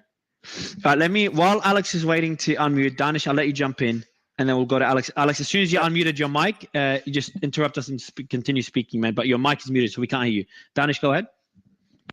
I just want to make the point that Alex was referring to right as he got on the mic, sort of similar to what Piotr said. Just because people are asking questions does not mean that they're pro one way or the other. I think it's completely fair, especially for people that are not Ukrainian, right? Like if you're Ukrainian, you should be able to ask questions too. But if we are not Ukrainian, I think it's completely fair to ask simple questions like, what are we doing here? What is actually going on? What do we feel about it? And actually, Alex, by making those kinds of comments, you're actually turning people against this because nobody wants to be forced into something. And I think that's really important in general for anybody that's trying to gather support. We don't owe anyone any support. And I wanted to be very clear about this because I find myself, and anybody in the room that's ever heard me talk knows that I'm not one of those people that like really wants to be, anti anybody, really. I try to be very moderate, and to be automatically painted as everybody on this stage is pro-Russian. It's like, dude, you don't know me and don't act like you do. And I think that that's really important for people to not come in with that. And Piotr kind of did that too. And I just think it's completely unfair. Piotr always does this. He's never been on space, never without criticizing. All right, Alex, your mic is working. Go ahead, man. Yeah, I lost connection, sorry. I didn't hear the last Yeah, part, all good, man. but All good. The anyway. mic is yours. And by the way, we did have a spokesperson for Zelensky on stage earlier as well. She was a spokesperson for Zelensky for 3 years. Go ahead. Yeah, I heard her. But I want to highlight this guy, Patrick. He was talking about my president in very negative way. Yeah, well, Patrick has a stance, man. But Alex, I'd love your thoughts on the question about. I'm not saying Ukraine losing, but not having the same momentum they had before, and a bit and more NATO and more pushback from the West on the massive support and all the equipment they're sending to Ukraine. Can I get your thoughts on that? All of you, most of the world were talking about Ukraine that you're going to lose in 3 days. True. Exactly. That's the point I made. Alex, that's the point I made. In the early days, everyone was shocked, and there was a lot of praise to not only the military support that Ukraine had, but their willingness to fight. I was personally shocked. So yes, that's a valid point. But again, I want to repeat my question. The question now is, Ukraine had a lot of momentum a few months ago, and that momentum seems to have slowed. The documents show that losses are outpacing Russia. Now, whether this is accurate or not, we don't know, but it's still worth talking about. Losses outpacing Russians by 4-1. Give us your thoughts. What is your stance? What is the sentiment? Yeah, we can, but I want to get your thoughts on that point. Sorry. Can you please repeat the question? Yeah, of course, Alex. I'll repeat the question. Can you hear me fine? Yeah. Okay, and I'll be very exact. I'll be very exact and specific with the question. Ukraine had a lot of so Ukraine surprised. The way I see it, Ukraine was expected to lose. Then they surprised everyone by fighting back. Then the West and NATO the unified decision to support Ukraine surprised a lot of people. The amount of equipment, like from now we're up to tanks and talking about F-16s, surprises everyone to this day. Then the momentum and Ukraine taking back all this territory surprised a lot of people. And a lot of people started criticizing Russia's capabilities. And then that they were overestimated. And I know there's a lot of people on the panel would disagree. So I'm just making an argument here to get your thoughts on it, Alex. And now what a narrative now that's coming up is twofold. Number one, diminishing support in the West for the amount of weapons and the amount of interference in Ukraine. And the ambitions of Ukraine, right or wrong, I'm not saying, but the ambitions of taking back all territory, including territory that was annexed in 2014, I think. Number two, Ukraine losing momentum, and obviously some of the figures we saw in these documents kind of highlight that point. Does that question make sense? It's twofold. Diminishing Western support, Ukraine losing momentum. Alex, don't mess it up again, bro. Well, I mean, I can throw some information in on those questions if you guys. Yeah, go ahead, Robert. Yeah, give us thoughts because Alex's mic's having connection's having issues apparently. Yeah, exactly. Well, okay. So as everybody knows, this is a very smart panel. War ebbs and flows. Number one, I would not put a lot of faith in the so-called leaked documents. Number two, whether you guys realize it or not, you should know it. Putin himself has cancer. He's in his last days. He's not going to be around. We don't. No. Robert, where do we? Okay. No, Ian, hold on. I'll do it. So, Robert, when you say people you guys know and stuff, can you please elaborate? Because I don't think I've heard the rumors multiple times. I'm not saying he doesn't, but how do we? How does any? Let's see. Yeah, I know. Let's see. So, Robert, hold on. Come on. Yeah, I know. So I'm making a point, bro. So how do we know, Robert? How can you make a statement we know? Like he may have would be a fair statement, but how do we know? Okay, well, we know from a couple of series of events. So one of the very first indication that we got was from Macron himself. So the French president at the very beginning of the war, this guy's got a psychological background to some degree. He was able to figure out during one-on-one interviews that something was seriously not right with Putin. And we're talking about something that was a little more than just being, aggressive militarily. It was something that was actually physically wrong with his brain, his ability to communicate, his ability to reason. How so, Robert? Sorry. Can you explain again? Sorry to interrupt. Robert, you got to give us sources, man. Yeah, I'm sorry. That's pure speculation. Well, no, hold on a second, guys. Let me back up here. So I'm running for president of the United States. So you're going to have to take what I say as primary source, or you just discount it as something you don't want to believe. Robert, so Robert, hold on, guys, hold on. Hold on. Let me okay, Robert. Okay. Now we know your source. I'll let you continue. We know your source. Okay, continue. All right. So let me just go a couple more. But the real points I want to make here is keep in mind that the United States is going to back Ukraine to the very end. This is a war of attrition. Every single hour and day that we are in this war, Russia gets weaker. Our goal is to make Russia as weak as Ian, hold on. possible. Let's see the point. No. So what we're trying to do? Okay, go ahead. Ian, please. We're trying to take out as much of the Russian military as we possibly can, as much of the hardware as we possibly can. Ukraine is going to get full backing militarily, money, etc. And that job is going to keep going for years to come. So let's look at some of the recent consequences. One of the consequences is now one of its biggest trading partners is China. China is now the yuan is used inside Russia. The economy of Russia is getting clobbered because it's getting locked out of the dollar economy. So there's a lot of consequences that are going on here. There seems to be a lot of negativity toward Ukraine's ability to win.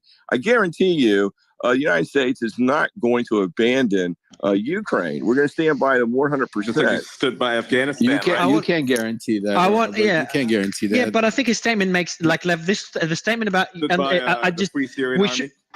We shouldn't discount. I know, at least my position, there's no way I'm even close to discounting Ukraine's ability to win. Because for me, it's not Ukraine's ability to win; it's NATO's ability to win.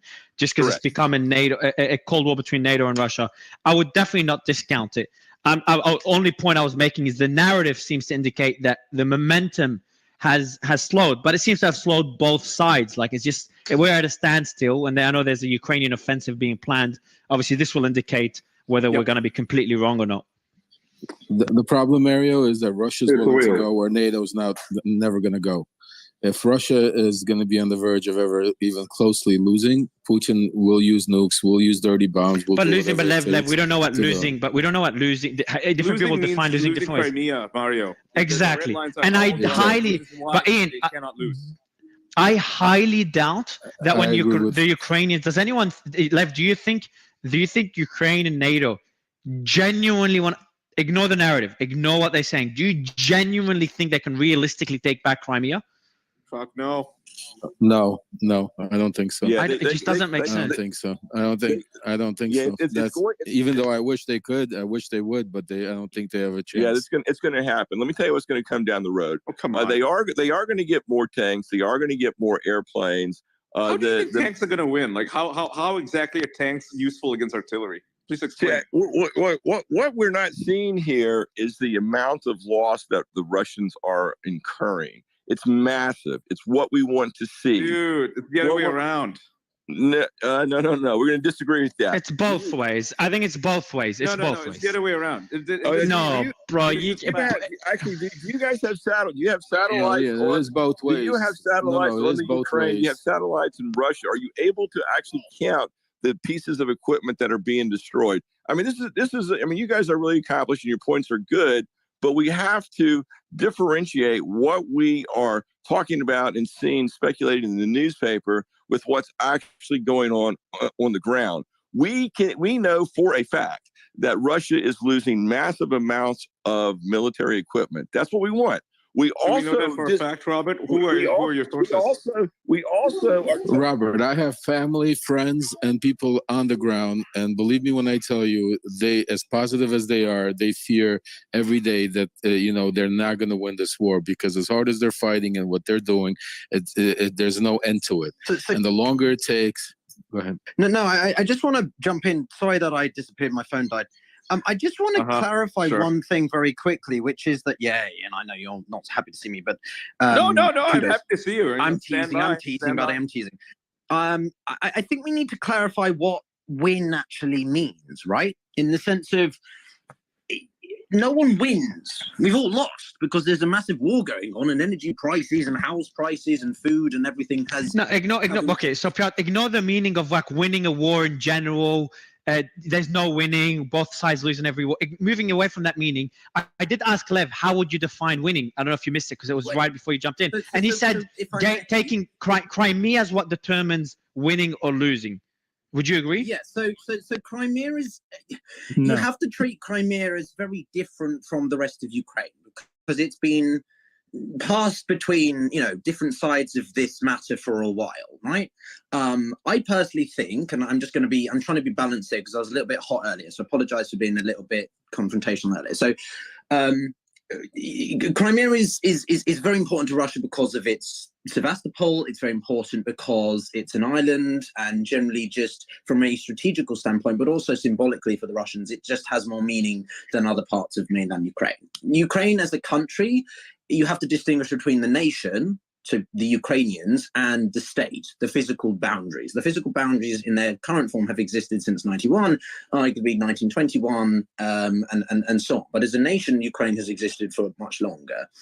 And Crimea has been, pushed back and forth, Khrushchev giving it in 1954 and so on. So I think that's an important distinction. But if you're talking about very, in terms of winning, and this is my last point because I'll pass back to you, is that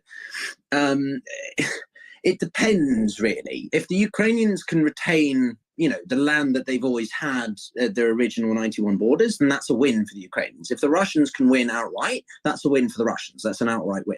But if the Russians can keep, the oblasts that they control, Luhansk and Donetsk, that's a marginal win. So these are there's a spectrum, and it's either in the middle, no one wins, it's a frozen conflict, or the spectrum pivots towards Russia on one side and pivots to Ukraine on another, and there's a level of how much Ukraine wins or loses, right? But to say that one is winning outright versus the other, no one, and there's also many parties that will win or lose, whether it's China, whether it's NATO, whether it's Ukraine, whether it's Russia, and I think no one simplified it. And individuals as well, like Zelensky. Individuals. For him, if he doesn't take Crimea, it's him losing, right? Because that is the red line.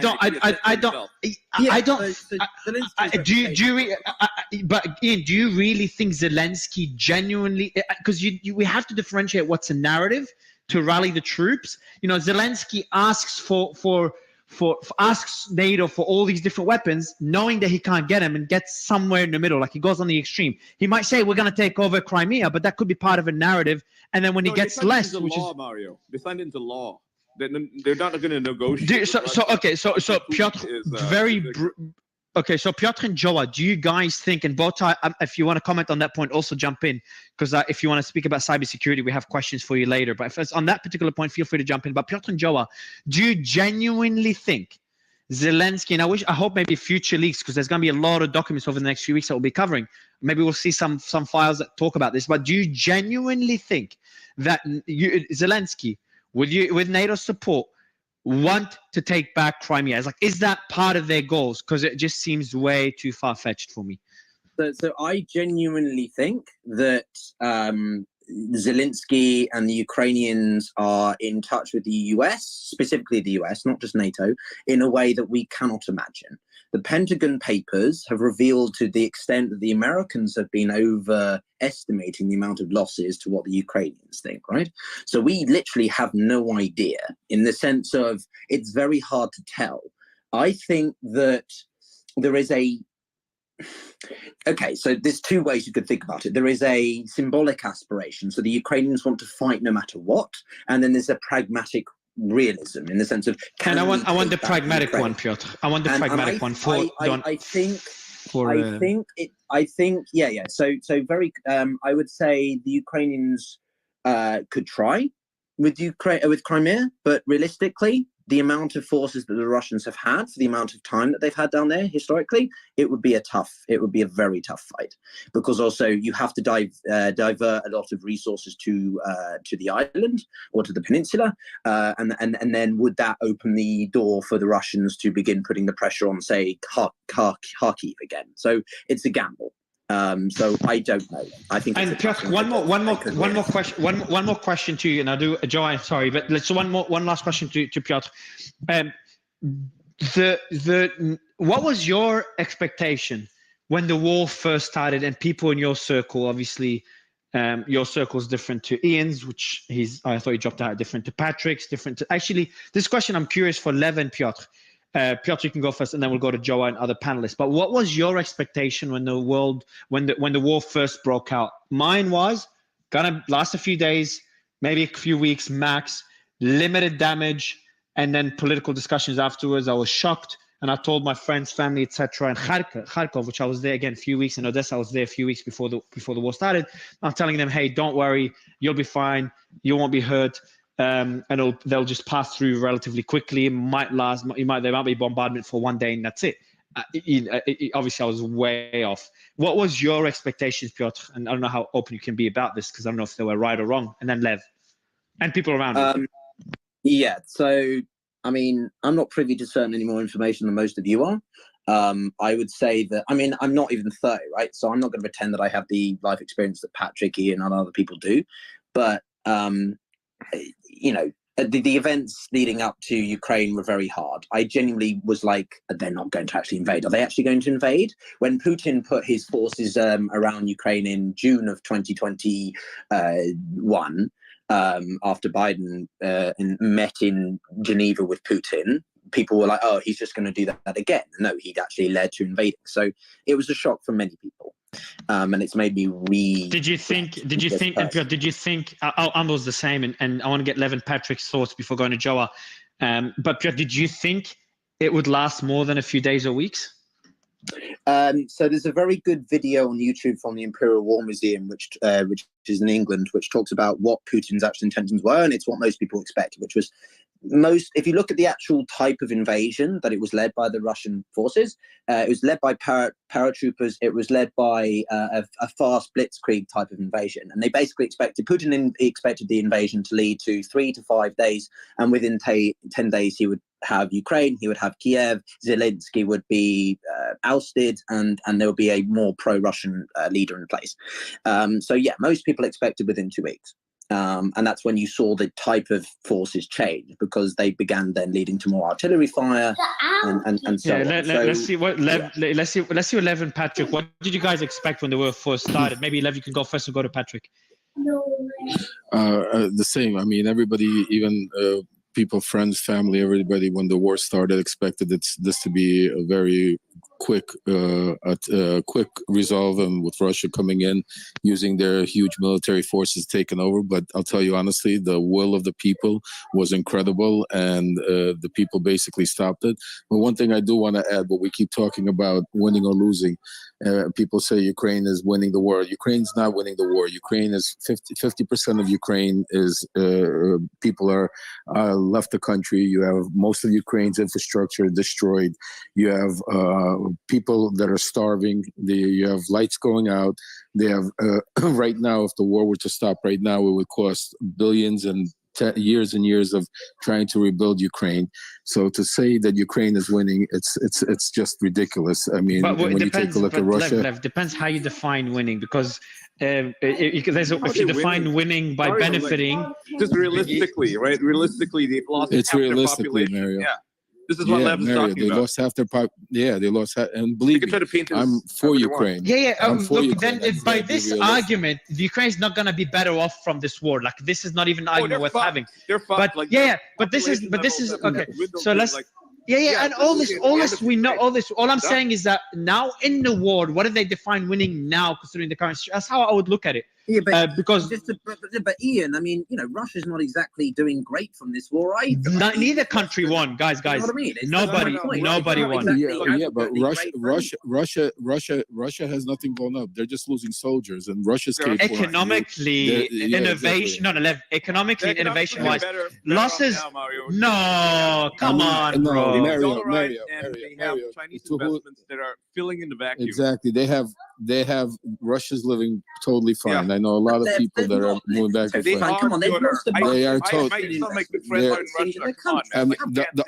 only people. Listen, Petra. The only people that are not. So, Lev, go ahead. Sorry, you're muted. Go ahead. Unmute again, bottom left corner. And then Danish, you're the finance guy, so maybe you could hit on this as well before Patrick goes. Go ahead, Lev. I'm sorry. Unfortunately, 90% of Russia is living the way they used to live. You're talking about 10% of people that were venturing out, going to the United States, to Europe, to traveling and doing business nationally. Yes, they're hurting because they've seen what it's like. The majority of the Russian people are still living the way they used to live, and nothing changed in their world. They don't have bombardments going on. They don't have people dying. They don't have infrastructure going out. So they're not feeling the war. So when you talk about, but man, Ukraine you can't, Lev, Lev, if you're gonna compare Russia's loss to Ukraine, it's incomparable. But if you compare Russia now to compare Russia before, like Danish, is there any argument to be made before Patrick goes? Mario, bro, it's not fine. There's a brain drain. Innovation is fucked. They lost access to a lot of technology. No. Like Russia, if anything, has built new alliances, right? Alliances that weren't previously available to its own markets before because it was trading in the US dollar. Now it's trading in the ruble. The ruble is the strongest, well, not the strongest, but like the fastest growing currency over the past year. So this whole idea, this notion that Biden put out there, I'm going to turn the ruble into rubble. Total bullshit. If anything, if you compare, okay, guys, hold on, guys.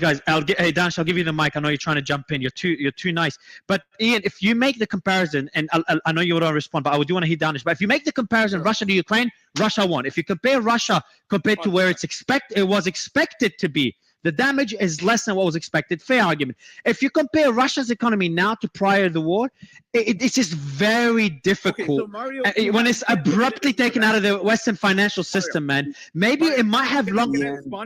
Yeah, go ahead, Ian, and then we'll go Danish. Go ahead. Yeah. So, like, here's the thing. Russia is not a vacuum. Ukraine's not a vacuum. The whole world is a big place. Okay, that's like a basic point, right? You look at the U.S. economy, the European economy, you have to take all of these things into consideration. Now, you compare Russia to all these other countries. How has Russia fared in comparison to Europe? How is it compared to the United States? It's actually better off because by comparison, right, Europe is worse off, much worse off because it's highly dependent on Russian resources, Russian energy. And by Russia being cut off, actually, which is funny, right? Russia got cut off and then Europe hurt for it because they sanctioned Russia, right? America cut Russia off and now America's hurting from it. So that is where we are. So you can make the argument that Russia is perhaps not in as good a place as it was before the war, but comparatively to all these other countries and in the long term, say in a 10-year scale or even a 5-year scale, Russia is actually better situated right now, and Europe is not. Europe is actually weakened. So let me fair point. So Danish, I'll let you jump in. Sorry if everyone, my mic was too loud. I just fixed it now. Go ahead, Danish. It was extremely loud. You're screaming over me. Yes, Mario. Yeah, I fixed it. Sorry, sorry. I got a bit emotional and it was too close. Go ahead, Danish. Sorry. So ultimately, I think this narrative around Russia has not really been impacted, which is not what Ian said, but in general has been a broader narrative. It's just totally untrue. Russia has become more isolated in the world, especially with its relationship to the West. While the West did not have a great relationship with Russia, it had a relationship with Russia, which was useful to Russia. Russia has become a one-dimensional country, primarily, as Mario was referring to, but I'm going to be even more aggressive around it. Russia has become a one-dimensional country that is now completely focused on depleting its resources at a lower price around the world. We know this to be true, that ultimately Russia is depleting its main resource at the lowest cost possible, which is unreal. Now, part of that is being driven by America, by the US, but and our policies. But ultimately, the loser in this is Russia. That's not oil true. is not oil, forever. Okay, so the price of oil, they set a cap on it, right? You know how US set a cap? Yes. Basically, fuck Russia, right? India is not abiding by the oil cap. Neither is Japan. They're actually paying above the rate that the cap is at. So I don't think Russia's Yeah, but they're losing at still all. paying below the rate of what the rest of the world is paying for oil. Yeah, but nobody wants to fucking Dinesh, oil they're paying below. Numbers. Yeah, no one's Dinesh, talking they're numbers. paying, they're talking about to being Dinesh's point, isolated. Quickly, they're paying. India's paying below, and they're reselling it to Europe. So they're doing a carrier trade on oil. Yeah, just so you know. And that's an important. And it's still Russian oil being. Yep. Sorry, Lev. Go ahead. It's Russian oil. Yeah. No, Danish, continue making your point, man. You're being too nice, bro. Way too nice. Go ahead, bro.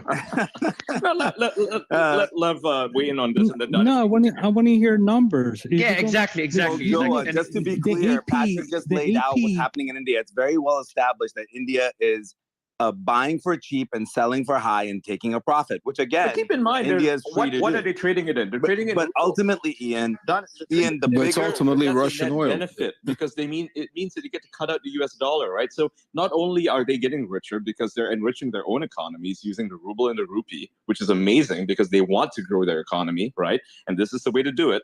They're cutting out These America. direct trades are not having a significant impact on the dollar. Ian, that whole narrative is it's clearly not true. We're seeing it not be true. Dinesh, It is clearly not true. 90-something% of trade around the world is being done in the US dollar still. Just oil. Dinesh, the argument you made as it pertains to Russian oil is not being done. I mean, again, I just want to be clear about this. The direct trade between China and other countries and the direct trade between Russia and other countries is not driving the petrodollar alone. Is Saudi starting to do trade with China in the yuan? Yeah, I know. And what caused that? And what caused that, Danish? Sure, but Ian, I agree with you. It is having an impact, but it's not. Yeah, it's gonna benefit Russia in the long run. Look, hold on. We were talking about Russia and their economy. The AP, the Associated Press, came out with numbers, and Russia is unchanged. Russia's economy is unchanged. Joe, unchanged. Joe. All right, Joe. That is not true. Read the article from the AP Press. AP Press article. The IMF came in and waited. One second, guys. I want Joe to finish his point because everyone keeps. Joe, I said the economy is unchanged because of an AP article. Look, if you look at short-term metrics like GDP and stuff, it looks good, but it takes time for brain drain to show the impact. It takes time for businesses fleeing a country to show its impact on the economy. It takes time for the inability to access a lot of technology. Hold on. It takes time. Hold on. Ian, guys. It takes time for the lack of access to technology, advanced technology, to impact productivity. These metrics take time. I think we're going to see the impact. We'll also see the benefits of them depending less on the West, maybe. But Joe, make your point. Joe, Joe and Danish, go make your point, guys. Go ahead. I'll let you both finish. Russia is a glorified gas station, right? They've always had a brain drain. Don't make that point, mate. That's not something. It's not a glorified gas station. Thank you. Can you rephrase that? Thank you. You're not John McCain. It's an unglorified gas station. No, I'm joking. Go on, sorry, Joe. The numbers. Go ahead, show that Ian, let's let him finish. Go ahead, Ian. Where's my I'm not middle saying finger? that won't change. My middle finger. Okay, guys. All right, John. And Danish. Yeah. I'm not saying that won't change, right? But as of right now, they are unchanged, right? Can the brain drain have an effect? Of course it can. 630 billion in asset freezes. What are you talking about, Joe? I don't know where you guys are getting this data. We know that the Russian central bank, which holds 630 billion in foreign exchange reserves, has had asset freezes. Like, we're acting like nothing has happened. There's been a full global impact of this. I'm so confused about where you guys are getting your numbers. Joa, you asked for numbers. $630 billion in asset freezes for the Russian central bank. GDP unchanged. That is a silly argument. GDP down good, like by them rebut the whole freezing of assets. That number is incorrect. There's documents already showing that 2% is incorrect. Oil and gas revenues up 28% last year. What else? Yep. Yeah, but revenue is not the same as profit. That's how businesses are run. And ultimately, they're selling for cheap. If you're talking about freezing assets, have they found the assets? Like, that's a pertinent question. Have they found the assets? Exactly. They're not fucking found the assets because they have to collect the assets. They haven't enforced the collection of the assets yet, but they have frozen any transfer of assets from the Russian central bank. And I think that is a huge move that is causing a lot of pain for the people that are supporting Putin. No, it's not. Oligarchs. No, it's not. Current account surplus hit a record high last year. What else? A record profit from oil, 325 billion last year. Because of price spikes. And if you're talking you guys are talking about you asked for numbers, Janice. We're giving yeah, so Danish and Joe, when you guys finish your point, Patrick's been waiting very nicely. So Patrick, when both guys are done, we'll go to Patrick. Can I just like interrupt just a 10 of course, seconds, Ian. right? Of course, man. You've never interrupted, bro. 10 Of course, seconds, one side is fine. Of course. Like the idea, right? The idea that because some dumb billionaires are losing their money. Do you think Russia cares? Do you think the state cares? Like, these people were not. Absolutely. The oligarchs run the country. No, what are you talking about, Ian? That is the complete opposite. No, they don't. That's Oligarchs are opposite. Ian's right. To the state. They're not friendly to the state. They're called Putin has a term for them. He calls them the fourth echelon, right? They are unwanted, right? The less influence that they have, by the way, this has had a massive influence, right? A massive impact, not an influence, a massive impact on their profits, on their money, actually, right? Like, so they have lost all their fucking political capital. 100%. Yeah, let's get the guys to finish 100%. Go ahead, Lev. The people that are getting hurt the most are the oligarchs, not the people, not the regular people. The oligarchs are the ones that are getting hurt, and that was Putin's way. That was Putin's way of reining in the oligarchs by doing this. No, sorry guys, this is just absolutely correct. Patrick, I want to get your thoughts on this. I'm going to read out what Carnegie Endowment for International Peace, their report on this is from December last year, and so it's 4 months old. But I'll read out some of the key points from it. I'd love to get your thoughts, Patrick. There's 5 points. The war in Ukraine has imposed significant economic costs on Russia, including sanctions, the decline of the ruble, and reduced investment. The war, but they also say the impact wasn't as bad as many expected, at least short term. So just want to make that clear. The ruble has gotten stronger. It gotten stronger, then it declined again. But yeah, fair point. It definitely was collapsed and picked up again. I understand it. But let me read out the report, and Patrick will push back. Mario, what date is that? That's December last year. Let me just check again, make sure it's accurate. December 2022. Yeah, so it is 4 months old, but it's still worth reading. The war has also had negative political consequences for Russia, including a loss of legitimacy and a deterioration of relations with the West. Loss of legitimacy, I know that might trigger people, so probably not the best choice of words. I know. So I'll move. Deterioration of relations with the West, that one is fair. Number 3, the Russian government has struggled to pay for the war and maintain its social welfare programs, leading to budget cuts and a decline in living standards for many Russians. That's point number 3. The war has also affected Russia's military readiness and created tensions tensions between different factions within the Russian government and military. It's number 4. And number 5, some estimates suggest that the conflict has cost Russia up to $1.3 trillion in lost economic output and increased spending on defense and security. And then I'll add a couple more points made because we did a lot of finance spaces during the collapse of the Mario, banks. can I ask you one quick? Who's the So that's Alexandra Prokopenko, the Carnegie Endowment for International Peace. So Patrick, I'll add 2 or 3 more points, and I would love to give you the mic. Another one is about the brain drain we saw.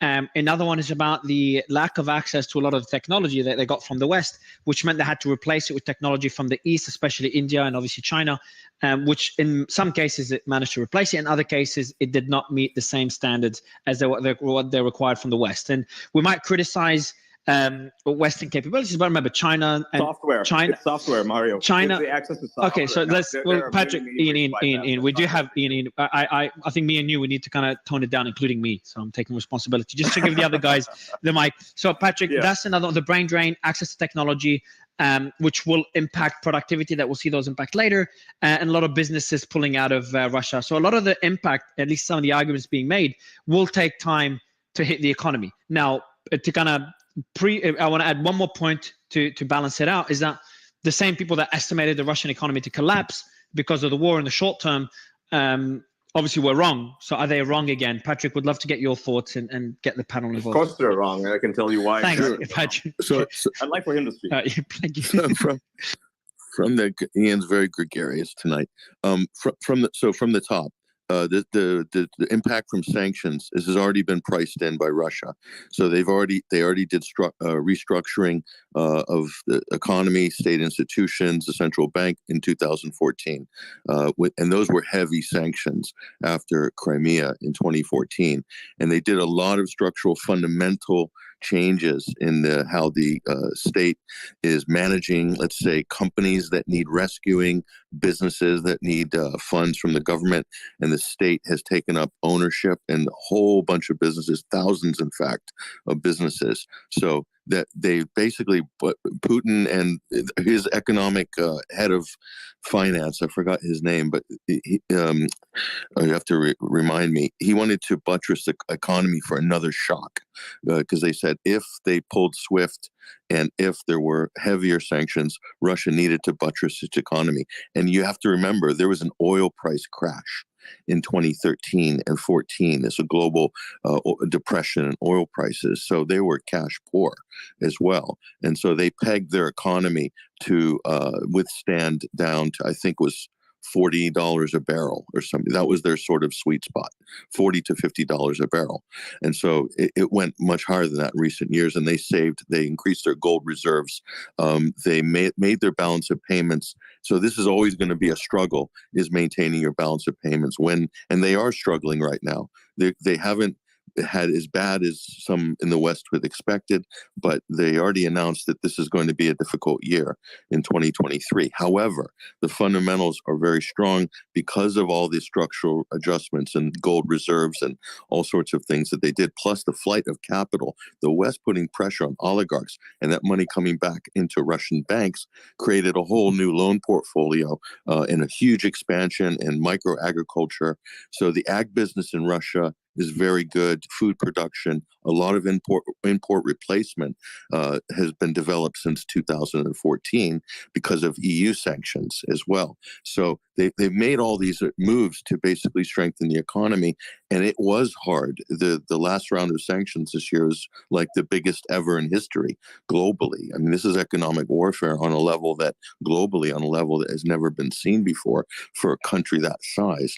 So you have to price that in as well. So look, there's gains and losses. Certainly things that they're going to be happy about and unhappy about, but their defense industry has grown since 2014. It's still very strong. The ag industry is huge. Now they've taken a hit on grain exports and agriculture, fertilizing products, but so has Europe has taken a hit, and other countries on the world because of that. So the pain felt in Europe, I mean, where I'm sitting in terms of energy prices and things like that, is huge. Russia has low fuel prices, high relative purchasing power in Russia is much higher than Europe and the United States.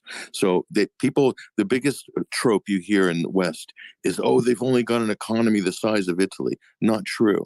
No, yes, on paper, it might be so with you value euros and dollars, for instance, but relative purchasing power within the internal, let's say, defense industry in Russia, they get way more, 10 times more per dollar that they invest and spend in terms of output than the U.S. does with all its pork and mothballed projects and the costs of military contracting. It's just ridiculous. The internal inflation in the medical and military industrial complexes, for instance, in the United States is like unbelievably high.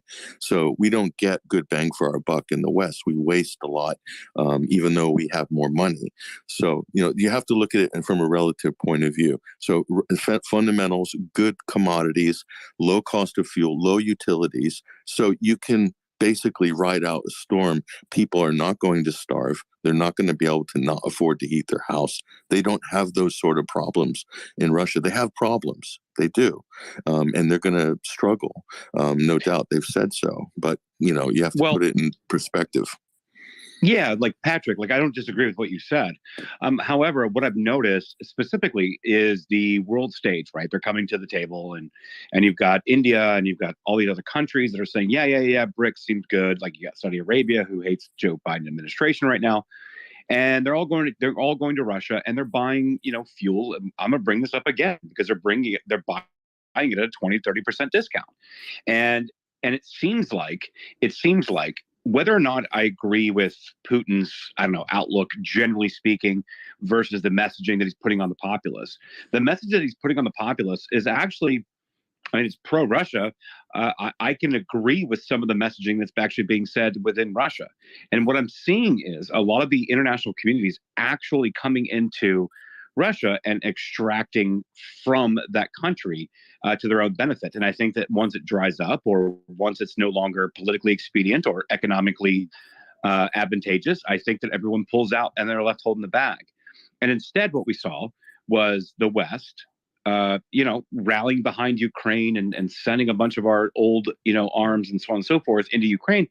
It begs the question, if I'm Russia, right? And I'm not saying that I'm pro-Russia. I'm actually not. I don't have an opinion. I'm an American, so I'm a pro-American. But it seems to me that this was a natural progression that they probably should have taken the eastern parts of Ukraine. And then that begs the question, how the hell can Ukraine stand by and let that happen? And so what I mean, okay, this is really hard to explain. But trash to that point. Understand that from a political point of view, the government in Russia can't leave Donetsk and Lugansk hanging out to dry with all that's gone on in 8 years. So that's a huge price to pay politically too, because they're considered part of the Russian world. So it does swing both ways. It does, and that's where I find myself, Patrick. That's where I find myself because I'm like, and then I look at these leaked documents, right? And I looked at these leaked documents and I looked through them and I looked at what is the dwindling military capacity of Ukraine defending itself if that's what's happening? What going into the spring do an advantage that they have, and pragmatically, is there support that should actually be rallied behind Ukraine to not allow a further encroachment? Does Russia want to encroach at all? And it does beg the bigger question. And I found myself pulled to the middle on this issue when 6 months ago I was completely on the other side of this issue. And I've been pulled to the middle of it because as a country, as a sovereign nation, whether I agree with the government or not, it is irrelevant. They do exist and they are people. And I don't want war, right? So is this an off-ramp? And you brought this up earlier. Is this an off-ramp? Is this a forced off-ramp by the NATO countries and by the Western countries that have rallied support and put Ukraine flag in their bios and, everybody must stand with Ukraine and all these things? Is this an off-ramp to get out of it? And then are the Ukrainians left holding the bag? And I think the grand strategy of Washington is trash. The grand strategy that they keep repeating, every Republican, Democrat, every U.S. media outlet, Britain as well, is that Ukraine needs to regain its territory every inch of Donbass, even Crimea. They still talk about it. Otherwise, we can't negotiate, or that's not going to be an acceptable outcome. They haven't said that they're going to have to ethnically cleanse Crimea of all the Russian population and Donbass. It's that they're not going to do that. They can't just walk in and re-govern those places. Things have changed to such a huge degree that I think the West is living in a delusional echo chamber, and they just haven't accepted the reality. Trash. Can I just add here? I wish America was just honest. Like, you can see with the Pentagon papers. Look, I'm not anti-Russian. I'm anti-Putin. I grew up in a very Ukrainian-Russian neighborhood. Igor Krutoy, which is like a famous composer. His sister was my neighbor. I'm very tied into this community. They are like brother and sister. So I am anti-Putin. But if America could be honest, because here's the way I look at it and have been looking at it for almost a decade. Crimea is Russia's key to trading with China and continuing that trade without running out of supplies. China in 2010 was going to buy their natural gas from the stands. I don't remember what stands, but like not Pakistan, but like Turkestan, Kazakhstan, like those stands, which also produce liquid natural gas. Yeah. They were going to buy from them. When Russia got involved in Syria and helped China support that, the relationship got even stronger. They need Crimea to support more gas. But if America allows that to happen, Russia and China become the new Saudi Arabia in America. And we all know how important Saudi Arabia was to the United States and the United States power. That's what America, if they want to maintain power, cannot allow to happen. But you'll never hear this on the news. What you hear is we need to defend and fight against Putin and the tyranny and blah, blah, blah. Instead of just being honest with people, be like, do you like how you're living? Then we can't let this happen. Regardless of how you feel about that, that's honestly the way I see the truth. So Joa, that is the crux of your BRICS argument being valid. Yes. Yep. Okay, I get it now. I understand where you're coming from. It's taken me a long time to understand where you're coming from. Like, Solomon, go ahead. I know you have a question. Yeah. Yeah, I want to bring Alex in. Alex, you mentioned earlier that you believed, or your thought was, that Russia were going to take Kiev within 3 days. So do you want to explain that, your source, and expand on it a bit more? Alex, you just need to unmute your mic, bottom left. Right, okay, we haven't got Alex. Same question to you, Ryan, but obviously you don't agree with that point. Yep. I don't. I've heard you say many times, everybody thought Russia was going to win within weeks. I think you thought Russia might win in weeks. Everybody did not think that. The Pentagon had said and had planned to make this into a new Afghanistan, meaning they wanted to suck Russia into a long war in Ukraine and bleed them dry. And the plan was also to cripple them economically at the same time they sucked them into a war. They thought they were going to win this. They were ready when they broke the Minsk Accord again and used heavy artillery in February of 2022, started shooting elementary schools, that Russia had no choice but to go into the Donbass, and they thought they could beat them there, bleed them economically, and drain them in a war of attrition. This is not in American interest. This is run by a neocon cabal. I call it Zionist organized crime. And when you say Zelensky's just a puppet of Kolomoisky, and Kolomoisky is just part of that Zionist organized crime. So is Nuland, so is Sullivan. You look at the State Department, Biden's cabinet, it looks a lot like Bush Jr.'s cabinet with the old Richard Pearl and Paul Wolfowitz and Douglas Feith. They're in for their own personal interests, and the Zionism is just a political agenda with a religious theme, and they're making money off it. The MIC, Lockheed Martin, the lobby from the weapons companies, if you look at the war objectively, what happened in the beginning is they all gave Ukraine their trash, right? Hold on a second. They all gave them, let's give them some MK-77s. Let's give them some. They didn't start with the HIMARS. They didn't start with these weapons. Everybody got rid of their obsolete military gear in the beginning, so that they could then replace it and make money for weapons industries. So let me push back a little bit. First of all, let me get a to lot of it, please. Yeah. Why do you think Ryan's like the most canceled person on the internet? This is why. Yeah, no, but that's fine. That's fine. But for number one, the first point, I can't say that Kolomoisky is part of the same Ukraine grift, right? So like Zelensky was pissed because, Kolomoisky essentially fired him.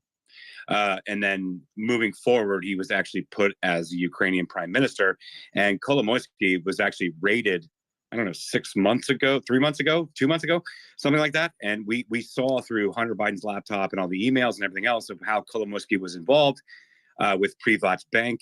But they were not friends. So Kolomoisky was actually. I'm going to have to stop you on that, Trash. Kolomoisky, I know Kolomoisky very well, and I was friends with Kolomoisky at the time, and he was very close with Zelensky, and he was a prominent person getting Zelensky. He paid for his television program. Election, and not only that, but if you take a look at who was his chief of staff, Zelensky's, when he was a president for a while, and then when you say the raid, what happened with the raid? I mean, that's all just media reports. What happened? Kolomoisky's still there. This is a way of Zelensky just appeasing the West and appeasing us by saying that he's doing something. But nothing's really happening with any of the oligarchs in Ukraine. They're still there. They're still doing whatever they want. And I don't know, and I know them very well. So I think that's a lot of just media and just Zelensky playing the tune to try to look like a good guy in front of the West. And Kolomoisky is like the Charles Bronfman of Ukraine. He's in the same thing. He's the president of the United Jewish Community of Ukraine. He was appointed in 2010 to be the president of the European Council of Jewish Communities. He paid for that. He paid for that. Yeah, he paid for that. He founded the European Jewish Union. He's using religion. This is what all Zionists do. It has nothing to do with Judaism. Wait a minute. Azov even has some kind of powers because Kolomoisky funded them. They were like his personal bodyguards, right? They're his personal army. No, so, like the guy's a ton of influence. Zionist agenda here. I don't think that's. Oh my God! It's not a Zionist thing in the sense that I think a lot of people like to use the term. I wouldn't use the term personally. I don't think it's accurate. Please don't. To describe him as. Yeah, I wouldn't. Yeah, why not? Like I don't fall into that at all. But Kolomoisky by himself, and I would posit that all the people that are working on this, they're not Zionists, they're neocons, right? This is what they are. Exactly. Oh, there's no overlap there? Oh, guys. Obviously, there's overlap between various different groups, but no, I mean, at the heart of it, you were looking at Obama. As Kamala would say, the Hudson Institute and these people in Victoria Nuland, that's one that said FDU and wanted to install the coup and stuff, isn't a Zionist? They're not, no. I mean, neocon, people get mad at me for saying neocon. In Ukraine, I run anti-neocon. Don't forget who controls 30% of all the gas in Eastern, Europe over there. Dmitry Firtash. Guys, all right, guys. Don't forget about that. When Putin put Khodorkovsky in jail and threw out Boris Berezovsky and exiled the first round of oligarchs, they weren't Zionists. They didn't work for Mark Rich. All right. So, guys, number one, I'm not doing this. We should be pushing back on this. This is not. I'm not doing. I'm this. pushing back on it because I don't fall into the Zionist narrative. I'm not doing this. Yeah, I'm not doing this. Name, get in here, man.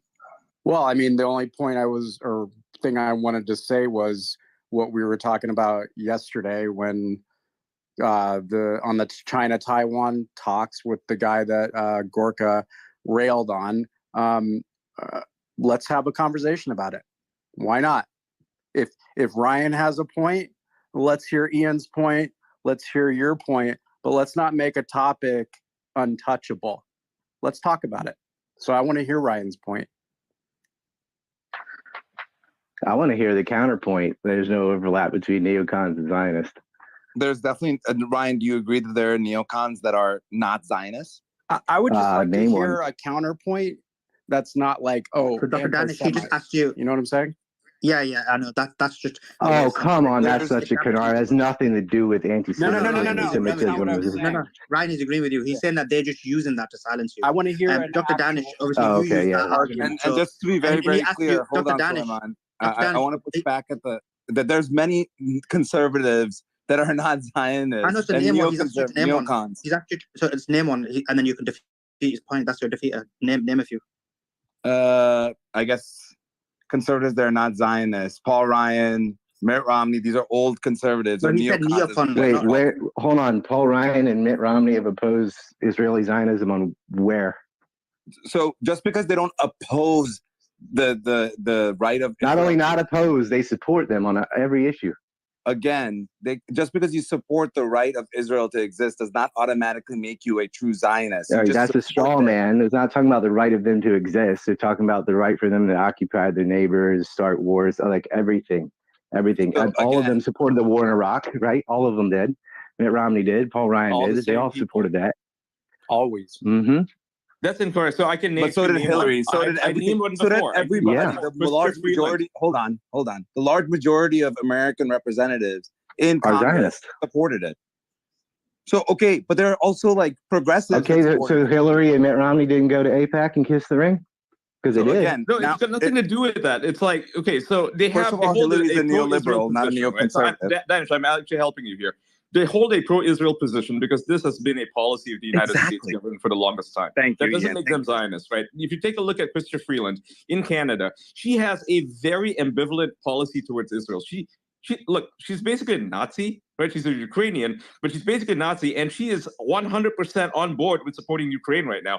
Can you call her a Zionist? Absolutely not. She is not a Zionist. So that one example alone, and she's the second most powerful person in Canada, and she is, she's being posited by the Biden administration as the next leader of NATO. Given that fact, I would say that is not a Zionist thing. This is not a Zionist thing at all. Like, this is a neocon thing.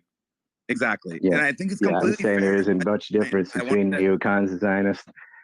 The three that were named by Hirsch's piece that wanted to orchestrate and carried out the bombing of the Nord Stream pipeline with Nuland and Sullivan, all Zionists, and most of them have family involved in the Holocaust and have this vendetta against this and speak that way and operate that way with a specific ethnic identity. Ryan, why do they support Nazis? If their position is as Zionists, if they're acting as Zionists, why do they support Nazis? And why do they support Ukrainian nationalism, which is basically the foundation of the Fourth Reich? Why would they do that? Ukrainian Nazis aren't anti-Semites. Ukrainian Nazis are Ukrainian nationalists, Ukrainian nationalists who hate Russians. Yeah, that's not true. That's not true. That's not true at all. Yeah, that's not true at all, Ryan. They hate Jews. But it's a marriage of convenience, guys. So it's just the enemy of my enemy. They have no problem throwing Nazis into the meat grinder. It's a win-win. Going back to the original, I want to move. I think we finished this point, but just moving to bow tie, because I know you've been waiting for hours and hours and hours. He was sitting for 2 hours to wait with his hand up. Yeah. And Marcus as well, yeah. And because we're close to the end, I do want to cover the issue. So obviously, Bowtie, your expertise is cybersecurity. So I'm guessing you want to talk specifically about the Pentagon files leak. So just jump in and I know you got your hand up, so you say whatever you want. Well, I appreciate it. Can you guys hear me okay? Yeah, we can. Yes. Loud and clear. Excellent. Okay. So I want to give you just a little bit of background about me, because I'm not a political person, and this is very much a political show. So I'm here for the technical aspect of things, and I want to give you where I'm coming from and my perspective, my point of view, so that you can use that to inform your own opinions as you see fit. So first and foremost, I would call myself a cybersecurity educator. That's what I do for my independent business. For my day job, I'm a cybersecurity engineer. And prior to that, I worked as a network security engineer for a cybersecurity startup where I built and then maintained a $500,000 SaaS product focusing on network detection and response. There were some things that I heard here, actually, going back to about an hour and a half when Ryan first started talking, I think, to echo one of his points, saying specifically that it's not a huge benefit to just do a bunch of airstrikes to wipe out the general population, but rather to go for the militaries themselves. I think that's something that when we're considering cyber warfare is something that really could play to the digital equivalent of a nuclear bomb, is that when you're looking to immobilize a country, or if you're looking to take a population out at its core, one of the fastest and quickest ways to do that is going to be to attack their critical infrastructure. And so with this, I put a tweet up on the billboard essentially saying that if you hack an electrical grid, you can have millions that lose power. It's the same thing for water systems and whatever else. These are like ICS, industrial control systems. A lot of these technologies that operate most of modern society is the technological equivalent of being held together with duct tape and zip ties. And it's so bad that it's almost like if you were to hack into an environment like this, it's almost like you walk into a house that's very heavily fortified on the exterior, and on the inside, everything is made out of very fine crystal, that it would be more difficult not to break things than it would be to break things. I can give you an example. When I worked as a network security engineer, one of the things that we did for some of our clients was implement vulnerability scanning, and I worked for a broadcast station, and just running a vulnerability scan on their internal network that was not properly segmented, we ended up in a situation where we ran some vulnerability tests on atomic clocks and ended up completely destroying the firmware with that, and caused $30,000 worth of damage for one small broadcasting station that was only scanning 10% of their network at the time before we pulled the plug and shut down the vulnerability test. It's like that, but orders of magnitude greater when it comes to industrial control systems. So there's some concern there for me as it pertains to if Putin feels like his back is up against the wall, because when it comes to Russia, China, the US, Israel, like these nation states from a cybersecurity perspective are absolutely nothing to fuck around with. So as you guys may or may not know, Kaspersky, popular antivirus software, is Russian owned.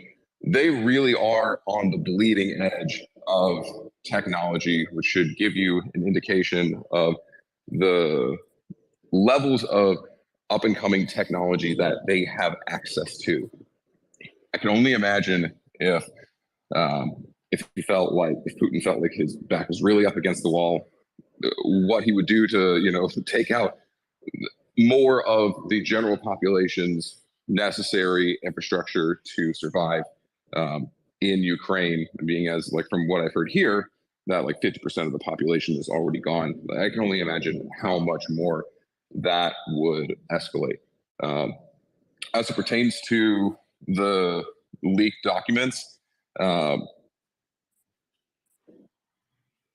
one of the things that was really interesting to me was this comment from the Pentagon saying that these numbers were altered and that they weren't original.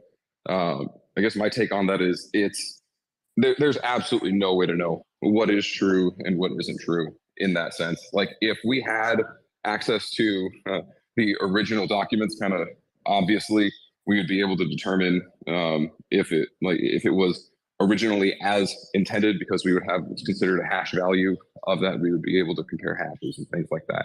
But without that, I see it as kind of a moot point whether those numbers are accurate or not. And I guess that's up to the interpretation of the individual at hand. So if you guys have any other questions from a technical perspective on anything, certainly not an expert on war, but I'm happy to comment to the best of my ability and defer to others if I feel like it's outside the scope of my knowledge and awareness. Before you ask questions, anyone, hold on. I just want to mention some breaking news. So the Israeli forces were surrounding a house in Nablus, and so they surrounded is on Baker Street in Nablus, and they deployed snipers on rooftops as well. There's a video up, not worth sharing. And then there was shooting towards Israeli forces. So that's happening in the northern mountain area of Nablus. Just a bit of an update since we've been covering the Israeli-Palestinian story, the conflict in the last few days. Sorry, go ahead, guys. I think Vaughn and someone or Ian, I think we're asking questions. Go ahead. I had a cyber question for them. Yeah, go ahead. I just want to say I have that. an answer. Yeah, so they're using. this modern war has been using the eye in the sky, and this is maybe electronic warfare too, but the one that Elon Musk runs called Starlink, yeah. Were they able to make that go black with electronic warfare and take out the eye when they were crossing the Dnieper or attempted to? It seemed like it went black. Does Russia have that ability to hide from that?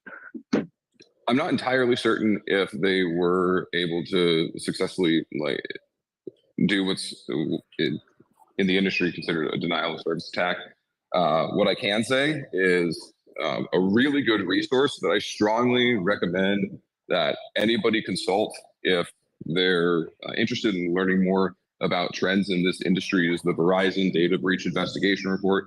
So Verizon, the phone company, is also a super badass cybersecurity firm as well, and they compile data every year on all of the data breaches and cybersecurity incidents that happen in 1 year's time, and then they officially publish those numbers. And if you look at the number of DDoS attacks that have occurred, those trends over time, I mean, they just far outweigh everything else, and it's not even close. So if you're looking at specifically data breaches, which are the information that's Kherson been offensive compromised. had it go dark.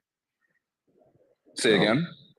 When Russia was withdrawing from Kherson, and Ukraine everyone assumed was supposed to swoop in and take it, they pulled back because the Starlink went down, and everyone was mad at Elon as if he had taken it down. He didn't take it down, but they didn't want to admit the Russians had the ability to take it down either. But it seems like that's much more plausible. So you're saying maybe from DDoS attacks, they could temporarily kick that offline long enough, at least to move the troops around.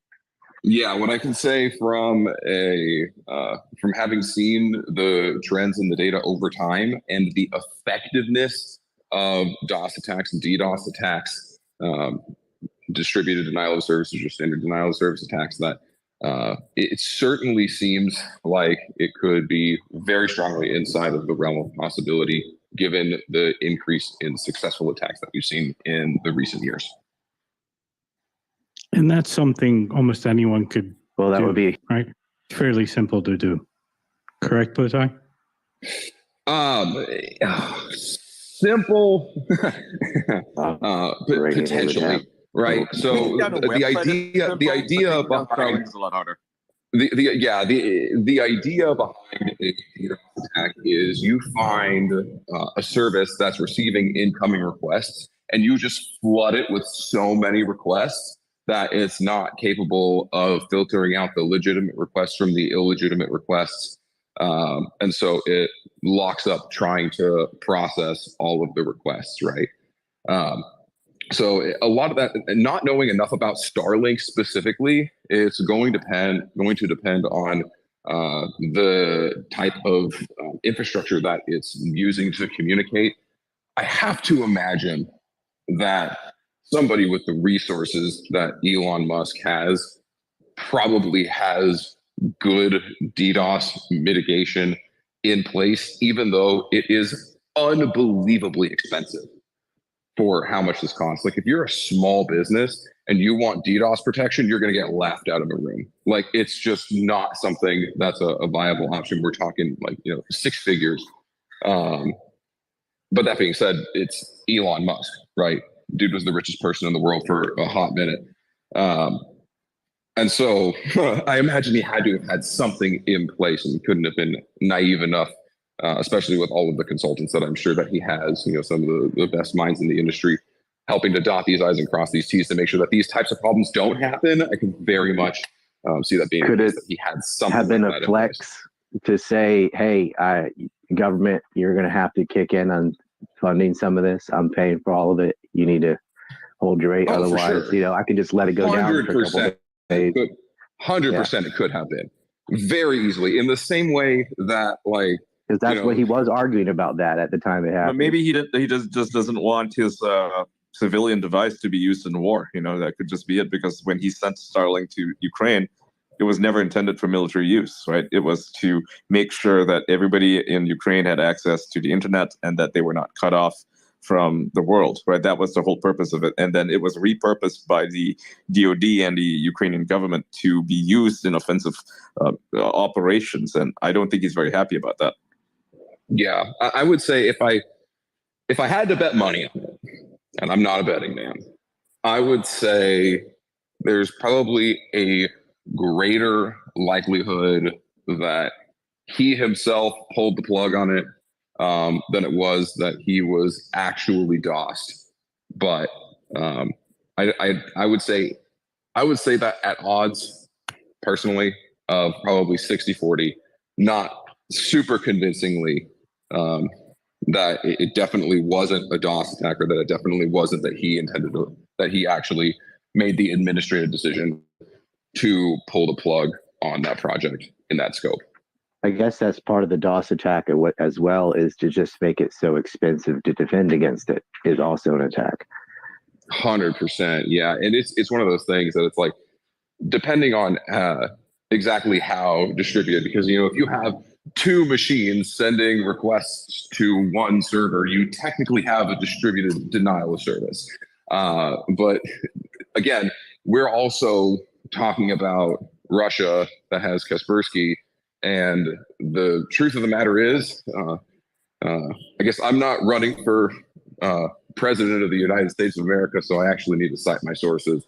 But from my former mentor who built up a pen testing company and sold it to Symantec for $60 million, Michelangelo VN. From what I had heard from him, his antivirus product was so good that they actually caught FBI backdoors, and they knocked on his door one day and said, if you don't allow our backdoors in on your product, we're going to arrest you for obstruction of justice. And he's like, please do, I'll be the most famous hacker ever. And so the way that he perceived it, because he used to have Kaspersky on his endpoint, he's like, well, what do you want? Do you want Russian malware or do you want US malware? Because you're going to get one of them. So I would not put it past at all that of the Putin regime to have it in place so that every device that is running Kaspersky antivirus has the capability of contributing to a DDoS. And that would be a lot of endpoints. I think that'd be pretty easy to detect, right? I mean, they have faced accusations like that before, and actually they are one of the only companies that publish transparency reports on what their software does. So I don't think that they're actually, putting backdoors in their software. Yeah. I mean, and it's possible that they're not, but it would be hard for me to take that at face value. It would be a wasted opportunity on their part, frankly. That's where I tend to lean as well. Yeah, I want to say I have a background in systems administration, and it's good to hear from you because, I've seen some security nightmares in telco and government. So I have no doubt that that public services are even worse. So it's really good to hear from an expert like you. Yeah, no, I appreciate it. I just wanted to speak about the Kherson withdrawal. I mean, people have to keep in mind that when this was happening, it was preceded by both sides having fears that one or the other was going to blow the dam. And when Russia withdrew, the Ukraine didn't swoop in because they were afraid that the dam was rigged to explode. So let's keep that in mind about that. And where Starlink is concerned, do you think DDoSing or jamming the ground-based reception would be good enough? Would be enough to disable the network? I mean, I'm going to defer to the Verizon Data Breach Investigation Report for 2022. I don't think 2023 is out yet. That given the rise of DDoS attacks and the rise of successful DDoS attacks, I would think that it's possible, but without having a further technical understanding of the Starlink system specifically, it's hard for me to make any further generalizations on that. So That's fair. I have a very unuseful maybe to give you. I'm asking because I'm relatively familiar with with space-based end of it because of doing technical analysis on the patents for research. But the ground-based part is a complete mystery to me. And I forgot what else I was going to say. Oh, right, about the backdoors. I mean, remember when everyone was convinced that Cisco didn't have backdoors in their routers, or that NSA Linux wasn't built by the NSA? That's why I lean on wasted opportunity if they haven't put backdoors in Kaspersky, because why wouldn't you, right? Right. I mean, we're in the day and age where we know that DDoS is going to be a huge threat to any credible sized entity. And the more distributed your denial of service can be, the harder it's going to be to discern legitimate requests from illegitimate requests, right? So if you have like a huge flood of traffic coming from a handful of IP addresses, well, no problem. You just block those handful of IP addresses. But if you have requests coming from all over the world, all of which look like they're coming from devices and having user agents that look like they could be your clients and have data that look like they could be your clients, or are sending things to your server that look like they could be themselves legitimate requests. So it's not like we're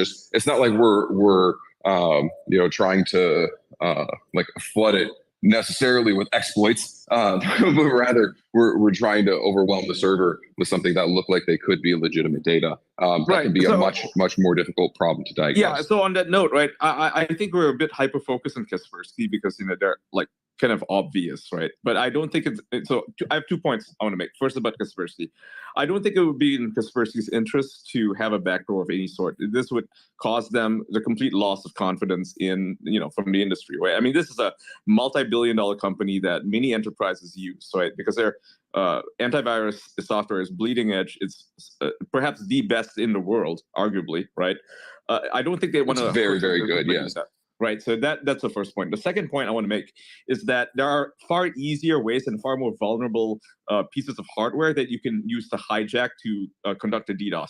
For example, smart TVs. Smart TVs are a damn good example because the CIA notoriously, I think this came out like WikiLeaks recently, that it was that the CIA had been looking into installing backdoors into smart TVs to gain access to people's their voice recordings and if they have a camera on there, to have access to that, right? So smart TVs and similar devices like vacuums and stupid robotic vacuums, speakers, things like that, like maybe not Sonos, but brands other like that are not as good as Sonos.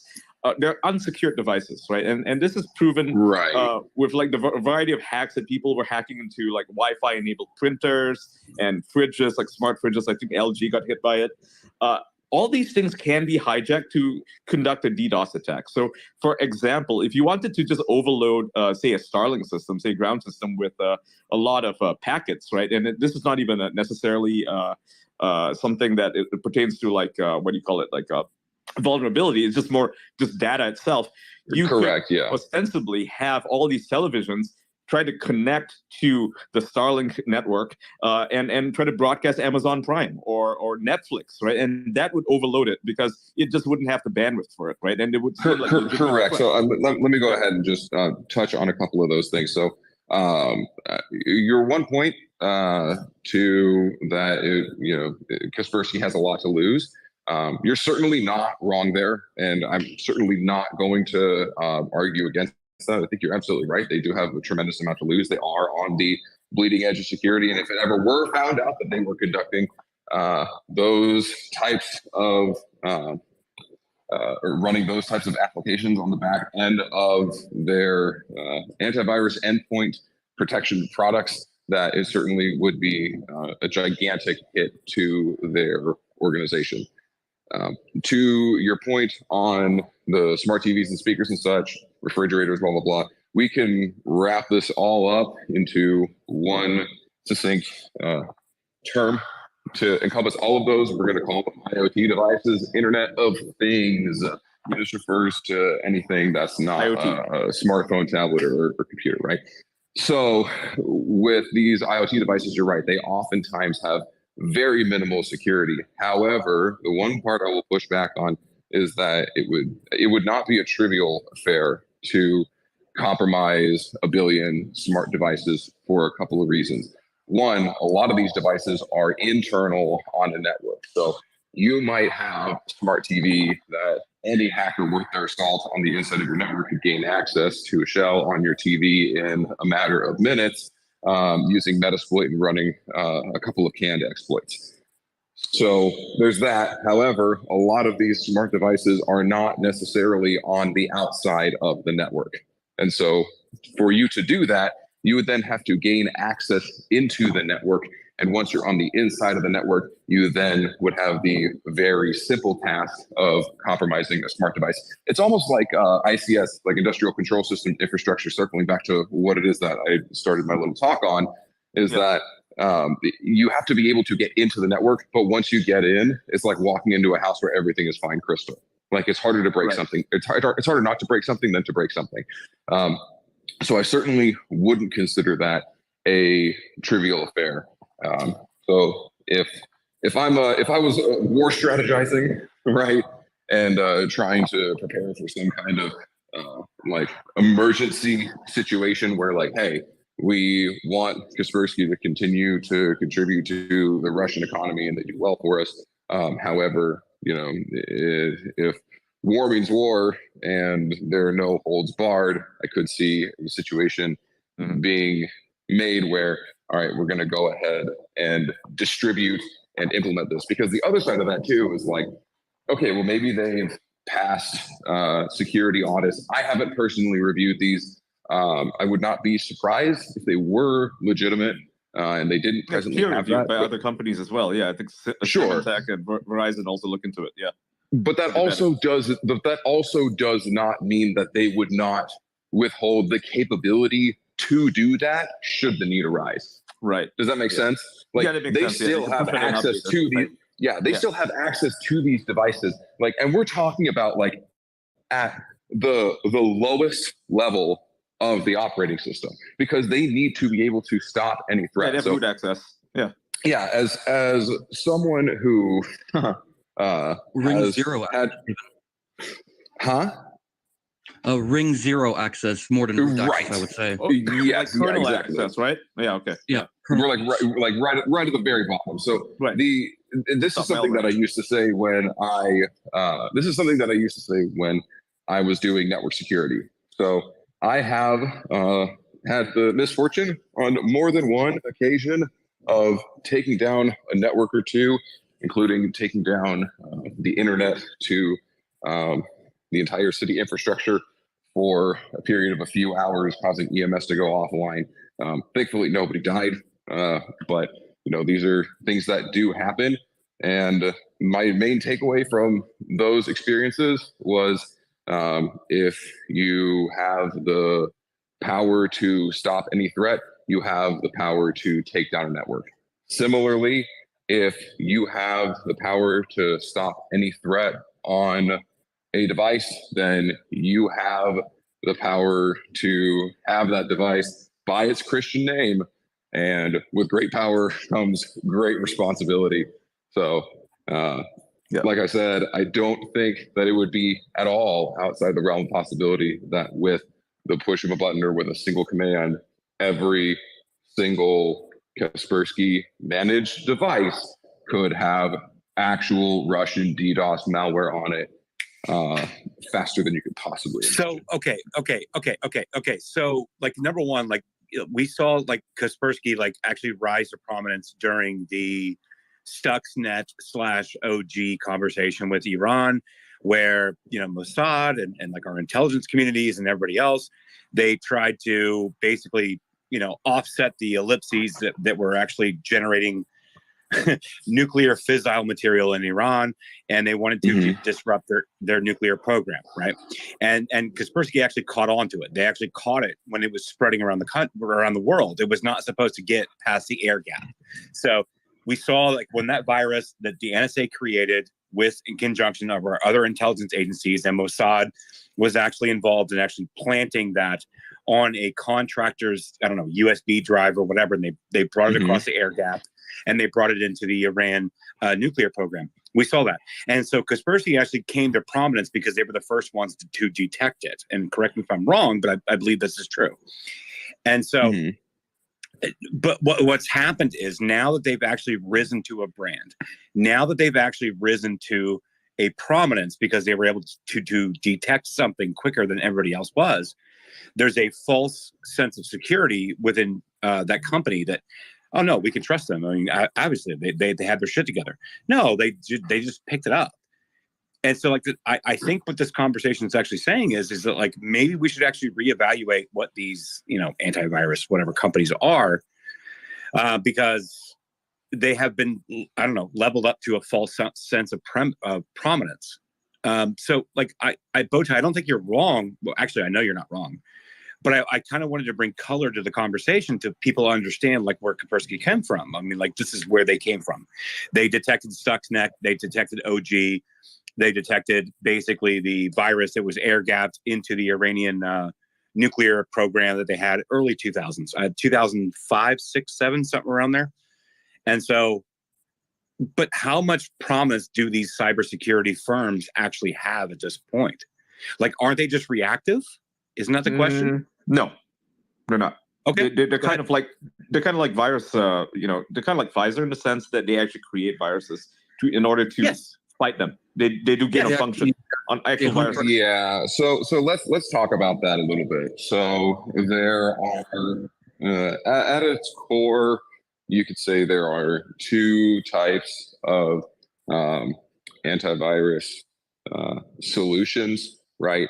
Or two different modalities by which antivirus helps to detect and mitigate malware. So the first is going to be what McAfee largely uses, and I strongly recommend that nobody ever use McAfee at all for any reason ever, specifically because I've done ransomware incident response where McAfee has failed to stop ransomware that free Microsoft Defender successfully John had McAfee stopped. And was hiding on my island, and he was high every day.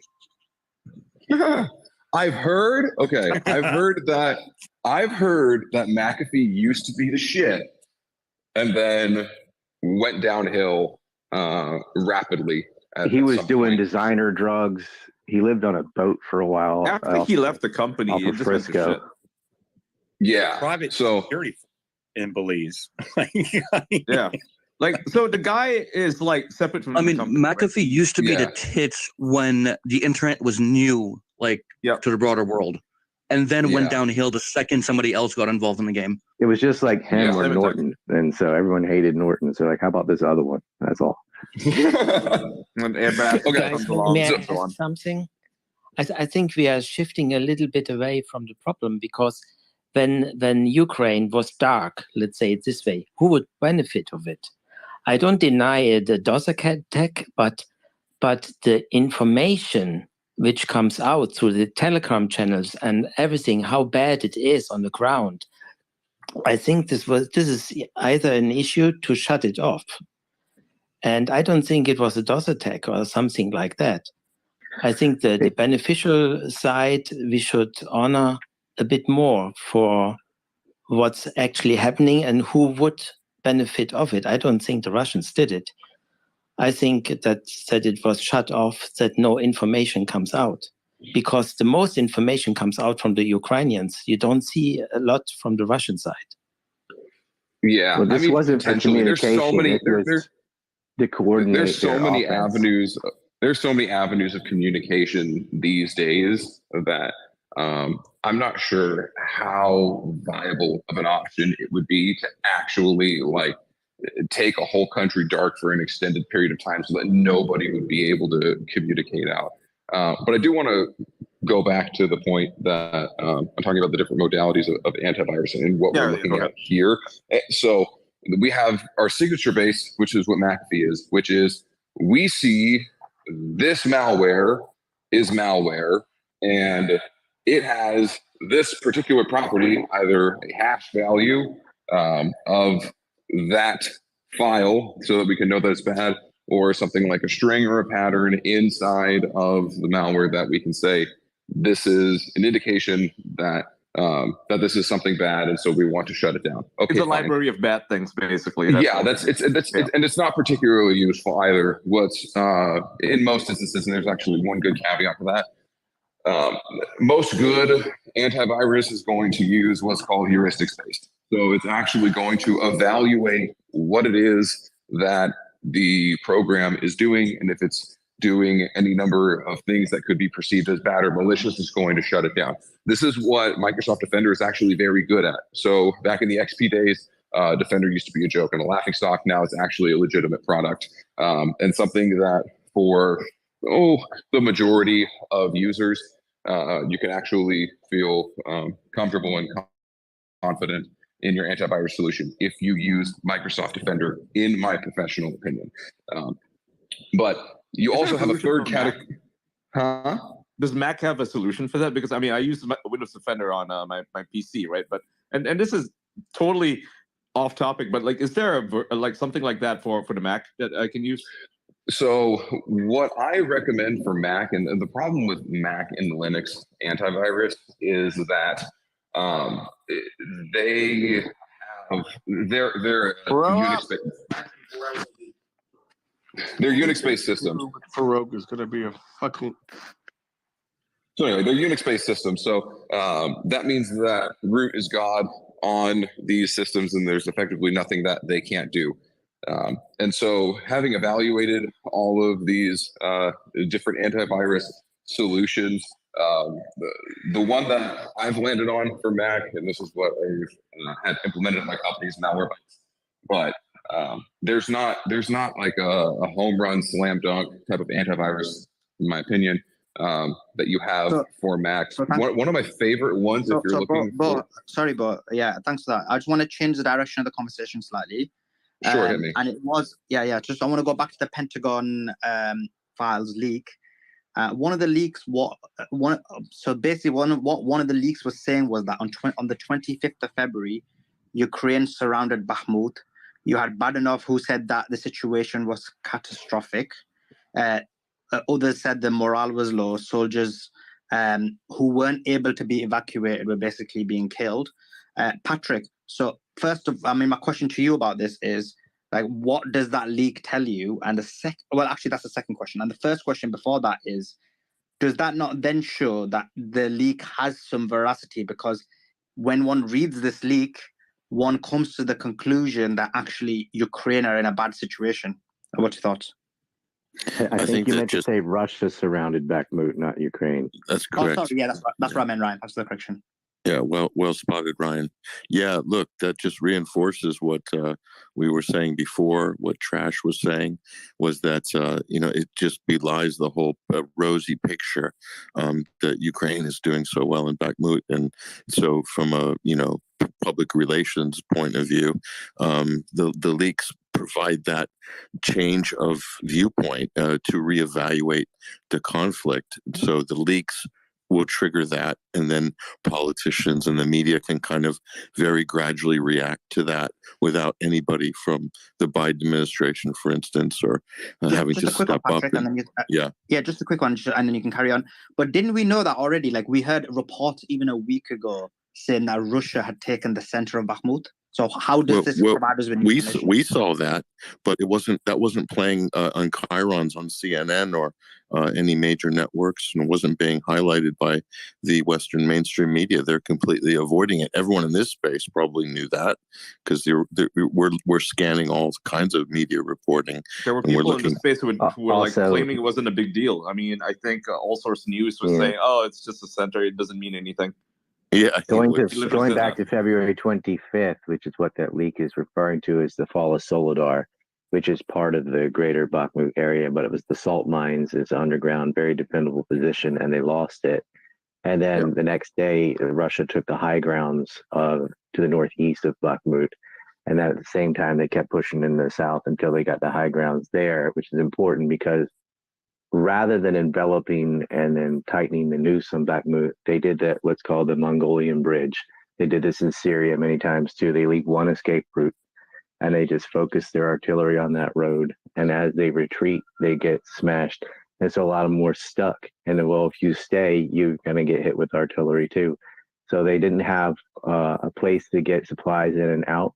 I mean, they could get them in, but at a very high cost, a very high damage, because once they've taken the other roads and they have the high ground, you only have one choice. Well, if they know where you're going to come in and out, they can focus in on that, right? But it's very hard. They're not going to leave the defensive position, the underground bunkers, to try to go uphill and take the high ground away from the Russians. So the writing was on the wall. What you'd have to do is have a different force from a different area come in and do a counterattack. And apparently in Ukraine did do that, but it failed.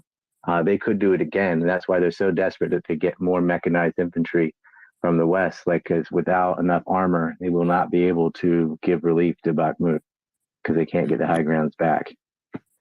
And there were a lot of videos. But then the muddy season hit and it wouldn't have mattered, and a whole bunch of other factors. Yep. But Bakhmut is done. Like they're not. Russia just took the highest ground in Bakhmut, right? Like the cliffs.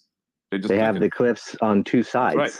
On both sides, yeah. Like it's done. It's finished. I mean, so Max Abrams writes for the Atlantic, and he's an international relations professor at Northeastern University. He commented on this. He spotted it, and he's very careful what he comments on, and he's usually pretty accurate when he does comment. Yeah. And so he's called this out. So that pretty much.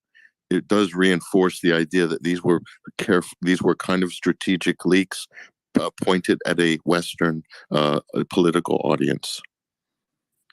What is the political value or the military value of Bakhmut? Like I've spoken to people in Ukraine, and they're sort of scratching their heads. The military value from the Ukrainian side is just like, okay, there's a bunch of forces massed in there. There's a Bakhmut holes. Kill as many people. Meme, Joa. It's a What's stupid that? meme. The meme Bakhmut holes. You think that the strategic value of Bakhmut is memes? If I may speak to the strategic value of it, it's a fortress city. It's highly defensible on high ground in a rock formation. It's shaped like a bowl where the city is. It overlooks the two main highways into the rest of Donbass towards the west. So for Russia, that's crucial because they could just pour into the rest of Donbass that way, of Donetsk rather that way. For Ukraine, it's strategic to hold it, obviously for that reason, but also if they want to advance into Donetsk eastwards, that would be the opportune way to do it, again, because of those two main roads. There's also the psychological value of it, right? Like the whole Bakhmut holes thing. I mean, they banked everything on that when it comes to the PR campaigns. And but like psychological value is something that, unless you have a good way to calculate that, it doesn't seem like it makes sense. But I do have questions around like the strategic value of Bakhmut. Right, You're saying that the Russians want to take Bakhmut because that it gives access to Donetsk, but isn't it quite a logistical hold too?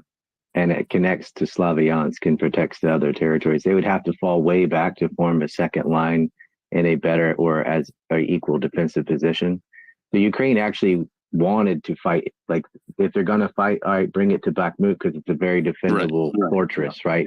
But what Russia did is, it's just like modern siege warfare. Well, why would you battering ram the castle bridge and lose all these men if every successful siege is a game of, if you have the logistics, then you can surround the castle and starve them out, right? Or run out their supplies and hit them with catapults, or in this case, artillery fire. But if you don't have the logistics and you can't sit out in the field long enough, then you have to charge the castle and you lose a lot of men in doing it. Well, Russian supply lines are tight. I mean, there's no disruption. They're right next to Russia proper. They have the Donbass. So Ukraine has not been able to get around them or behind them. And so Wagner, with that at their back, can slowly take their time, pick off the high grounds, pick off the weak points, and drain them in sort of sense. So those guys are sitting there with no electricity, in the mud, in the rain, in the freezing. They're getting bad rations because cars, trucks cannot get in and out because Russia's taking the highways. So Bakhmut is isolated. Now it's very defendable. It's got underground fortresses. It's very fortified, zigzag trench. All that's there. But when you run out of supplies, all that disappears. And so what they're doing in this envelopment